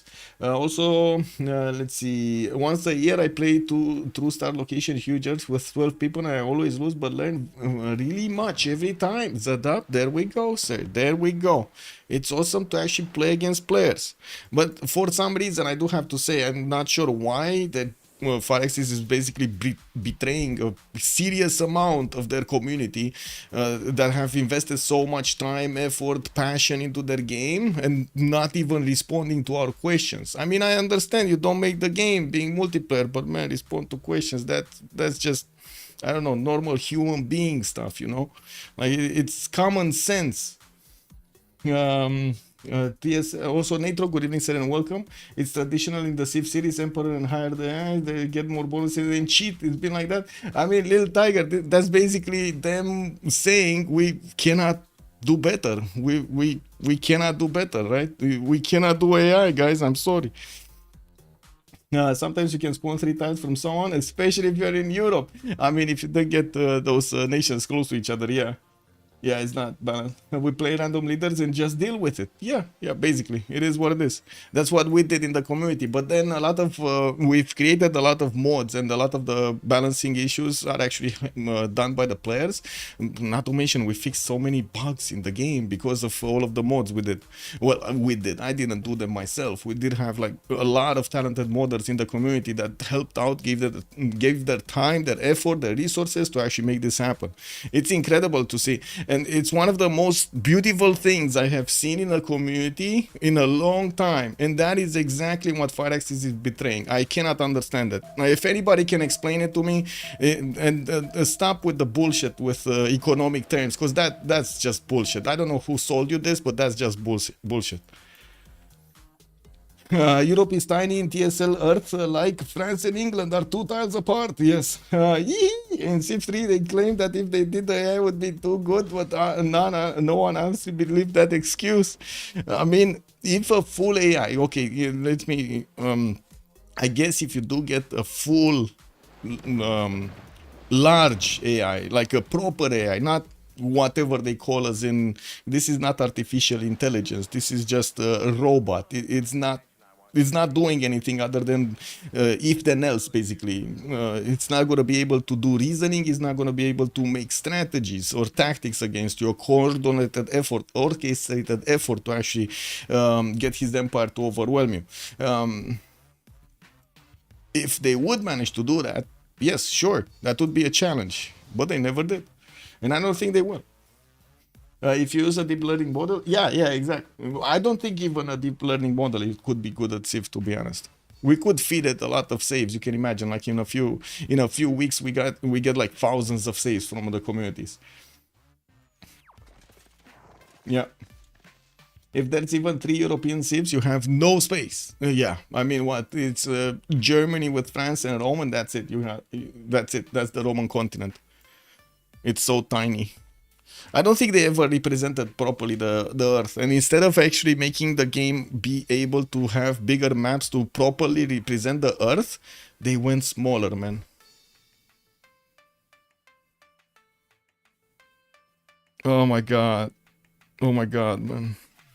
Oh my god. I don't know, maybe nobody actually laughed about their decisions. But it's... What? Oh man. It's like they don't even play their game, bro. They don't even know what they have. They really don't know what they have. If you're isolated, you just win, yeah. Like big game hunters. Only if you get Spain or England, you're cooked. We also remove Gitarja because of the island spawn, yeah. Also, Fries Ketchup, good evening, sir, and welcome. Oh my god, I have the same worries about Civ7, a small map. I know, right? It's tiny. It's tiny. Did you see it 2 days ago? It's so tiny, man. And they like, some of them were actually quite serious of actually telling us that that map size is good. And I was like, bro, what are you talking about, man? We're gonna get bored so quickly. Like, really, not even single players are gonna want to play this. No, because the American spawn is really bad. No hills and mostly tundra spawns. Yeah, the American spawn is bad. It is quite bad. Also, the Russia spawn is kind of bad, right? So much flat territory. Unless it's the base game Russia, which is gonna be good because, you know, a lot of tundra. Yeah, Mapuche's bows needed to retreat from attacking Taruga. Looks like Apology was successful to push these back, while we do have Mapuche still trying to get some. He did roll his research labs, and that means he's gonna get a lot of science quickly. But he's starting to lose gold, while we do have people 300 science. I do see he still needs some catching up to do. Pipo is about to take over the capital city of Sprig and will follow up taking out the other cities here. Does look like there is a line infantry. The bombards counter-attacking, and that city, Tenochtitlan, is saved by the bell. We don't have a red code. No, it's not. Okay, never mind. I was expecting the red code to actually move somewhere to get the benefits from it, but it looks like people is just gonna need another one of these boats to take that city down. And he does have a lot of taking out of these bombards to do, and I gotta say, the roads are coming in from Mongolia. We're gonna see Cuirassier Corps and soon-to-be tanks coming out against his opponent. I do have to point out Rem is going scientific theory over here in 210s and keeps pre-building these Cuirassier Corps to send towards the north. He was making projects, and he did manage to get Batu to a level 2, which is extremely important. That's plus 12 possible on him. We do have the battleships taking out all of these units of Aztec from behind the Tenochtitlan's defense.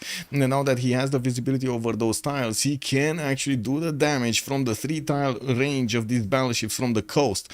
This is going to be extremely hard because the bombards only have 2 range, and yeah, they're just not going to move and shoot them, right? They're not going to get in there. I hate to be a doomsday prophet, but this game is already over. Bex, bon dia, senor.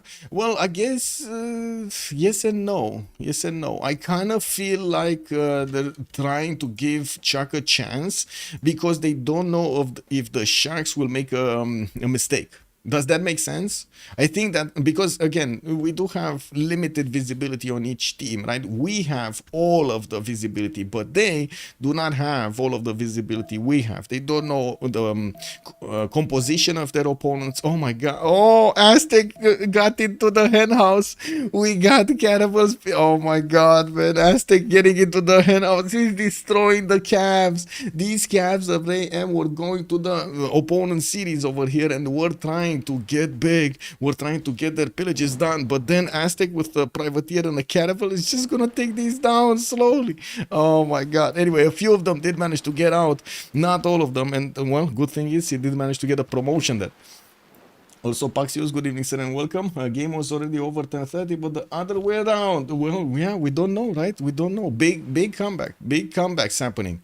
We do have also Rome managing to get quite a few quadrims here for his frigates. We do have him placing them on the west side. Did manage to recruit Gustav Eiffel, and he's getting Venetian Arsenal. They're trying to get this back.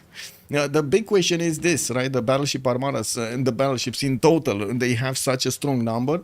It's going to be extremely painful to fight them. Even if you do have Venetian arsenal, it takes quite a bit of time to build the boats. You cannot build them more than one a turn. And I do have to say that Rome worked quite a bit to get all of his production capabilities up from these cities. 1, 2, 3, 4, 5 do have the ability to actually get the boats out. Also, someone on their team has to have lost the melee. Yes, but we don't know who. So they have a melee alliance on Malm. Chuck has a melee alliance. That means Aztec doesn't have a melee alliance. Yes, Aztec. Come on, Aztec. He doesn't have a melee alliance. And he doesn't have a safety settler either. If he's gonna be taken out by the tanks of his opponent, by the tanks of Ray M, this is gonna be extremely problematic. We do have a settler starting to move from Mongolia towards the north, so he can get closer and also, upgrade his units on the front line there, not waste time to upgrade them in his own territory and send them on the roads. He built the road with his military engineers and is gonna have the ability to actually get all of the reinforcements on this directly to the lands of Aztec. This is gonna be extremely important for his speed of reinforcements. Getting artillery is up next, a few more cuirassiers. Also, Urek was mentioning, I think I saw an Aztec settler in the Roman territory. Aztec settler, Roman territory. Wait, Aztec settler. Oh, this one. Yes, he does. Ooh, he's gonna get a safety settler in between a big Malm. Wait a second. So, wait, what are they planning? Because if Sprig falls here, right, entirely, there's going to be nothing defending Malms in the south from the tanks of Mongolia. Okay, the fleet he's going to defend, but the tank army and tank corps with plus 12 on them, how is he going to defend against that? That sounds quite a problem. To me, at least. No, melee should have been free. Also, England should send like 4 battleships to Rome. Another safety is Petra enjoyed. Yes, Percusius Flavius. They just like the Petra, man. You can't do anything about it, right? They like the Petra. Soon they will appear. Tanks are good, like the sunlight. Yes, yeah. Well, looks like Xochicalco's walls are going down. The battleships did manage to take out a lot of these bombards and push them on the right side of the Empire of Aztec, so they are not in the range of getting taken down. We do have a cav from Mongolia getting into the water, trying to get into the borders of Tenochtitlan to get that city, while England will also have the ability to take it next turn. Walls are going up in 2. We do have also Mongolian cuirassiers, 1, 2, 3 cores, 4 cores, 5 cores. And a half, 5 cores and a half. And I do see he's getting some more cav cores and of course finishing his artilleries. I mean, 5 tank cores with a few pre-built helicopters might do the job over here against the Aztec. There's nothing that Aztec at the moment can do unless, well, of course he's gonna get his own strong ones. Oh my god, People is actually getting more free red coats from taking these cities. He's gonna have another one of these to go against Xochicalco. No problems to keep on taking cities. This is from another continent and this is the English bonus, right? When you settle a city on another continent, boom, you get the red coat. Red coats, red coats.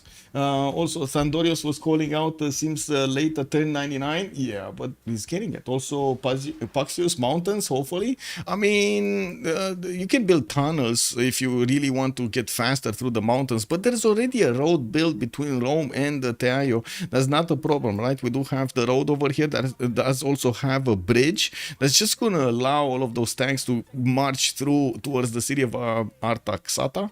Wow, I don't think I've even seen this city, Artaxata. That is such a weird name to pronounce. Anyway.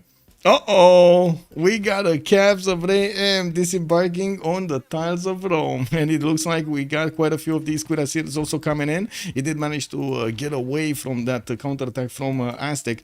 And by the looks of it, also, England did manage to get his steel walls. When he grabbed Tenochtitlan, he immediately built the steel walls so he doesn't let the city repair. Or I guess get countered. We do have the Peponian battleships here. This is a bit surprising that we don't see these, like some of the battleships being sent towards the north so they can slowly chew through Mahapahit. It seems like he's wasting time over here, keeping way too many boats in a territory that at the moment, I mean, he's kind of successfully taken out, right? He could work on Texcoco, for example, for the next one and keep on getting promotions. Yeah, well, I guess he's sending his battleships right now. Okay, maybe I was just speaking a little bit faster than he was doing the actions here. It's fine. More calves coming around. He doesn't see this territory, by the way. He doesn't know what's behind this territory. See? He doesn't know exactly. He doesn't know about the wonder. He doesn't know about the choke point, how the mountains look, and so on. Right side, we do have the fleet of Rome actually putting a lot of pressure on Mapuche. Mapuche did get a battleship fleet and can two-shot most of these caravels. But to be honest, well, there are quite a few caravels from Rome. We do have another frigate fleet that is going to get into a battleship. And I do have to mention, these caravels do not pack that big of a punch against the battleships of Mapuche. This is a bit of an issue. We do have in the era score actually taking a look at this. We're gonna have the World Congress session starting up next turn, and I do see Golden Age on Chuck. That would be his fourth one, going for 2 arms, and I do see Apology going Dark Age. Ray M is gonna go Heroic, 2 arms, Arbit of Steam, and reform the coinage for a bit more gold. He's making 429 gold a turn. That's very good. Man dropped down in gold quite a bit, and Chuck, yeah, he did get 2 arms, so he's not getting the gold per turn. Also, I do see Josie Dark Age, and people did go Golden Age for reform the coinage. Still working on Xochicalco and soon to work on Texcoco. While I do notice the Mongolian Navy is starting to get closer to Chempoala. His army is getting upgraded in Aksu, and we're gonna see those units appear in Chempoala extremely quickly because of the military engineers that have built all of these pathways here towards Chempoala. 2 battleships can't do enough on their own. Yeah, Mapuche's ass has no naval infrastructure. No, not really. But to be honest, 2 battleships might actually keep away these caravels. So the battleships will take out a caravel every turn, while the caravels cannot, I repeat, cannot take out a battleship every turn. And of course, we're gonna see the battleships getting promotions. They're gonna heal back, and these caravels will just, yeah. Anyway. Let's get this going.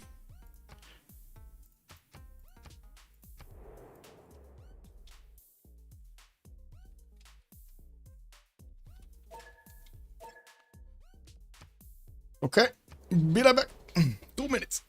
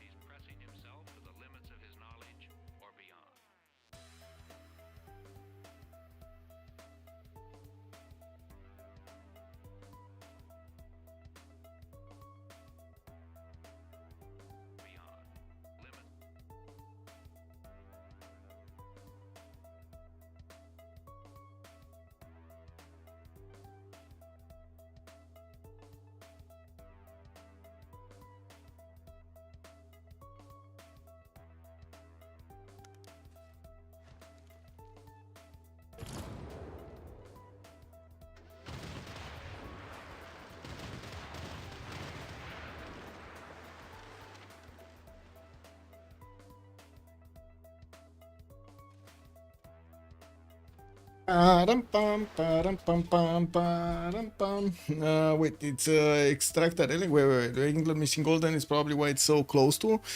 Wait, what? What? Battleship is dead. Yeah, the battleship is dead. It looks like he didn't manage to get that promotion going properly. And now there's only a single frigate that really needs to get its upgrade going. I was taking into account that scenario in case of 2 of these battleships, but it was only 1 that was upgraded. We also have Mapuche.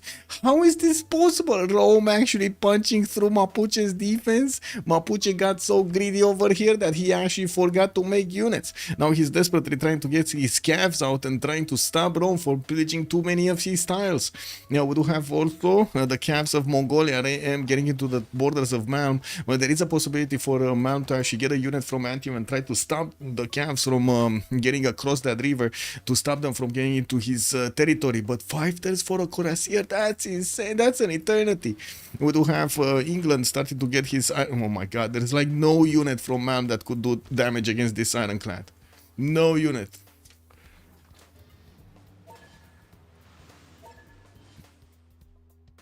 So Pipo is making headway towards Mahapahit. He did take Xochicalco. We're going to see the tanks of Ray M take out Chempoala and work towards Teayo. Well, I'm pretty sure they're going to keep on going directly towards the cities of Malm. Malm is getting refining, so he's not that far away from getting steel walls. Not that it's going to help him that much against the battleships, but it is going to slow down the tanks until they're going to get the artilleries. And the artilleries are slowly moving. They're slowly getting in there. Now, more tanks coming in. We do have artillery corps in Urumqi. And I do see universities in Hami. Also, guys, did you see that the tech tree in Civ7 actually ends at tanks? What was it, tanks or what was it? Balloons or something? It was not balloons. Like it was. What is this? They made like half a game. This is not even half a game, man. It's like small maps and another. It's like discount Civ6. What is this? What was, I'm pretty sure I shared the picture at some point from yesterday's stream. I was like, what the you know what? You know? Oh my god, incredible, man. Give me a second. Not this. Oh, this was with, look at this. Look at this, guys. Look at this. This is the final tech tree, guys. Look at this tech tree. Aerodynamics is just the last technology. There's no other technology than aerodynamics in the tech tree. What the? What? Where GDRs? Where robots? Not big robots, small robots. Where nukes? There's no nukes. What? What the? What the? I don't know, man. I don't know what they're doing with their game, bro. I honestly don't know what they're doing with their game. Oh well. Next turn, Rome battleships, but it will be too late. Oh, I see. And so he did manage to upgrade quite a few battleship fleets. He could counterattack with them. We're going to need to, well, first of all, he's probably going to lose the city of Mahapahit, and I do see a caravel fleet could actually try to get in there. Wait a second. Yeah, he will. He does have control of the canal. We do have a few more ironclad fleets from England that will probably try to also get in there, but unfortunately, well, it doesn't seem like they do have the distance, the range of these battleships to actually hold or attack into the Roman battleships. And it's probably going to be the tanks that's going to finish this. Chempoala, still ancient walls. We do have the ironclads just soaking up damage over there, not doing much. Looks like Apology did manage to put a safety city behind Bandar Brunei. And we do have the calves of Mongolia managing to enter the borders of Rome and starting to pillage these tiles, while he's going to also, well, make Rome over here start building up an army and not able to do anything else, and not allow him to do anything else. Rome just tickling over here Mapuche. He did manage to take out the majority of the Mapuchean fleet from the right side. Only a single battleship fleet is available here, and I do see he does have enough strength from 3 of these caravels, or just about enough strength to take on the battleship and take it out entirely. Send it to the bottom of the seas. We do have aerodromes Puelo Mapu and a few more builders coming around, switching to all power plants here in Mapuche's territory while he's building the zoos for a few more amenities. I think he might be just left alone in the game, since we're gonna have another 2 players probably dying. We will see if Chuck is gonna wanna try to get the science victory before any kind of Diplo. Did we not have? No, we still didn't have a Statue of Liberty being built here in the cities of people. He is betting he's basically betting that this is gonna be the way he's gonna get this war. Okay, we do have battleships coming in. They do not pack that much of a punch to take out the battleships of Rome here, and it doesn't seem like he's fleeting up right behind this, trying to do more damage and even more damage. The battleships will need to attack into steel walls, which is going to be a problem. You do see they take a bit too much time to attack into these walls. The city of Mahapahit is going to recover a bit of strength, and it will take time for Rome to actually get back his choke. We do need to see also England finishing off Texcoco. He did just move around that city center, and he might actually just leave it to Mongolia's grasp here. Since we do have the tanks with without any artillery here or battleships to attack into Cempoala, we're gonna need to see if they're gonna take out that city center or are gonna wait for their artilleries to take out that city center. I think they're gonna slowly take out these units before, though, to wrap around the city and hit it from multiple sides, right? That is basically a must. Imagine the 18-minute streams. Wait. We will see amazing Wait, I think we're not going past the Cold War era essentially in Civ. No.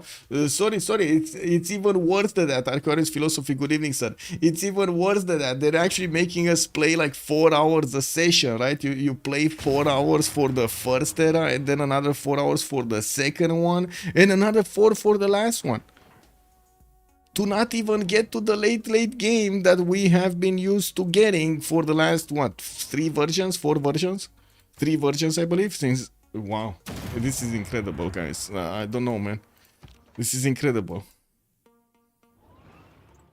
I have no idea what's going on there.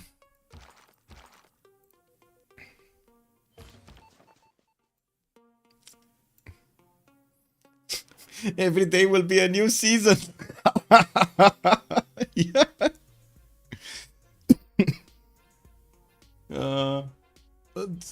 That's a good question, Uko Supreme. That is a very good question, and they're telling us that the big single-player community wanted this.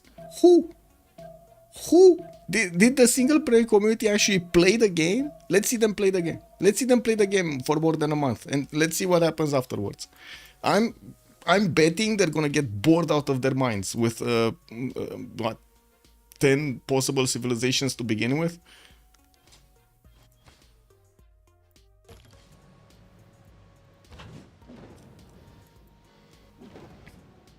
You're having a deja vu from when the Civ6 came out? Well, sure, and I have a counter to that. Did they not learn anything?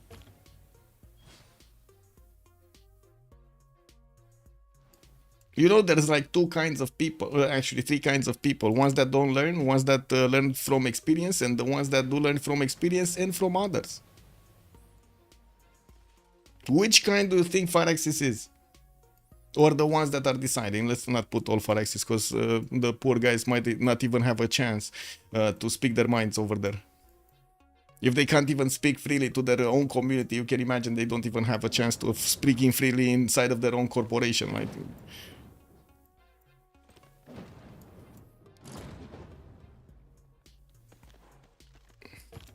All these new games bombing is great on my wallet. Man. Yeah.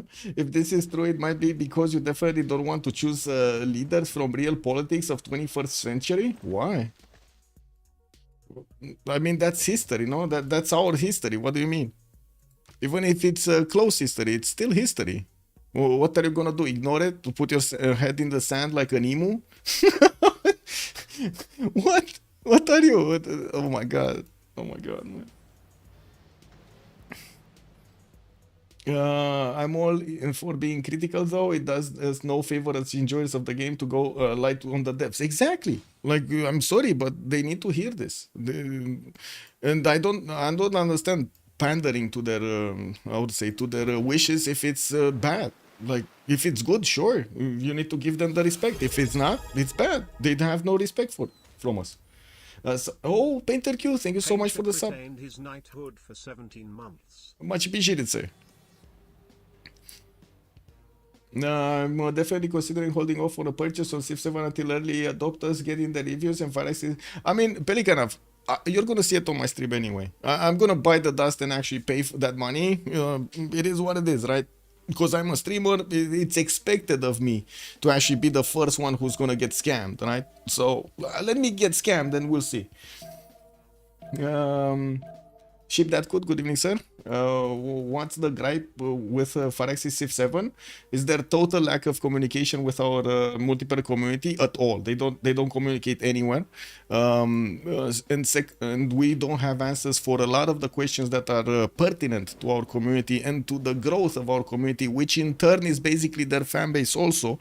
And the second one, the game design options that they chose, unfortunately, do limit a lot the options of the players of having replayability in the game. That will significantly lower the quality of game that they release, and we are worried as a multiplayer community, as big fans. We are very worried about this. Like, this is incredible. Yeah, I'm gonna take. I mean, it is what it is. No, if I'm not taking the hit for this, why am I doing? If I'm not taking the hit for this, I'm not doing my job. I don't know how YouTubers are actually having the.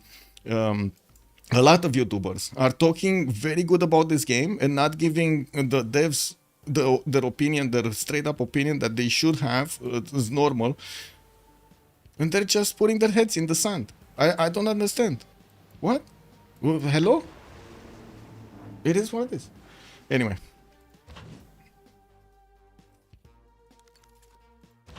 I guess they're letting me, the lonely one from CPL that's barely getting some streams going and getting ignored most of the time, to take the hits. It is what it is. Okay, sure.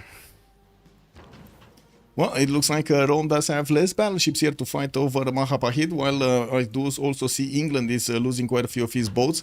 England is still working on the city of Texcoco, which did manage to get the steel walls, and I do see Chempoala just got taken away. We still don't have the artillery showing up. Two of them are on the way, but there's actually three of them are on the way, but they're gonna still take quite a few turns. Finally, we do have some railroads being upgraded here from the road, so that will definitely increase the speed of these artillery is moving. I got big shoulders, yeah, kick W, man. I mean, to be honest, I need to be true to my subscribers, right? It is what it is. I need to keep, and this is my way of keeping true to my subscribers. I need to be honest. I think that's why you guys want to watch me, and that's why you guys also are supporting me. I need to be honest. Yeah, because talking bad about Civ7 is hate speech and probably What? Day one mods. I mean, they already put day one DLCs and they're not allowing us to fix their game with day one mods, man. Oh my god. Like, not gonna lie. I'm not gonna lie. I think if we send three people from our community, we're gonna fix their game in a few days. Whatever game it is, we're gonna fix it in 3 days. We got extremely talented people in the community. And they're just shrugging them off. Totally ignoring them. Man, not sending a hello message. That's just insane, man. That's so disrespectful. I don't know who thought that's a good idea, but that's just disrespectful. And it's not disrespectful to me. It's disrespectful to their customers. The ones that paid so much money for their games and gave so much time for their games. It's incredible. Talented people cost money. It depends a lot on how much passion they have for your product. I've seen so much volunteer work in the community. I would imagine they saw it too. I don't know, man. 5,000 pillages. Yeah, okay, yeah, he's getting the gold. Oh my god, look at the RAM over here, 5,300. He did manage to pillage most of the mines in the cities over here of the former cities of Aztec. Texcoco is gonna go down. The tanks are already on the way towards the Roman borders, and it does seem like also Mongolia is taking out these tiles from Antium, but his units are getting pushed back quite hard by the Roman cuirassiers. More battleships are coming in to try to save the day, while we're going to need to see if Pipo is gonna manage to repair his fleet, build new ones. I do see he's getting broadcast centers as research labs. Still did not get his Statue of Liberty. We got aerodromes coming out from Liverpool. and quite a few trade routes between him and Mongolia. On the right side, nothing much happening, just a few boats that are keeping visibility over here, and I do see more spies are appearing in the lands of Mapuche here to try to steal some gold probably. We do have Mapuche cleaning up house on the land, on the Rome's units, and I do see Rome is struggling to actually get enough science and technology in general to actually upgrade his units. His siege tactics in 110, getting a few more knights. These are pre-builds for cuirassiers, so they're gonna be, he needs ballistics for them, and he's going for calves. That probably won't work, but anyway, we'll see. Maybe he's one turn away in ballistics and we just don't know. Does he have the siege unit so I can see if he no, he doesn't. I could have seen if at least he has bombard technology like the metal casting. The Civ modding is crazy. Yeah, exactly. Yeah.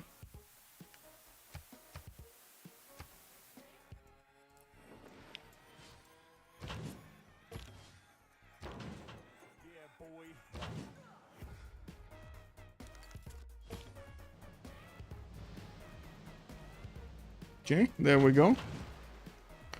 Battleship armadas are making headway into Rome's defenses, and we do have Mahapahit standing tall. We do also have some infantries that are getting out, but they're getting wiped off clean by the battleship fleets. We're going to need to wait for those tanks to come in to shave off all of this territory of their opponents. Texcoco about to go down. We do have 2 infantries over there and a tank army and a tank corps that is just passing through it. We're gonna probably see that city taken away next turn. I don't think he can take it this turn. Does he have more tanks? No. Calves, pre-builds for the helicopters are coming in. Malmis returns away from combustion. He's gonna get his own tanks, but yeah, he's gonna need a lot of units trying to get the cuirassiers out, so he can try to fend off attacks. So the question is, where is that level 2 spy? Did he get the level 2 spy in here in Rome's territory? I don't see it. I don't see it anywhere. He needs to get the level 2 spy in Rome's territory. Mongolia, I mean. Because that's why he's losing over here also. He doesn't have the extra intel. Actually, Rome has the extra intel on him. This is not how it's supposed to be. Definitely not how it's supposed to be. Also, Urek was asking on... wait, what were the stronger units of Civ6 when they were first released? Tanks? I mean, you did have GDRs, I'm pretty sure. It was added later? The GDR was added later, guys? But I'm pretty sure you could get, you could get further in the talk from the beginning. No, I'm pretty sure it was more a problem of not being able to get to the late game because the mid game technologies like CAF technology, for example, was way too strong, and there was no in between to try to fend off. There was no pikeman shot, for example. It was just pikemen, and you just couldn't defend with pikemen CAFs. Thandorius, also, I worry about your health. You get so worked up on this. Just try to breathe and relax your soul. That's why I'm making music, Thandorius. That's how I'm making music. I'm cleaning myself up. New change doesn't always automate. Thandorius, I'm not at all afraid of change. Really not at all afraid of change. But I can foresee what changes are good and bad. I've seen quite a few of them in the BBG screen. Maybe it's a new and scary, but you will fall in love. You are evolving as a human every day, so maybe let your video game tastes evolve as well. You were excited about the new Skyline game, but it was just the same thing as before, and you got bored very fast. I wasn't excited about the Skyline game. Wait, I didn't fall off Skyline because it was how to say it was just the same as before. It was actually worse than before, and yeah. That's an experience for me. As in, I've seen how it is to get excited for something and then just get scammed with a lot of money. In C5 though, no one used them. Just banned Stealth Bomber and XCOM. Yep. The XCOMs were the robots, right? If I remember correctly. The tiny robots. Also, Call to Power 2 had a gigantic land cruiser unit called the Leviathan that was Civ3 generation, but Activision. I see. Imagine a large moving wall of railguns. It couldn't move without rails. I mean, we did have the big cannon, right? The mother of all cannons that was moved in the World War II, but wasn't really used because, lol. You needed the railway to actually move that artillery piece, man. It was big as a factory. The XCOMs were paratroopers, references, fire axis. Oh, I see. Okay. I know in what, in Civ4 there were actually robots, but I don't remember if it was a mod. I don't think it was a mod. There were like robot armies later on in the game. We got bombers coming around from the cities of Mapuche. He's definitely gonna take out quite a few cities from Julius, but he's not gonna take him out entirely. Whoa, whoa, whoa! Man, what did you do taking out Rome's escape settler and also taking away the settler from an extra one from him? Uh-oh, well, this might be a problem. Rome really needs to get new settlers out before he's gonna die here. Weren't there 2 settlers that were moving? Did one not make it? Or did it make it? No. No, I don't see it actually arriving over here next to the cities of Mongolia. It would have been here. It should have been here actually, so he can be safe. It looks like the proximity to Bandar Brunei and the lack of fleet over here did allow man to just take that city at his pleasure. That gun, yeah, shattered his first foundation block in the field. Yeah, yeah.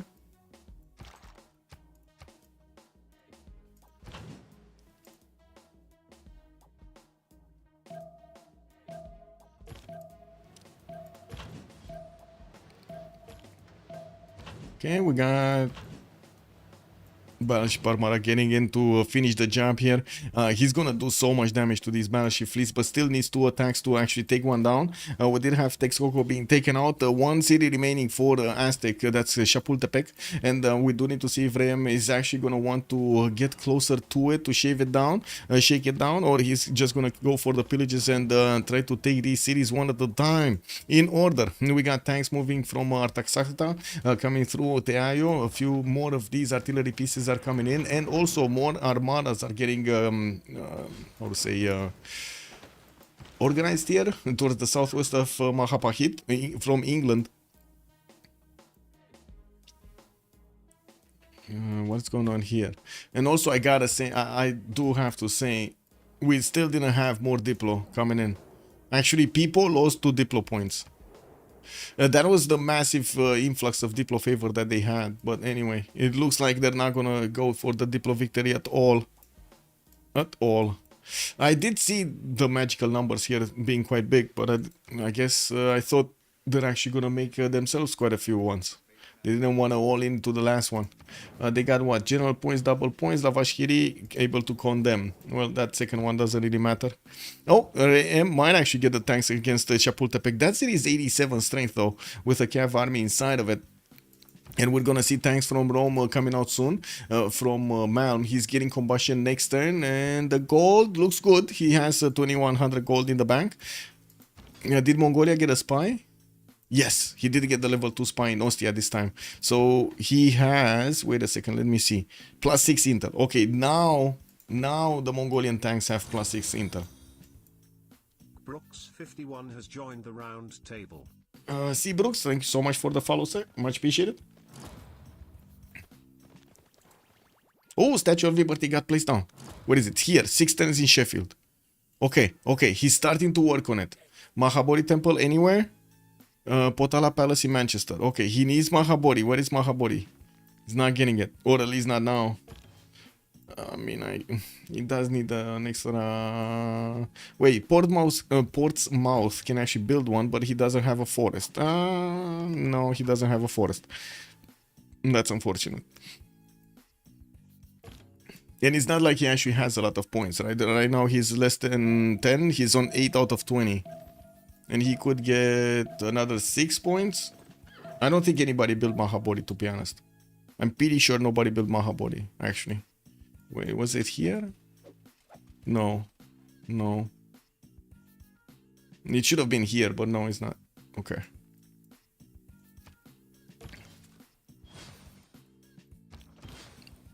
Okay, tanks upgraded from Rome. We do have the Mongolian units also going towards Aztec as quickly as possible, converting these calves of his opponent into his own units. While I do see more of these destroyer fleets and battleships are getting ready here. The destroyer fleets, I gotta say, these are gonna be a major problem for the battleships. The destroyers are extremely good to go into the battleships and take them down. With a few more battleships right behind them, 3 battleship armadas over here, they're gonna start cleaning up the cities of Mal quite quickly.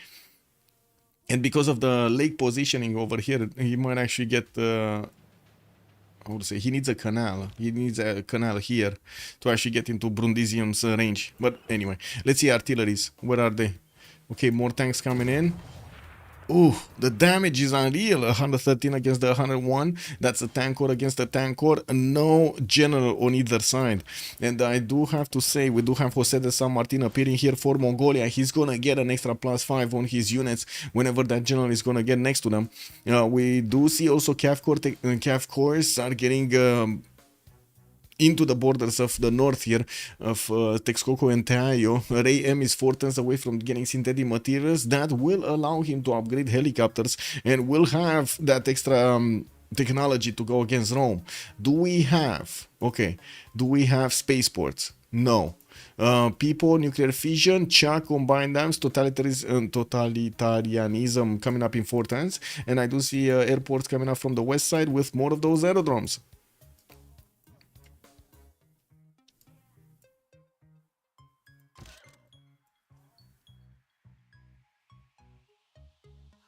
Ooh, jet bombers already appearing from Chuck. They're gonna start wiping off, clean the Roman cities. And I do see he's trying to get walls in the meantime with no settler. Oh, there is a settler here. That's not gonna help out that much. To the north of Taruga, he's gonna try to get it to the north of Taruga. He really needs to get it here somewhere, but this fleet of Rome is just stopping him from doing so. We do have Rome also getting his settler out to the east side, trying to get out of there. And in the meantime, yeah, man, sorry, Chuck is just gonna remain alone. And the question is, can he get the size victory? He could, I think he could get it before the next World Con. Can he? Can he get it? Not this one, but the next one. Like 30 times from now. 30 times from now. Can he get it? I don't think we're gonna see the game 30 times from now, to be honest. It's already 1007, guys. And we have no spaceport even discovered. We don't have spaceport technology discovered. They actually griefed. How much production at the English capital? 1 sec. Let me see. Okay, there we go. The destroyer fleets are making their way in. The battleships are also cleaning the pathways. It does seem like less and less Roman battleships are available to defend this, and he's taking a long time to rebuild them. While we do have the tanks of Mongolia also managing to clean up quite a few of the Roman ones, we're gonna need to see when he's gonna start taking cities. With 1, 2, 3, 4, 5 of these helicopters with more, and also tunnels starting to appear over here. It does seem like Mongolia is trying to find ways to be much faster on the front line with his units. He already put the city of Artaxata into siege. He's probably going to put Brundisium into siege, but he can't actually deal the damage against the walls yet with just the tanks. He does need artilleries, and they're not. Where are they? Why did they stop? Did he, maybe he lost movement or something? Did he not get a single artillery on the front line? No, he did not. Oh my god, they're still here in Naxu. Wow. Anyway, yeah, it is what it is. We got some battleships coming up in the south, and it looks like he's building up a navy for something. He's probably gonna want to take out Rome's navy over here next to Bandar Brunei. And of course, also get a navy to attack into Mapuche on the right side. And you did ask me something. Give me a second. Production in Bradford. Bradford is 108 production. Mapuche, Sengulu, Mapu city, that's the capital city, it's 85, and he's getting his Rule Valley in 2 turns, and that's gonna mean quite a lot of production, probably like 30 points. Rome's capital, Arpinum, is 60, while Mongolia, Karakorum, is 122 production, 121.8 to actually be exact. And there we go, helicopter technology coming in. The pillages are gonna be real over here in the lands of Rome. He's gonna milk everything. Also, they not only lost the Caesar's escape, they fed it to Rome. Yeah, basically. All he had to do was escort it. Indeed. How much has pillage economy gain tax for the sharks? I don't know. I don't know how many tax did he actually get, but he did get quite a few of them. You can imagine. He milked a lot of those campuses. It's probably 1 or 2 technologies. Maximum 3. I don't think he got more than a few. Let's see, techs. We got 57 techs on Chuck, and then we do have 55 techs on people. They're not far from each other. Rocketry coming up for Chuck in 2, rocketry coming up for people in 2. And I gotta say, if People is going rocketry, we're probably gonna see Ray M getting nukes, and he does have the ability to actually nuke Chuck from the coast here. It's just a matter of getting those nuclear submarines and getting them to their opponents, to his opponent, to Chuck. Okay, it looks like People is managing to clean up house next to Badung and will start attacking into that city center. It's only 89 strength, and I'm pretty sure the battleship armadas are gonna take it down quite quickly. We also need to see how the helicopters of Mongolia are gonna deal the damage here, pillage all of the tiles, while he still needs to get those artilleries. It looks like they're not moving. They're just sitting over here in the city of Aksu. Incredible. And I'm pretty sure we had more. I don't know where they actually went. I'm pretty sure there were at least... Oh, there we go. There's this one. Yeah, I'm pretty sure there was another one. But anyway, it is what it is.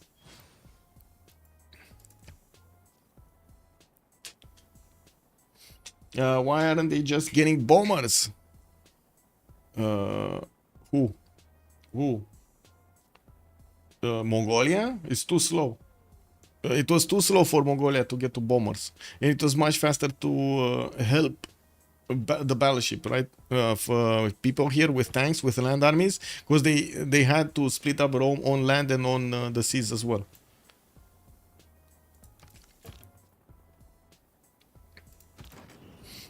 By the way, I do have to say, Malmo's making the goal pattern. He probably gave all of it up to Chuck. Chuck is on 119, while Sprig is 25 only. We do have Sprig barely hanging on the thread over here in Chapultepec. And I don't think he did manage to actually get the settler out. Did he manage to maybe seize a city-state, levy it, attack into another city-state or something? I don't see it. I don't see it happening. We do have Chuck actually managing to get through the cities of Julius Caesar. And yes, he's going to have some walls to go against, but with jet bombers that shouldn't be a problem. And yes, we do have a few units that, again, I don't think they will actually stand against those jet bombers. And we do need to see the artilleries. This is what's missing. Rome at the moment is keeping his cities because of the lack of artilleries on Rem. He really needs to... Oh, he moved artillery. Finally, he actually moved artillery. Okay. We do have tunnels also getting built, so he can actually go through directly through the mountain here to get onto the road pathway much faster towards the cities of Rome. And it looks like the railroad is broken because of the flood here in Tayo. He should just remake it on the tile next to be honest. But anyway. There we go, pillages coming in, more and more gold is being acquired by the Sharks. We'll see in what they do manage to invest it in. They started the attack on Badung slowly but surely with the battleship armadas, sending one battleship to also towards the city of Ostia here to try to keep that away from actually doing anything. Now, while we do have Mongolian helicopters and tank corps just getting into all of the tiles of Rome to pillage everything they can. England will probably buy bombers this turn. You think he's just gonna buy them in Mahapahit? Okay, I mean, that is certainly a possibility. With the amount of gold they have, they could definitely buy like at least two bombers over here could definitely be bought. Does he have the tech though? He's getting satellites in 2. Looks like Chuck did move away from rocketry. Now he's getting it back.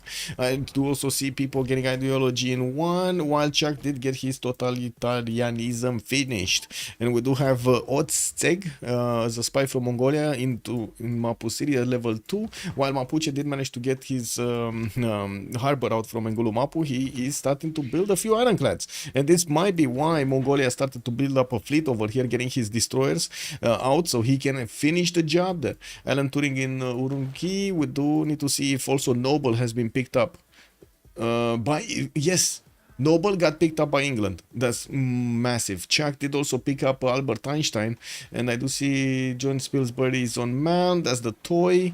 The toys one. We don't have Mary yet appearing over here.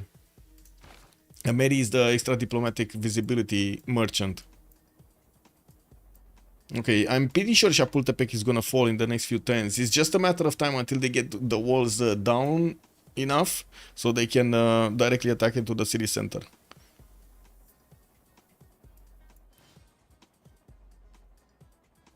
Yeah, so he still has to transfer IR. What? Oh, EAT. So he still has to transfer EAT. Okay, I see. Also, England got Venetia from taking Mahapahit. Yes, he did. Yes, he did get he did get Venetian over here. Amazing.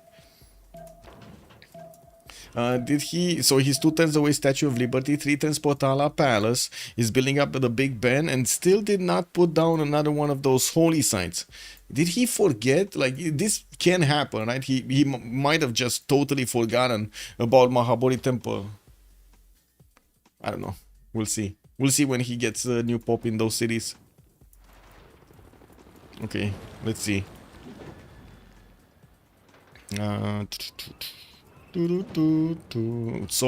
So many pillages, so much gold is being extracted right here from the Roman cities. So much gold. Okay, Chapultepec is down to half HP, so I'm pretty sure next turn it should not be a problem to take it down entirely. That city does have Victor, and I gotta say, also Apology has been defeated. That is, by the way, that is 3 versus 3 right now. Wait, how did Apology not manage to get this? Wow, this is so fast, by the way. This was such a fast takeover. We have a 3 versus 3 situation happening here. It's very surprising, but we do have it. Rome with a few battleships attacking to Bandar Brunei.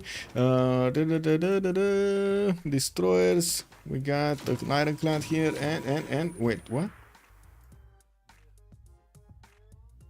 Oh wait, Apology was the host. Lol. Lol. So we lobby on who?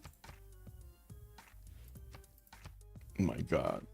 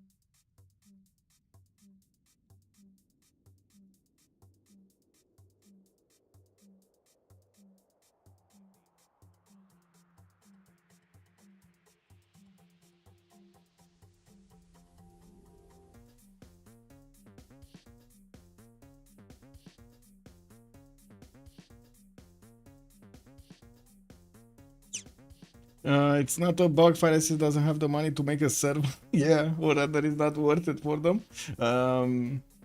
No, it's pretty much a bug. It's pretty much a bug. That's again malice.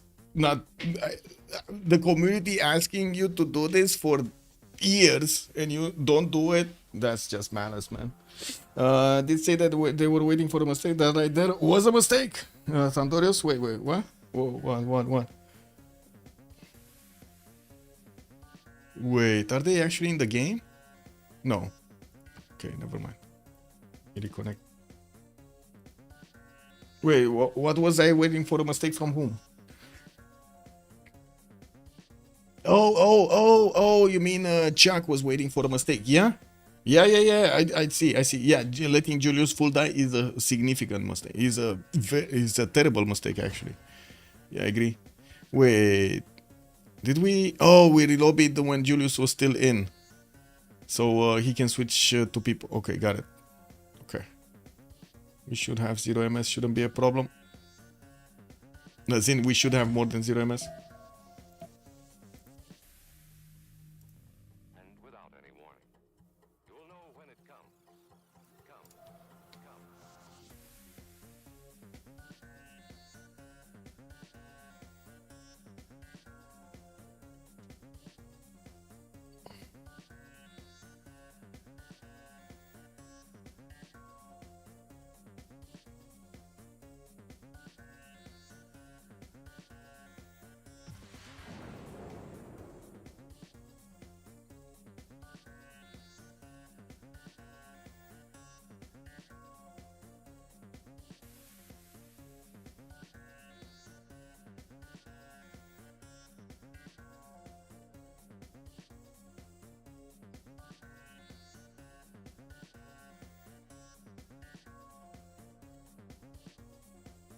Just waiting for the game to load.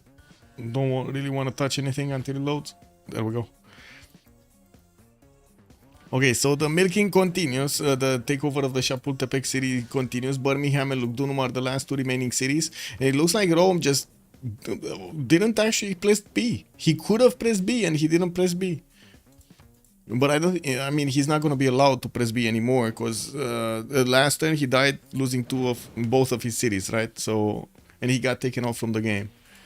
He's not going to get another chance. Chapultepec still getting attacked. We do have Badung also slowly losing its wall strength. Artilleries are still making their way up. We got a few in Texcoco, which kind of surprises me because I was expecting these to be on the road pathways leads so they can move quickly. And there we go. Now Apology did follow. Few more, 2 more artilleries on the way, a third one that could be upgraded, a few more destroyers also, while in his borders in the south he's actually getting quite a few of them, of these destroyers and battleships. He's gonna want to take on the western border of Mapuche here.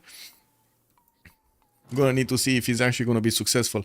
Royal Society Nengulumapu, yeah, this is Chuck definitely setting his empire up for I would say for the space victory. 110 points of production. Why does he? I mean, he would really need Magnus in there. He got Magnus in Puel Mapu. Anyway, vertical integration. I mean, whatever. Ooh, Chapultepec is gonna go down next turn. The milking continues, the destroying of tiles also from Malm, and I gotta say, Malm is trying to get that safety settler out, right? He was moving it here. Yeah, there we go. He already has it on the lands of Mapuche. He's gonna try to stay alive and keep his military alliance alive with his ally here, while Sprig is probably gonna fall. There's no safety settle for him. They couldn't actually get to levy a city-state to actually take him down in the game. We don't have Rome with tanks. We don't have Malm here with enough tanks to actually counter this. And I do see Mongolia is going for his production as quickly as possible for the mines and for these industrial zones. Not to mention the aqueducts for the extra gold. While it's going to take time to see all of these artilleries make their way there. It's not going to take long after the artilleries make their way next to the cities of Rome to actually take them down.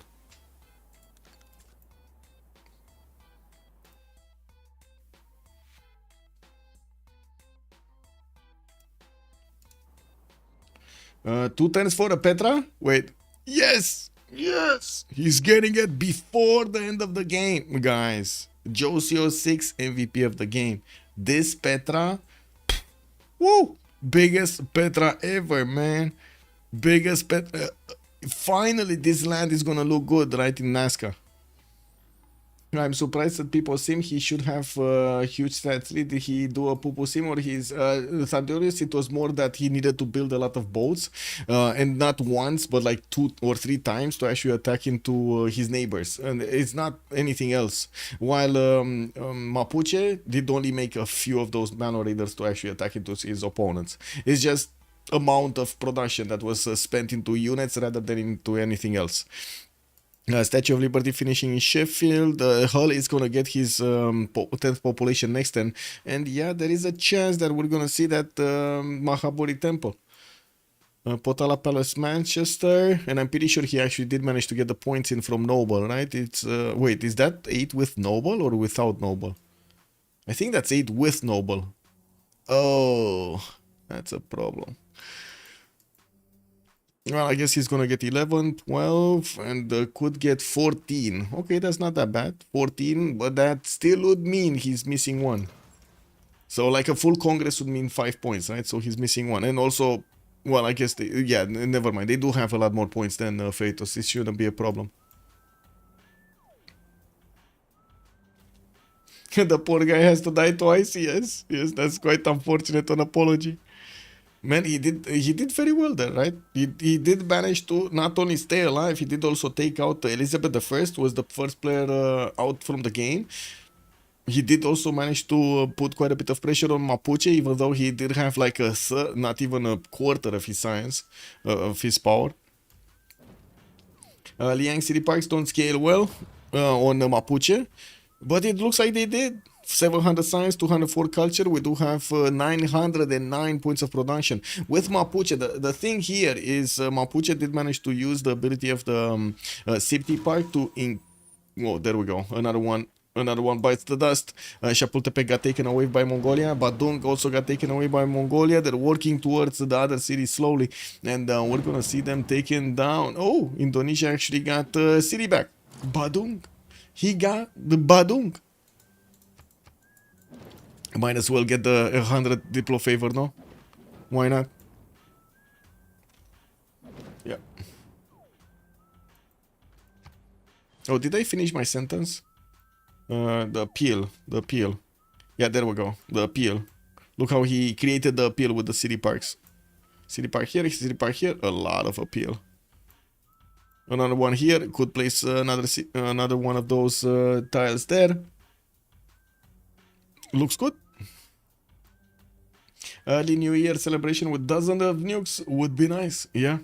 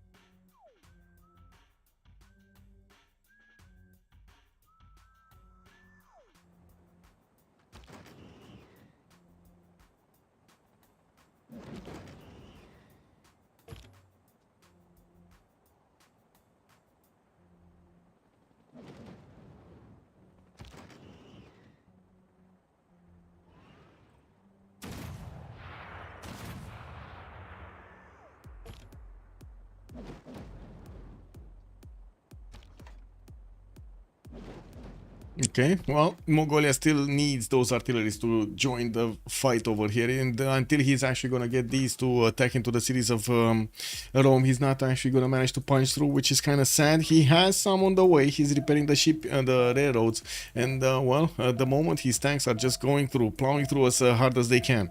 They did manage to take out those two cities, and we're gonna need to see also English battleships appearing next to Ostia, so they can take that one down. Arpinum is going to also be in the battleship range, and they do have enough firepower to take all three of these cities down quite quickly.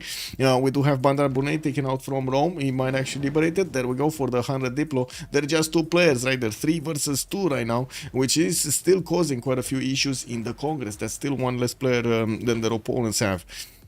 We got some gem bombers here from Mapuche that are not doing much. Rome does have a settler that is basically a safety settler here on moving on the right side, while his core cities are getting milled of every one of their stats. We're going to need to see if he's going to manage to actually stay alive until the end of the game, and also if Chuck is going to manage to get the projects down for his spaceport. Where is his spaceport? Oh my god, 12 turns in Pikun Mapu. Oh, I don't know about that. 5 turns Manhattan project coming out here from the cities of Bradford. I do have to mention he doesn't have a spaceport in production, and it might take him just about the same time to get one down and start making those projects. So it looks like we're gonna have more towards the nukes than anything else here. Ray getting stealth tech. I do see him still building up his mount of destroyers and starting to put them on the right side here. We'll need to armor them up to make them stronger, not to mention getting a few helicopter armies from his cities with encampments. So he can actually take cities after he bombs them with nukes. We're gonna also need to see his amount of privateers that are gonna turn into submarines and then into nuclear submarines, so he can actually send those nukes against his opponent. And we don't see Manhattan Project yet finished here, and I do notice, where is he? Sanitation in 1. Did he actually finish it? Because I'm pretty sure, yeah, so he did manage to get uranium, and I'm pretty sure he did manage to actually discover nuclear fission. It's just a matter of putting the project in somewhere.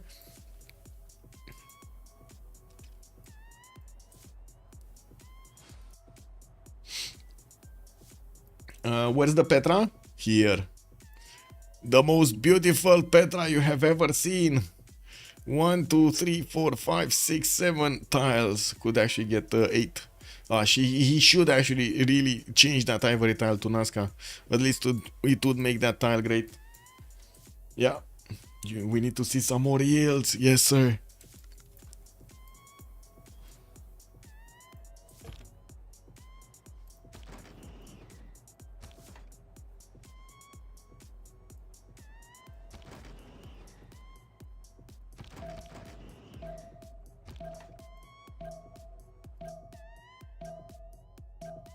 Ooh, Spaceport in 7 in Engulumapu.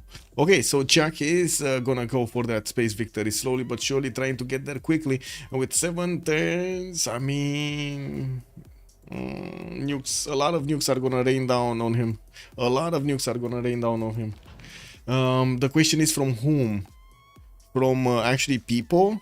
I mean, people doesn't have yet submarines, but he's gonna get them. 5 turns for Big Ben, 4 turns for the Manhattan Project to finish in Bradford, and I do see he's getting stock exchanges for the extra gold. Gold per turn is very good on DShark, and of course the amount of milking they did in the lands of Rome is just giving them so many funds here. I'm gonna see what they're using them for. With artillery still about to join the fight, we do need to see also if he's gonna get some bombers here. I'm pretty sure he actually did manage to get jet bomber technology, no? Didn't he get stealth tech earlier? Did he not? Because he could buy the bombers on the front line. Or, oh, there we go. There we go. He has 2 jet bombers. But they're here. Why did he buy them here? Oh well. Oh, there we go. He got one in Teaio. So, okay, it looks like he's just gonna go bombers over here. Brundisium, Artasata, Retium, all of these are gonna get jet bombed.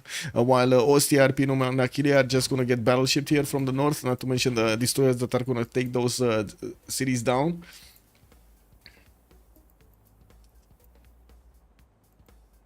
They can buy a few GDRs if England settles next to Mapuche. That's also true. Yeah, he could get a city over here. And of course, we do already see Mongolia starting to send units towards his opponent, while Mapuche does have fighters deployed on the western coast. He's building a few more so he can possibly defend against an attack. He's also trying to build as many spaceports as possible from the get-go, so we'll have the ability to get a lot of projects in the last few turns of the, off-fold expedition. Get the laser terrestrial station. Pew, pew, pew. Lagrange. Okay, City of Ostia being placed under siege. We do have Mongolia expending quite a bit of strength actually from these helicopters attacking into it. That's kind of surprising because I'm pretty sure the same result would have been next turn. These battleships should have been able to take that city down.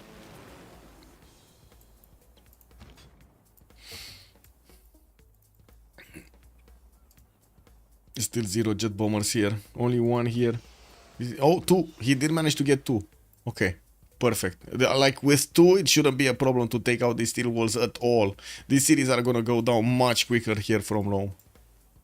Is he gonna even get... Yeah, he's gonna get the safety settler in between Mediolanum and Huilimapu. It shouldn't be a problem for him to stay alive in the game.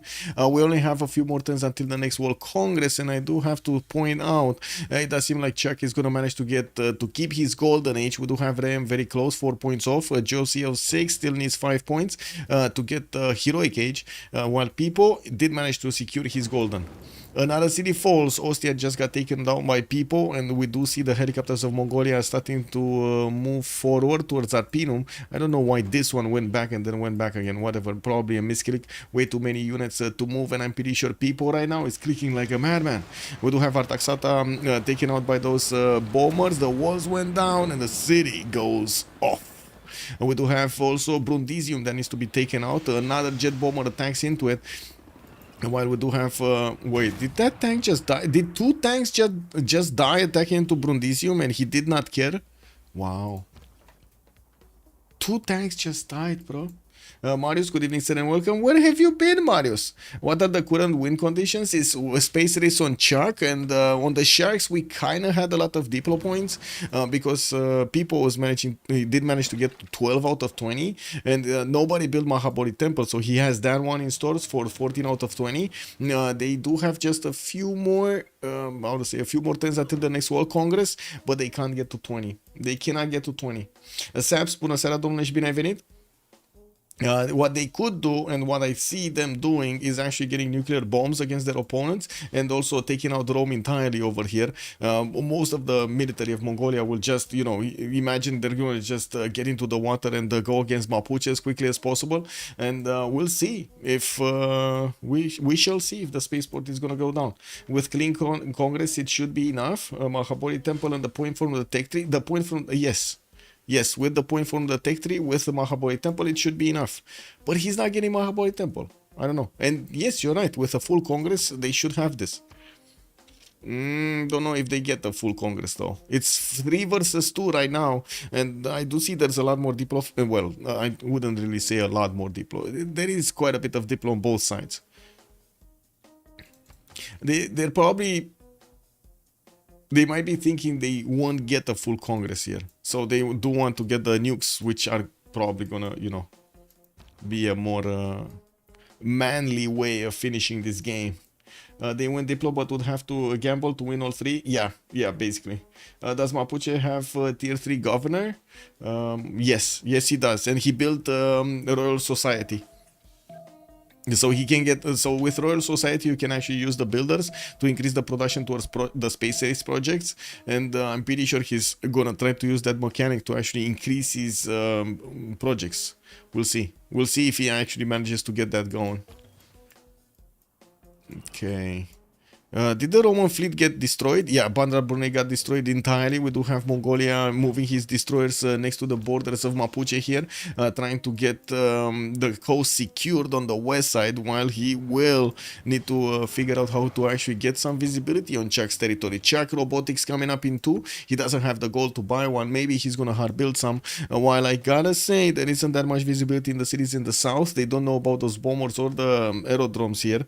They know about this one though. Yeah, they know about this one from Willy Mapu. They don't know about this. Anyway. Coming back to this, Aretium is about to go down. Brundisium did get taken down. I do see Aquilea is also following up. English battleship armadas are taking that city down, and Antium is going to be the last remaining core city over here of Rome soon. His capital at the moment is not getting attacked, but of course people with mechanized infantry and quite a few of the battleships, he will manage to do the damage against that city center. There is also a possibility for, of course, England to actually go to London and, how to say it? Oh, wait, he can't liberate this. He cannot liberate this, right? This is from their opponents. This is from Freritos. Oh, no. This was Elizabeth, right? It got taken out by Julius Caesar at the beginning of the game. Apology over there. Doing massive work. He kind of fumbled the beginning, but then managed to catch back up. Is Mongolia getting nukes soon? Or I was watching that, but I didn't see the project. I didn't see the Manhattan project come out. What I do notice is he's getting his aircraft carriers out, and his ally, Pipo, is getting the nukes. He's one turn from finishing the Manhattan project in Bedford.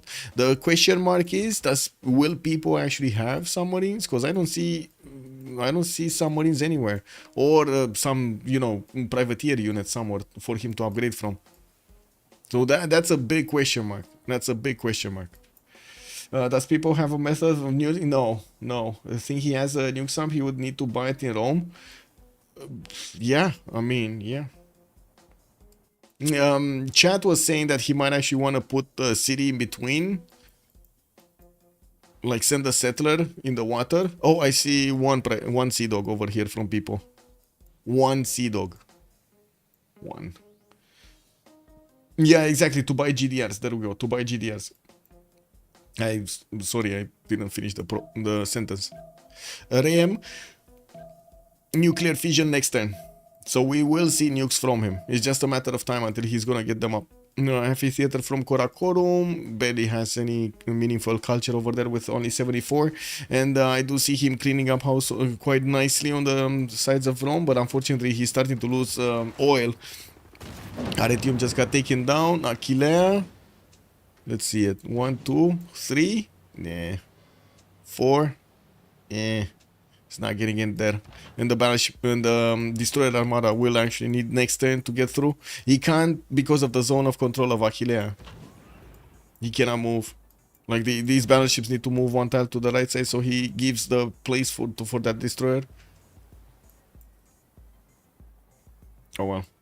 Space race? No, spaceport's coming up in 4.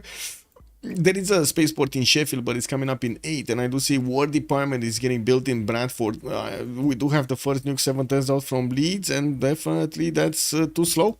We only have one. Big Ben also finishing in Liverpool next turn. We do have 6,000 gold available for people to get more with Big Ben. Diplo scientist up? No, they got it. They got it. England got it. Oh wait, Diplo scientist is in the +1 Diplo, right? Noble. You're talking about Noble, and not the Diplo merchant, Mary. Isn't this England capable of? Yeah. Noble got taken earlier by people. Chop the crabs for the gold. Yes. Well, I guess right now it's a bit too late. We're gonna see that finishing. We're gonna see the gold getting generated from the Big Ben. He's gonna do the gong, and gold will just come out pouring. Yeah, in one of the more recent BBG updates, isn't this England capable of sending settlers faster? Yes, but it's not moving. It's not moving. Yeah, we do have some jet fighters showing up here. They can take on the caravels and of course the helicopters. They do have a problem taking on wait a second, look at this destroyer. Oh my god, that's so much damage from a jet fighter against a destroyer. -9 insufficient oil. Ew. Check for the jet bomber. This one? What was with the jet bomber? Oh, this is totally taken out. 130. 100, yeah, this is gonna be defensible for Jack. Yeah. Jet bombers do pretty good against destroyers. Yes, they do. Yes. In one of the more. Yeah. We got this.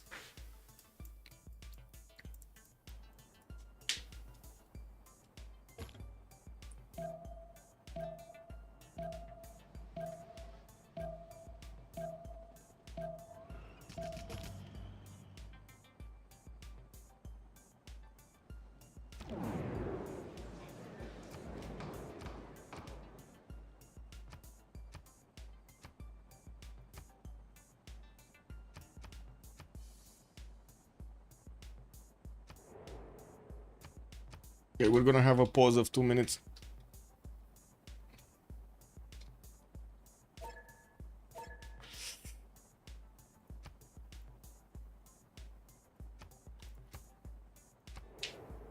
Be right back.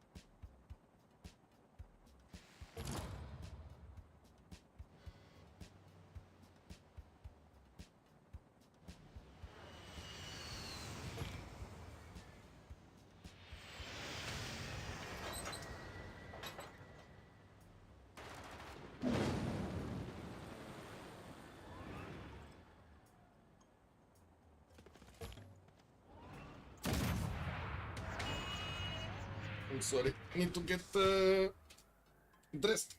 It's starting to be cold.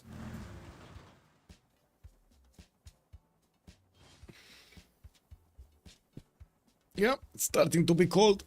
Haley K, good evening, sir. Yeah, we're turning 117. We might actually see the space victory over here if the Sharks are making a mistake and Chuck does not make any. We might actually see Chuck winning the game. Basically 1 versus 3 here. 884 science, 200 culture with 1221 points of production. We do have Mongolia getting close to his borders. The jet fighters of Chuck over here are on the job. They're patrolling everything on the seas on the western border. And then we do have them taking out the Mongolian battleships. Now we do have also in the north a lot of damage being done to the last remaining Roman cities. With only 2 remaining, Rome did manage to get that safety city Durecortorum behind his ally city. We will see the cores being taken out, and of course Mongolia will get all of this army liberated so he can actually get onto the other coast. Stream shirtless and get more tips. Yeah. Is Chuck in communism? Chuck is in communism. Yeah, he's in communism. 1200 points of production with only 135 gold. That might be a problem. Fortens, oh, actually, wait a second. He's getting 3 GDR, 4, 5 GDRs. He's getting a lot of GDRs. And we didn't see that this technology being discovered here yet by people. He might get this going. I mean, not gonna lie, the nukes are not gonna be fast enough. They're not gonna be fast enough. 5 turns for my Hatter project, man. In that time, he's getting like 5 of those GDRs. This is just not gonna be good because GDRs are gonna fend off the nukes. Yeah, communism, the best force. Can you imagine if we actually see the space victory here? Wow. Now that's gonna be some next level thing, man. Yeah, they need thermos. They need thermos. The baby nukes shouldn't actually be even wasted to be built. He needs thermos, and he needs them immediately. We got him getting chemistry, robotics coming up from people. Looks like they might actually go GDR against GDR, and of course Ray M having the ability to get GDRs with extra intel on them is gonna be extremely good. Did Mary get picked? Let's see who got Mary. If anyone got Mary. No, I don't see Mary. Mary Catherine Goddard. Do you see it? I don't see it. Is it the next one? No, it's Sarah. Sarah Breedlove. Oh well.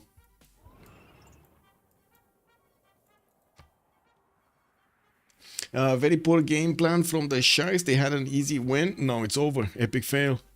Well, let's see if it's over. Let's see if it's over. Maybe I don't know. Maybe there is something they can do.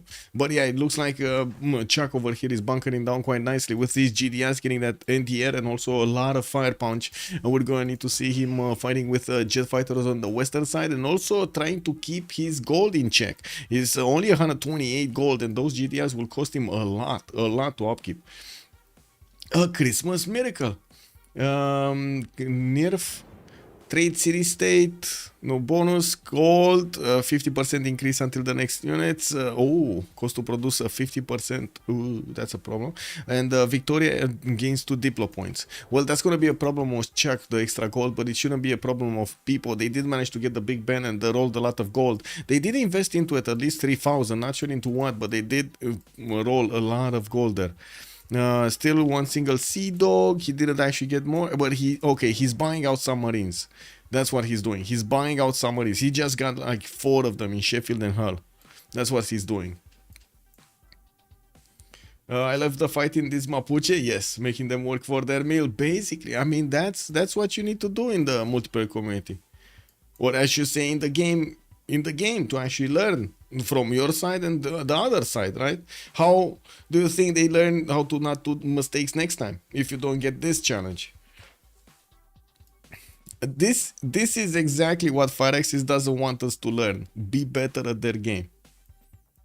Because they don't allow multiplayer. I mean, they allow multiplayer, but with 3 people, 4 people. What? Oh my god, man.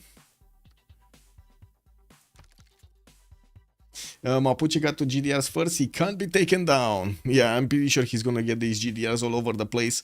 And by the looks of it, with the jet bombers and the jet fighters, he was doing anyway very well to defend his borders here. Of course, the GDRs are gonna provide him that much needed anti-air support against the nukes. That's why he needs the umbrella. The anti-air umbrella against the nukes. Nothing much happening here. We do have people still getting his units moving towards the east side. Yeah, I mean, there are a few units here from Rome that are still pillaging some tiles, and Arpinum hasn't been taken down entirely. The Mongolian jet bombers are slowly shaving that city down, and the helicopter corps, by the looks of it, are waiting to take on the city. Missile cruiser armadas getting upgraded. They're gonna start moving towards the east side here and gonna take on the cities of Mapuche on the coast, Birmingham, London, and Lugdunum, which were the former cities of Elizabeth I, and then a few of them, of course, from Julius Caesar. Actually, wait a second. He can liberate Lugdunum? No, because wait, yeah, there's no more Julius Caesar in the game. Yeah, he can't liberate that, unfortunately. Oh well, it is what it is. You can buy GDRs. Yes, you can buy GDRs. Yes. Also, thing is, it's 1 versus 2 is not easy. PS5s and PC players should be able to play Civ together. Isn't that what we want, guys? Yeah. Oh my god, man. I'm not gonna lie, guys. If I'm gonna go through an airport and I'm gonna see somebody actually trying to make his turns on a tablet, I'm gonna laugh so much of that happening, man. It is like playing this type of a game on a tablet is just an insult to the game itself. Yeah, wasted all of Julius and Guitarja's hard work. Yeah, if they lose, it's the hugest throw. Yeah, it is. I mean, I wouldn't really call it a throw. I would actually say Chuck over here did bet on the odds and basically won. He did the bet. Wasted all of Julius. Yeah. Oh well. The throw was letting Trajan steal Julius's settler. Oh yeah, this shouldn't have happened. Yes, Julius shouldn't have died. I totally agree with that. He shouldn't have died here. But he got overwhelmed by the navy of Mam. And Mam did very well. Oh, look at that. First GDR from people. We got GDRs in Aquilea. But why did he buy them here? I guess he's gonna go in these cities. It's gonna take him quite a bit of time to actually get to the main core cities where the projects are being done here for space. 3 times for the Earth satellite is gonna come out soon. Multiple nukes. We got 1, 2, 3, 4, 5. Did the Leeds build one? Oh, he didn't finish it. He actually moved away to get a temple. So this is Mahabodhi Temple. Right, he's gonna plant the woods over here, and he's gonna get finally Mahabodhi Temple in the city of Leeds. And that's gonna put him up. Where is he? Diplo. He's 16 out of 20, so he's gonna be 18 out of 20. But he still needs. Oh, wait a second. Wait. How many projects do we have? So Earth Satellite is gonna finish next turn. That's gonna be 16 turns, and he's gonna need another. What, 3 projects? 3 projects, no? He's gonna need moon landing, Mars colony, and then exoplanet expedition. If he doesn't manage to get Korolev to one-turn them or get them very quickly, this might end up to be too much time for him to actually get the space victory before the next World Congress, because this is a ticking clock, right? We do have the World Congress coming up in the next 17 turns. If Chuck cannot get his space victory by then, it's gonna be Diplo. It's gonna be DSharks. They can still sabotage via spies. There are only 2 spaceports. Yeah. Well, right now there are not even 2. There's just 1 ready with a bit of a spaceship on it. While we do have Pikun Mapu coming up spaceport in 2. Another one here, over here. Oh wait, didn't he build one from Puen? I don't see it. Yeah, I don't see it. So he didn't build it from the northern cities. He's just getting the GDRs. Yeah, Mongolia is using his spies. He did send them to disrupt rocketry here and kill off that spaceport. He has another 2 spies, one in Puel Mapu, one in Lafkem Mapu. And well, at the moment, They're not doing much. Mapuche is defending his industrial zones with his own spies, but not his core cities. He didn't actually defend his spaceport here in Ngulumapu. If Czech wins, he's a legend. Yes, yes. True, true. Big legend. There still is a chance for the Sharks to win. There still is a chance. Let's see the nuclear subs. Are they coming out? Takes people getting advanced. Okay, getting a new more nuclear. Nuclear submarines. Yeah, they're coming out. They're coming out. They're not going to be armada up though. And this is an issue because we're going to have GDRs over here definitely defending even the armada. It's more a question of where to throw the nukes than anything else. There's no way FDLV can win, I'd say. 2 versus 1 spam robots and destroyer missile cruiser armadas. Well, let's see. Let's see it. Let's see it happening. We do have quite a fleet over here of destroyer fleets, cruisers, missile cruisers, armadas moving towards Mapuche. And yes, we do have jet bombers and also some of these jet fighters available to do some damage. GDRs are also available for people to take over cities and get some anti-air next to them. While we do have jet fighters here, it looks like they do shave off quite a decent chunk from the GDRs, but they do die doing it. So I don't think that's going to be good. Did he just lose a jet bomber attacking into a unit? Did he attack a missile cruiser armada and die? Wait, he did, no? He did. Chuck has the burden of victory. The Sharks just needs to harass Chuck and not let him go to space. Yeah, basically. Finally, the original England will acquire London. Yes, yes. He's getting his main city back after 120 turns in like 5,000 years.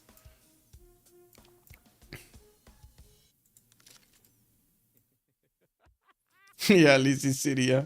He got baited. He got baited. Yeah. Yep. Wait, second GDR died also. Lol. Sorry, second jet bomber died also here. Or did he move it in Ravenna? No. This one still has. So the both of those jet bombers that were in Birmingham and Bristol died attacking into the GDR or next to the GDR. So can stop damage by lowering plane's HP and combat strength, or if they kill the plane, 0 damage. Yeah. Okay, Arpinum got taken over. Malm is trying to retake it. That is possible. We do have Mongolia with a few of these helicopter corps that are also trying to fend this off, but it looks like they don't pack a punch against these units of Malm. We do have some also jet bombers available for him to actually do the damage against these tanks, shaving off a decent chunk of it. And I do notice Mongolia, no, doesn't have fighters. I was looking for fighters, but he doesn't have fighters here. That's a bit of a problem. Maybe he can get the walls back up in Arpinum. I don't know if he actually got attacked, but I think he got attacked this turn by the tank corps, because I'm pretty sure he should have had steel walls there. Or actually maybe not, because Rome did manage to get steel walls. Anyway, it is what it is. First nuclear submarine, level 2 moving towards the right side slowly but surely. We do have one nuke here for people available, and I do see another 2 are coming up next turn, with GDRs also getting built in quite a few of his cities. He did put down Mahabodhi Temple, but still wants to get the nuke first, and then will work for Mahabodhi Temple. The smart materials also coming up for Lotaro next turn, so he can get the projects going. Moon landing coming up in 4. Okay, so moon landing is in 4. That means how to say, the next one would be 5 turns. That's 9 turns to get this going. 3 plus that's 8 turns from now, so 15. That would be 7 turns remaining to get off-world expedition and also finish the game. Does this look feasible? 7 turns. Oh, he got married. Perfect. At least that's what it is. At least he got that one. We got the first GDRs coming around. Nukes are also appearing. First GDRs going towards the north to fend off the English GDR. And we're gonna need to see how things develop here. But it looks like this GDR of Mapuche is just way too strong. Way too strong.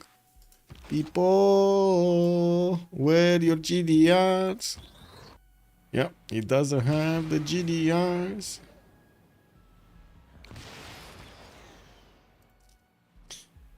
Yeah, Mary is massive. Turn 120 fascism Mongolia. Yeah. And he's getting also his final rocket and ideology. Oh my god, it's gonna take so long to actually get there. More nuclear submarines coming up from people. It's just keeping them as one unit. We're gonna need to see as different units. I mean, not corded up. We're gonna need to see if he does manage to actually put them in the cities over here of his opponent and take them down.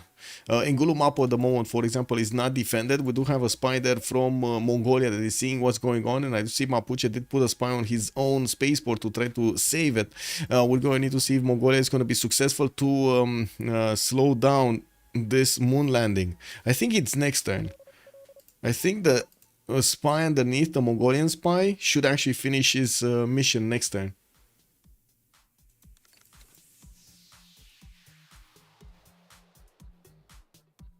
Angel fans of Chuck in southern US. It's a nickname of Charles. I have no idea. Missile Cruz Aramadas finally saying hello. Yeah, after a million years. I've never been a fan of Chuck due to his name rhyming with yeah, but I'm his biggest fan tonight. Yeah, that's nothing like a awesome game to make a fan out of viewers now. Mapuche is smart and counter spying gonna be very low chance. Yes, it will be. It will be, and this, of course, is a problem. And we do have more of these spaceports coming around for Mapuche. He can actually activate more than one, right, for these projects, for the moon landing or for the expedition. We're gonna need to wait for Mars colony for that matter, actually. But I think it's too little time. Like 15 turns to get a space victory, it would mean like after he finishes his last one, and that's what I mentioned. If he doesn't get something like Sergei or a scientist here, Carl Sagan maybe, he's just not gonna have the production, the time, the time. That's what is missing here, the time. 2 turns for Mahabodhi Temple to finish in leads. He's just gonna need 2 points and he's gonna get that victory. What do we have here? Eiffel Tower. Okay, that's useless. I guess for Mapuche is not that useless. He does have the extra appeal, right? So with the parks, so he could actually get a lot of those Shema Muls everywhere. GDR is defending Ravenna. There's 3 of them already showing up on the front line. 5 of them going. Wait a second. He's not actually defending his cities anymore. I mean, hello. A lot of nukes are gonna come in. We do have the first one actually approaching very quickly, and we're gonna need to see if he's gonna start smashing through the initial cities, like through the western cities, or he's actually gonna put it in the Bay of Ala Queen and start attacking, trying to attack into the core cities of Mapuche. He could take out the spaceport, by the way. He could attack the city park and take out the spaceport without the GDR interacting with it at all. And it looks like it wasn't this turn, it's next turn that the spy finishes his mission. Unfortunately, there's another spy on top of it and I cannot select it, so I can see when the mission is finishing. Oh well.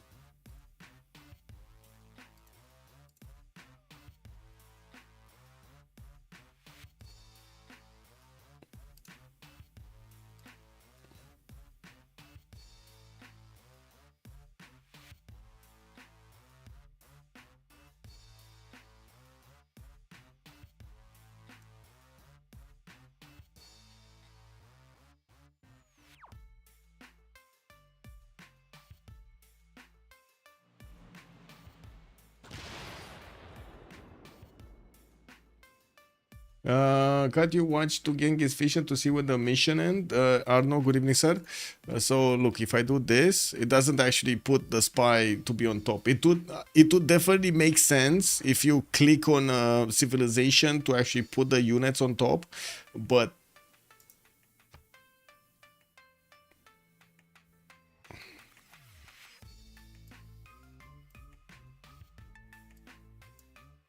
oh man.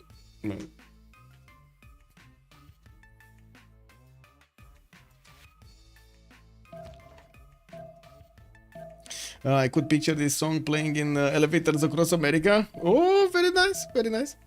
It just shows you that what he sees, but still from your point of view. Yeah, basically. You gotta remember, we did need to make this mod actually third party because I don't know, Faraxis didn't even see the potential of their own game. I don't know what to say. They didn't want to give us a spectating mode, not even something that would help us actually do better in the next games, like a replay at the end, or some sort of analysis, like in-depth analysis. Maybe they don't even know how to do it, to be honest. I mean, you know, it is what it is.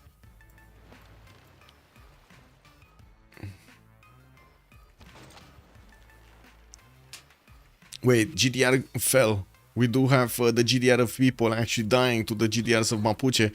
4 of them appear there, and the 5th one is in the water. While we do have also these nuclear submarines starting to get close, so we're going to need to see how they're going to try to deploy their bombs. We got 6 bombs available and primed here for people. And you know what? It would be awesome actually if you could get to convert some of these normal bombs into big nukes. In the text guide, we do have people going for nanotechnology. More GDRs coming around. 1, 2, 3 from his series. 4 from his series. Mahaboi Temple finishing up in 2 turns here, while Pipo is upgrading some of his styles and getting projects for Theater Square festivals. I don't know why he's getting Theater Square festivals projects, because, you know, it's kind of late for actually getting anything. But oh well, it is what it is. Might as well get them.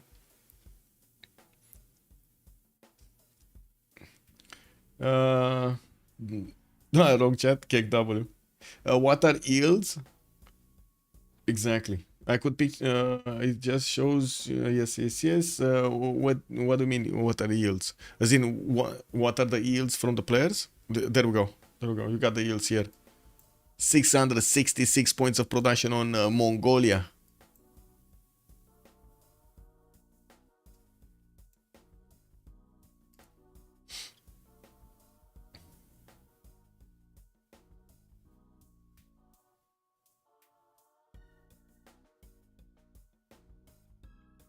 Yeah, we're getting into that point of the game where the turns take quite a bit of time, and to be honest, we haven't even talked about Indonesia. Man, he actually managed to get quadruple his science from 10 turns ago. He's 45 science. Did also manage to put 2 more cities. I do see Jambi and Jakarta showing up there on the western side. Got his city Badung back and working on commercials. He's making 267 gold a 10. That's very good. Ravenna making a GDR is crazy. Yes. And actually finishing it, it's crazy. Wow, this city, how did this city get enough production? It's 27 and he's actually finishing a GDR. Wow, incredible. Now I think he chopped it with the die style. I think he actually chopped that one with well, he did one chop with the dice.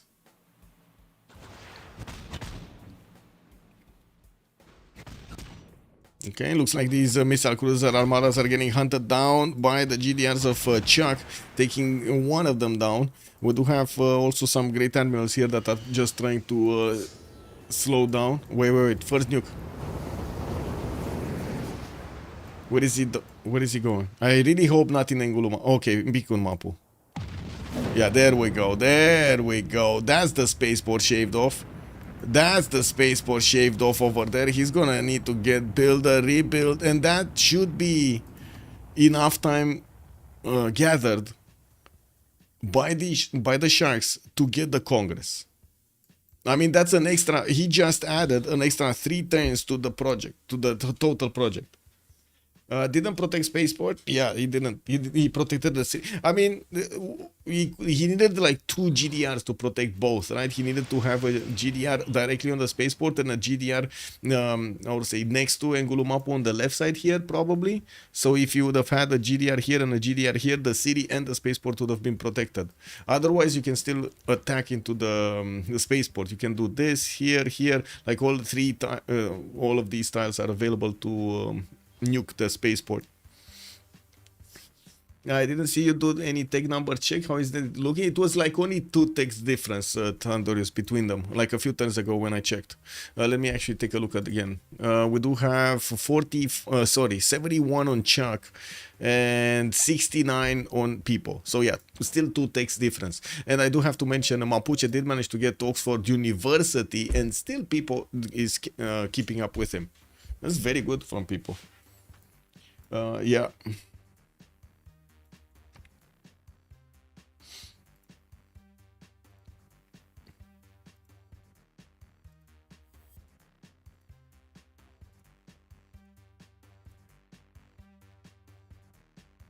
Give me a second. I need to put my Discord in order.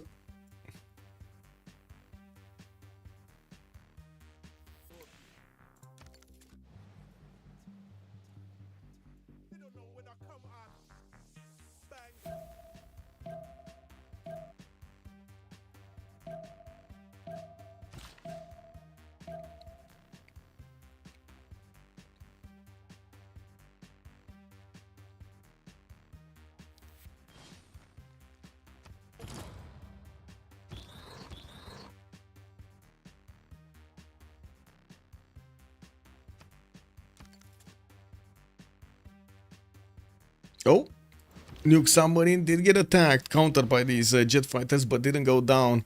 And I do think he actually tried to move out, right, from Nagmapu. Well, let's actually see the next ones come in. We got another 4 ones that are coming in with a lot of nukes in the chamber. We also have Mongolia sending an aircraft carrier that I have no idea what he's doing with it. He definitely needs nuke subs over there. Now we do have him starting to build up his nuke count, and I do see also a settler coming out from Keshker. We might actually see him try to settle a city closer. The GDRs are trying to push, by the way, the defensive screen a little bit further out on the western coast and also to the north, so he doesn't get nuked. He wants to keep away the umbrella, right, from getting his capital nuked. And to be honest, this is basically what's happening between like Russia and NATO right now. They're both trying to keep each other apart, but yeah. Anyway, that's too much real talk.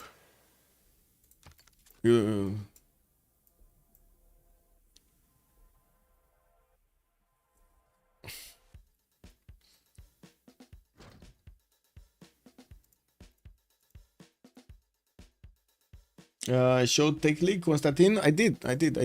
It's 72. Wait, did I maybe I missed the message earlier. But anyway, it's 71 versus 70 of people. Okay, we do have the spaceport repairing next turn. Looks like Mars colony is getting built in Apiremapu, and we do have 2 GDRs there. Also, he just needs to get another nuke. Well, to be honest, now it's a problem within Apiremapu, right? That is the city that's building that. It's 510. Oh my god, there's no time. So this city 510s, right? If he needs another 4 10s or 5 10s to actually get the off-world expedition, that's gonna be 9 10s. 9, 10 10s. What is he gonna do with another 10 until the Congress? No, he won't be able to get all of the 20 25 light years covered in that time.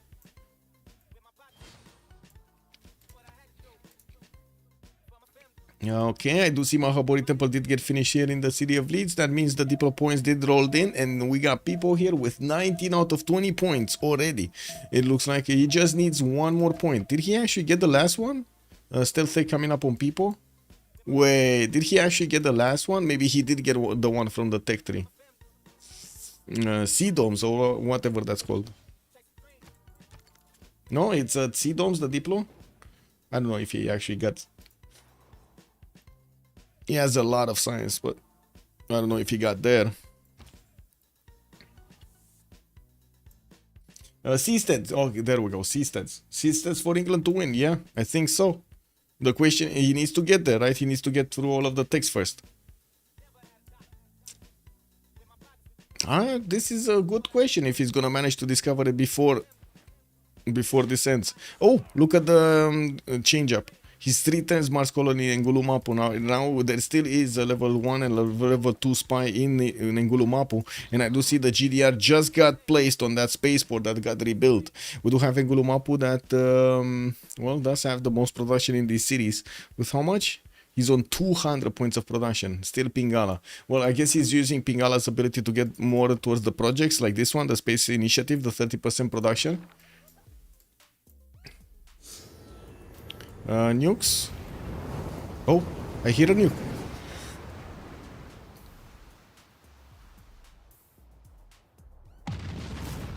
I see. He's just carving a pathway for his other nuclear submarines to go through. Okay. And more GDRs are coming from the north. Jack is gonna try to plug that choke now that he knows these submarines are coming for him. We do have Mapuche with the ironclads trying to actually figure out where the submarines are. He needs to get one tile next to them, right, to actually discover them.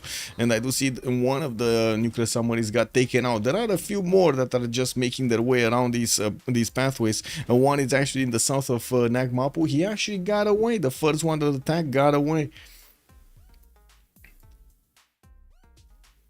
Where's this spaceport? Oh, right here. Okay. Oh, well.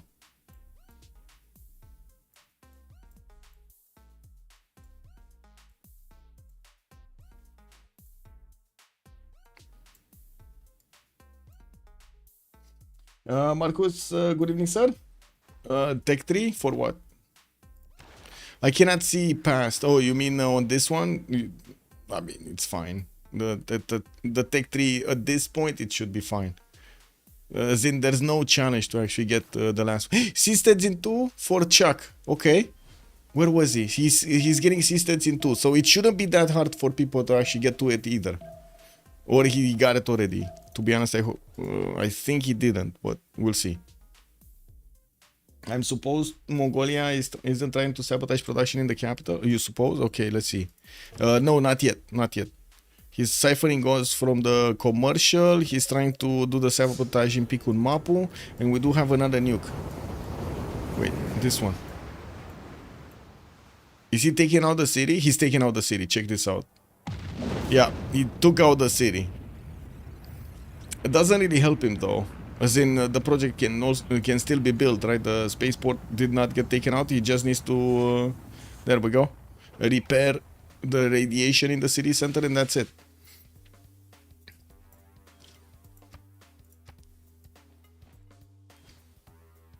Okay, nuclear fusion coming up in 2 turns here for people.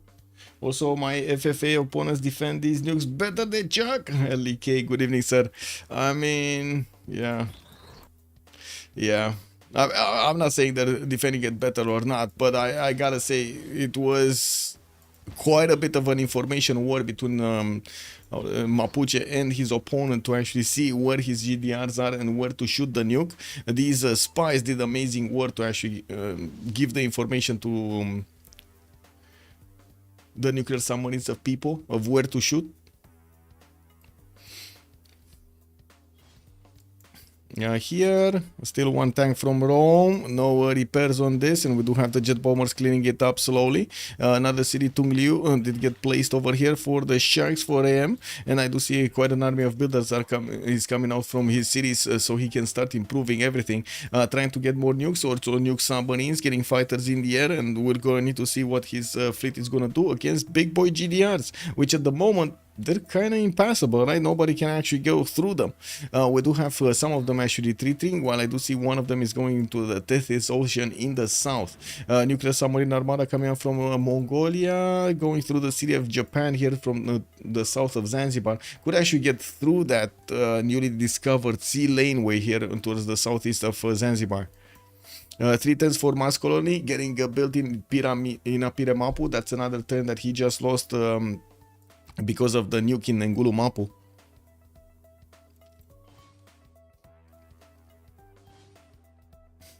Looking like a Diplo win for the Sharks. It does look like. 19 out of 20 points, guys. 19 out of 20 points for people. And we just need him to get C-Stats or get to the next Congress. It's 9 more turns until the next Congress. We don't know C-Stats where it is. Nuclear fusion coming up in 2 turns. We do have Space Race also finishing up next turn. And we'll see if people actually gets that. He does have the science. Remember, he has 885 science. More science than Chuck by quite a big margin over here. And wait a second, Chuck is losing gold. He's minus 81 gold. In 2 turns, he's just gonna run out of funds over here. And units are gonna start disappearing. Oh no! Oh no! Wow, that's a problem. That is a problem.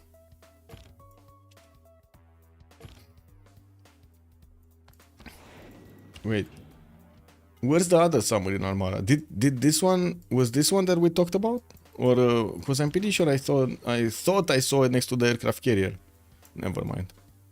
I guess it's not. Oh, we do have a nuke here next to Caguana that could get on the right side of Caguana and actually nuke Pikun Mapu from the south.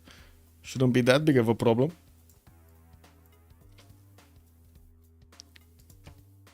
Off-fold expedition coming up in 3-4 Chucks so he can get the projects going. And I do see people is going to finish that nuclear fusion next turn, still getting nukes. And we got 3 of them in the chamber with another one coming up next turn and another 3 in the next 3 turns.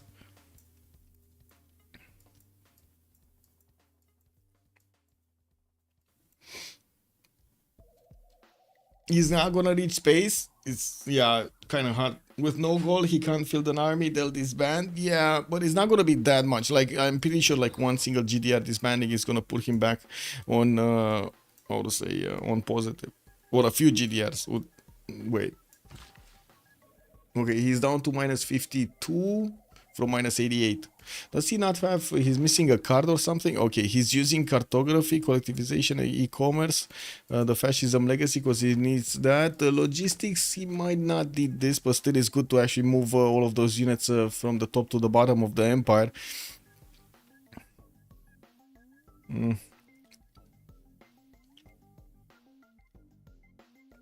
There isn't much that he could use for the trade routes though.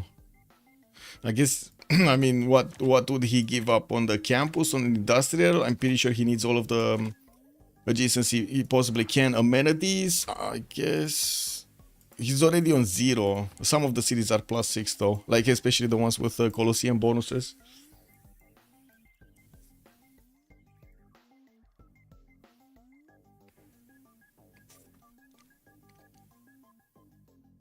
Economic union for 5-year plan, I guess. Yeah. Yeah.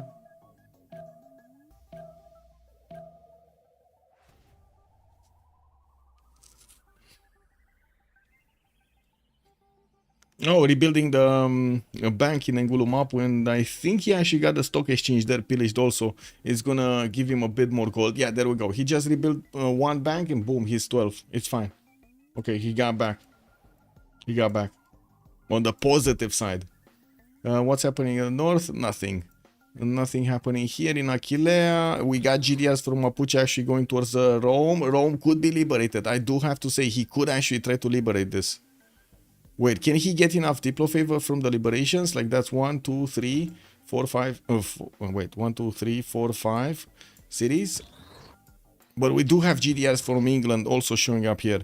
So this might not be a fair fight. Wait a second. Look at the Chucky and GDRs. They're so strong. Both of them level 3, but one of them do have the shields. The other one doesn't. We got some jet fighters also starting to be deployed here. And of course, they will try to keep these GDRs from moving too much. These jet fighters, man, they're not that good against GDRs, but they still do some damage. Can he buy? Okay, we got 3 GDRs against 3 GDRs. Okay, I mean, that might stop him entirely. It's fine. Ah, there we go. Do they have the jump ability? That's the question. It's just a matter of slowing down their opponents here. We do have people going predictive systems, globalization, so he doesn't have access to seasteads yet. Maybe next, maybe next. Mars Colony finishing up in Apiramapu next turn. He's gonna have the off-fold expedition next to start working on, and we're gonna be 6 turns away from the next Congress when he's gonna start working on it. And I gotta say, for Chuck, it is extremely painful to see this. Like, he tried so much in a 1 versus 3 situation, basically. Like, you can imagine it feels so bad that he actually tried so much, and it all boiled down to a few mistakes, right? A few mistakes from him, a few mistakes from the Sharks, and this is how it goes. Best plot twist is England culture victory. Oh no, Indonesia culture victory. Lancer, can you imagine if we see the victory screen next turn and we see Indonesia won? And we're like, what? It's all about the Petra, man. It's all about that Petra in Nazca.